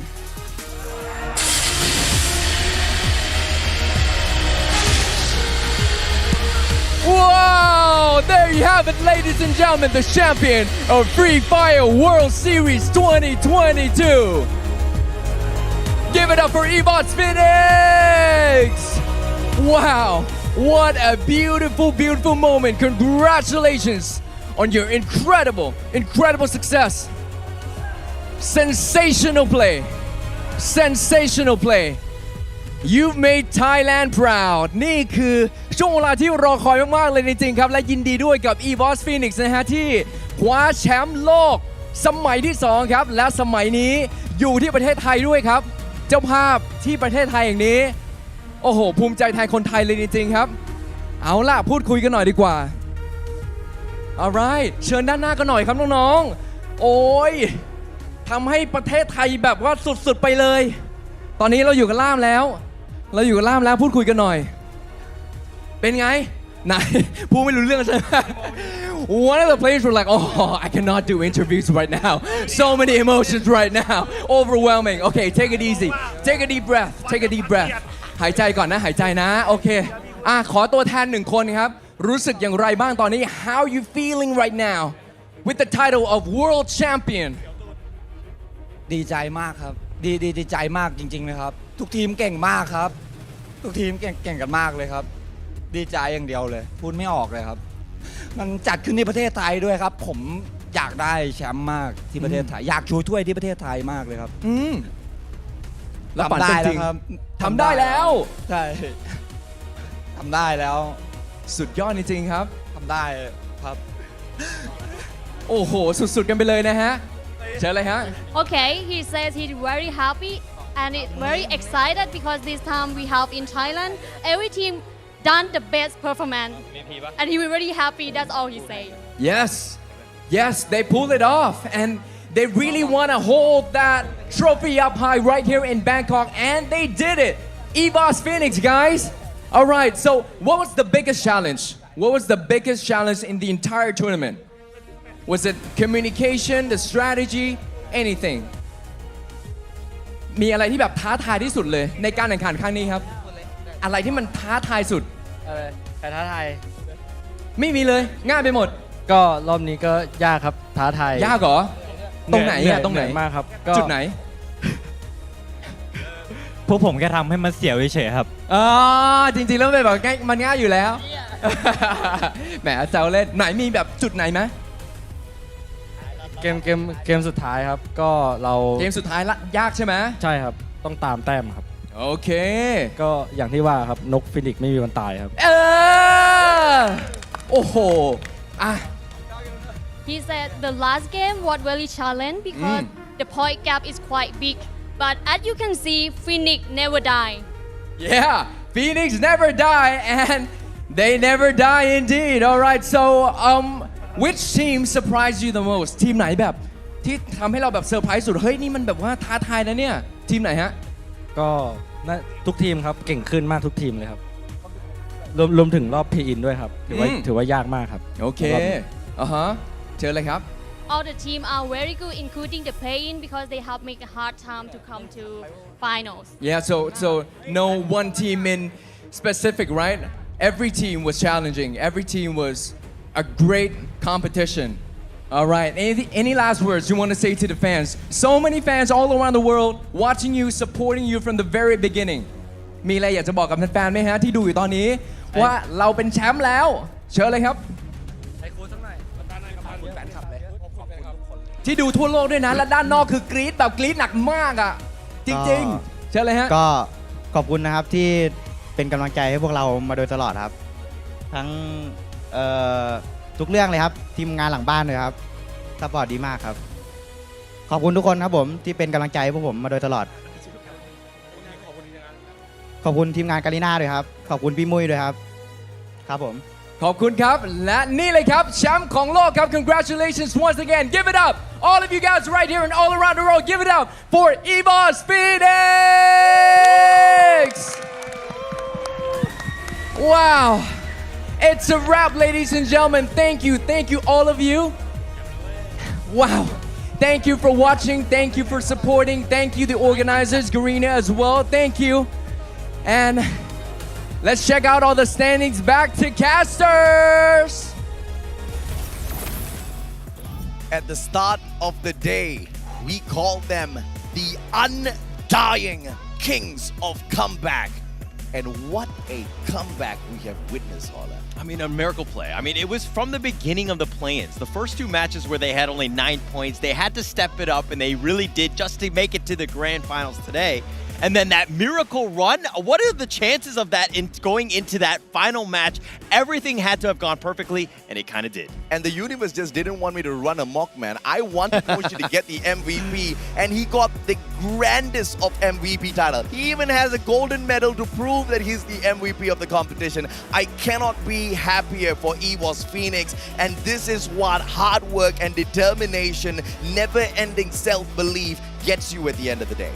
It's impressive, right? I mean, it's almost like they manifested destiny in that situation, right? Absolutely. Just getting themselves an opportunity. They were saying, oh, we have a chance. Yes, we're only third place. Things need to happen, and they had everything. They killed Keed when they needed to. You know, Enigma Galaxy got eliminated early. I mean, just everything happened. But let's take a look at the match standings of that last game right there. Yeah, it was a massive round for EVOS Phoenix, picking up 30 points. And we did mention that they needed about 18 points more than the one and only Cade. And I think they checked that box very, very well for themselves. Vasto Mundo, on the other hand, quite a stone's throw away from EVOS Phoenix to secure that booyah with 15 points right behind them. Magic Squad with their pixie dust. These guys were the difference maker as they engaged with Enigma Galaxy. They thought they were helping out their home ground brothers Cade by shutting down Enigma Galaxy, stopping the Thai Giants. But little did they know there was an even bigger monster waiting to grab that title and make sure it remains in Thailand. If EVOS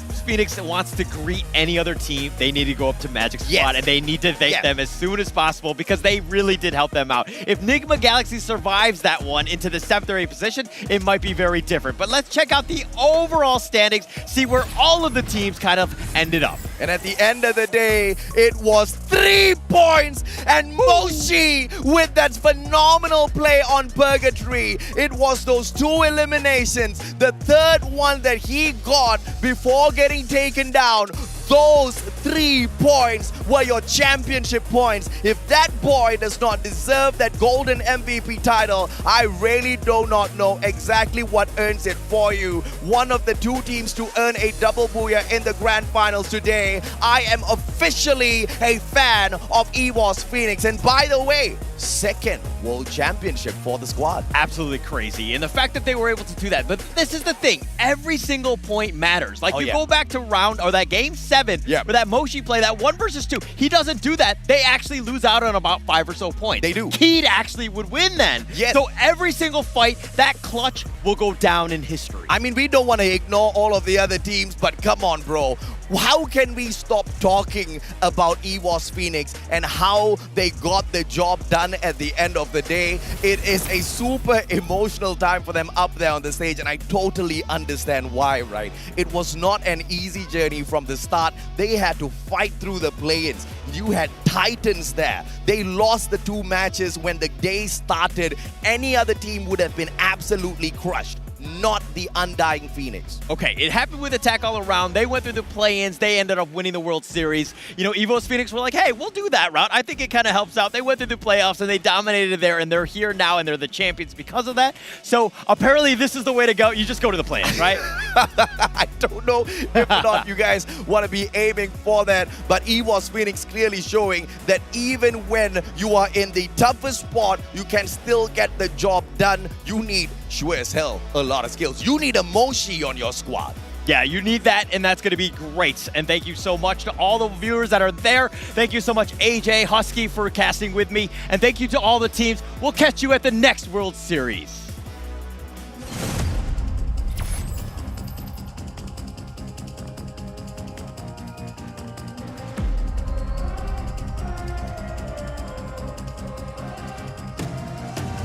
I'm very mysterious, unpredictable.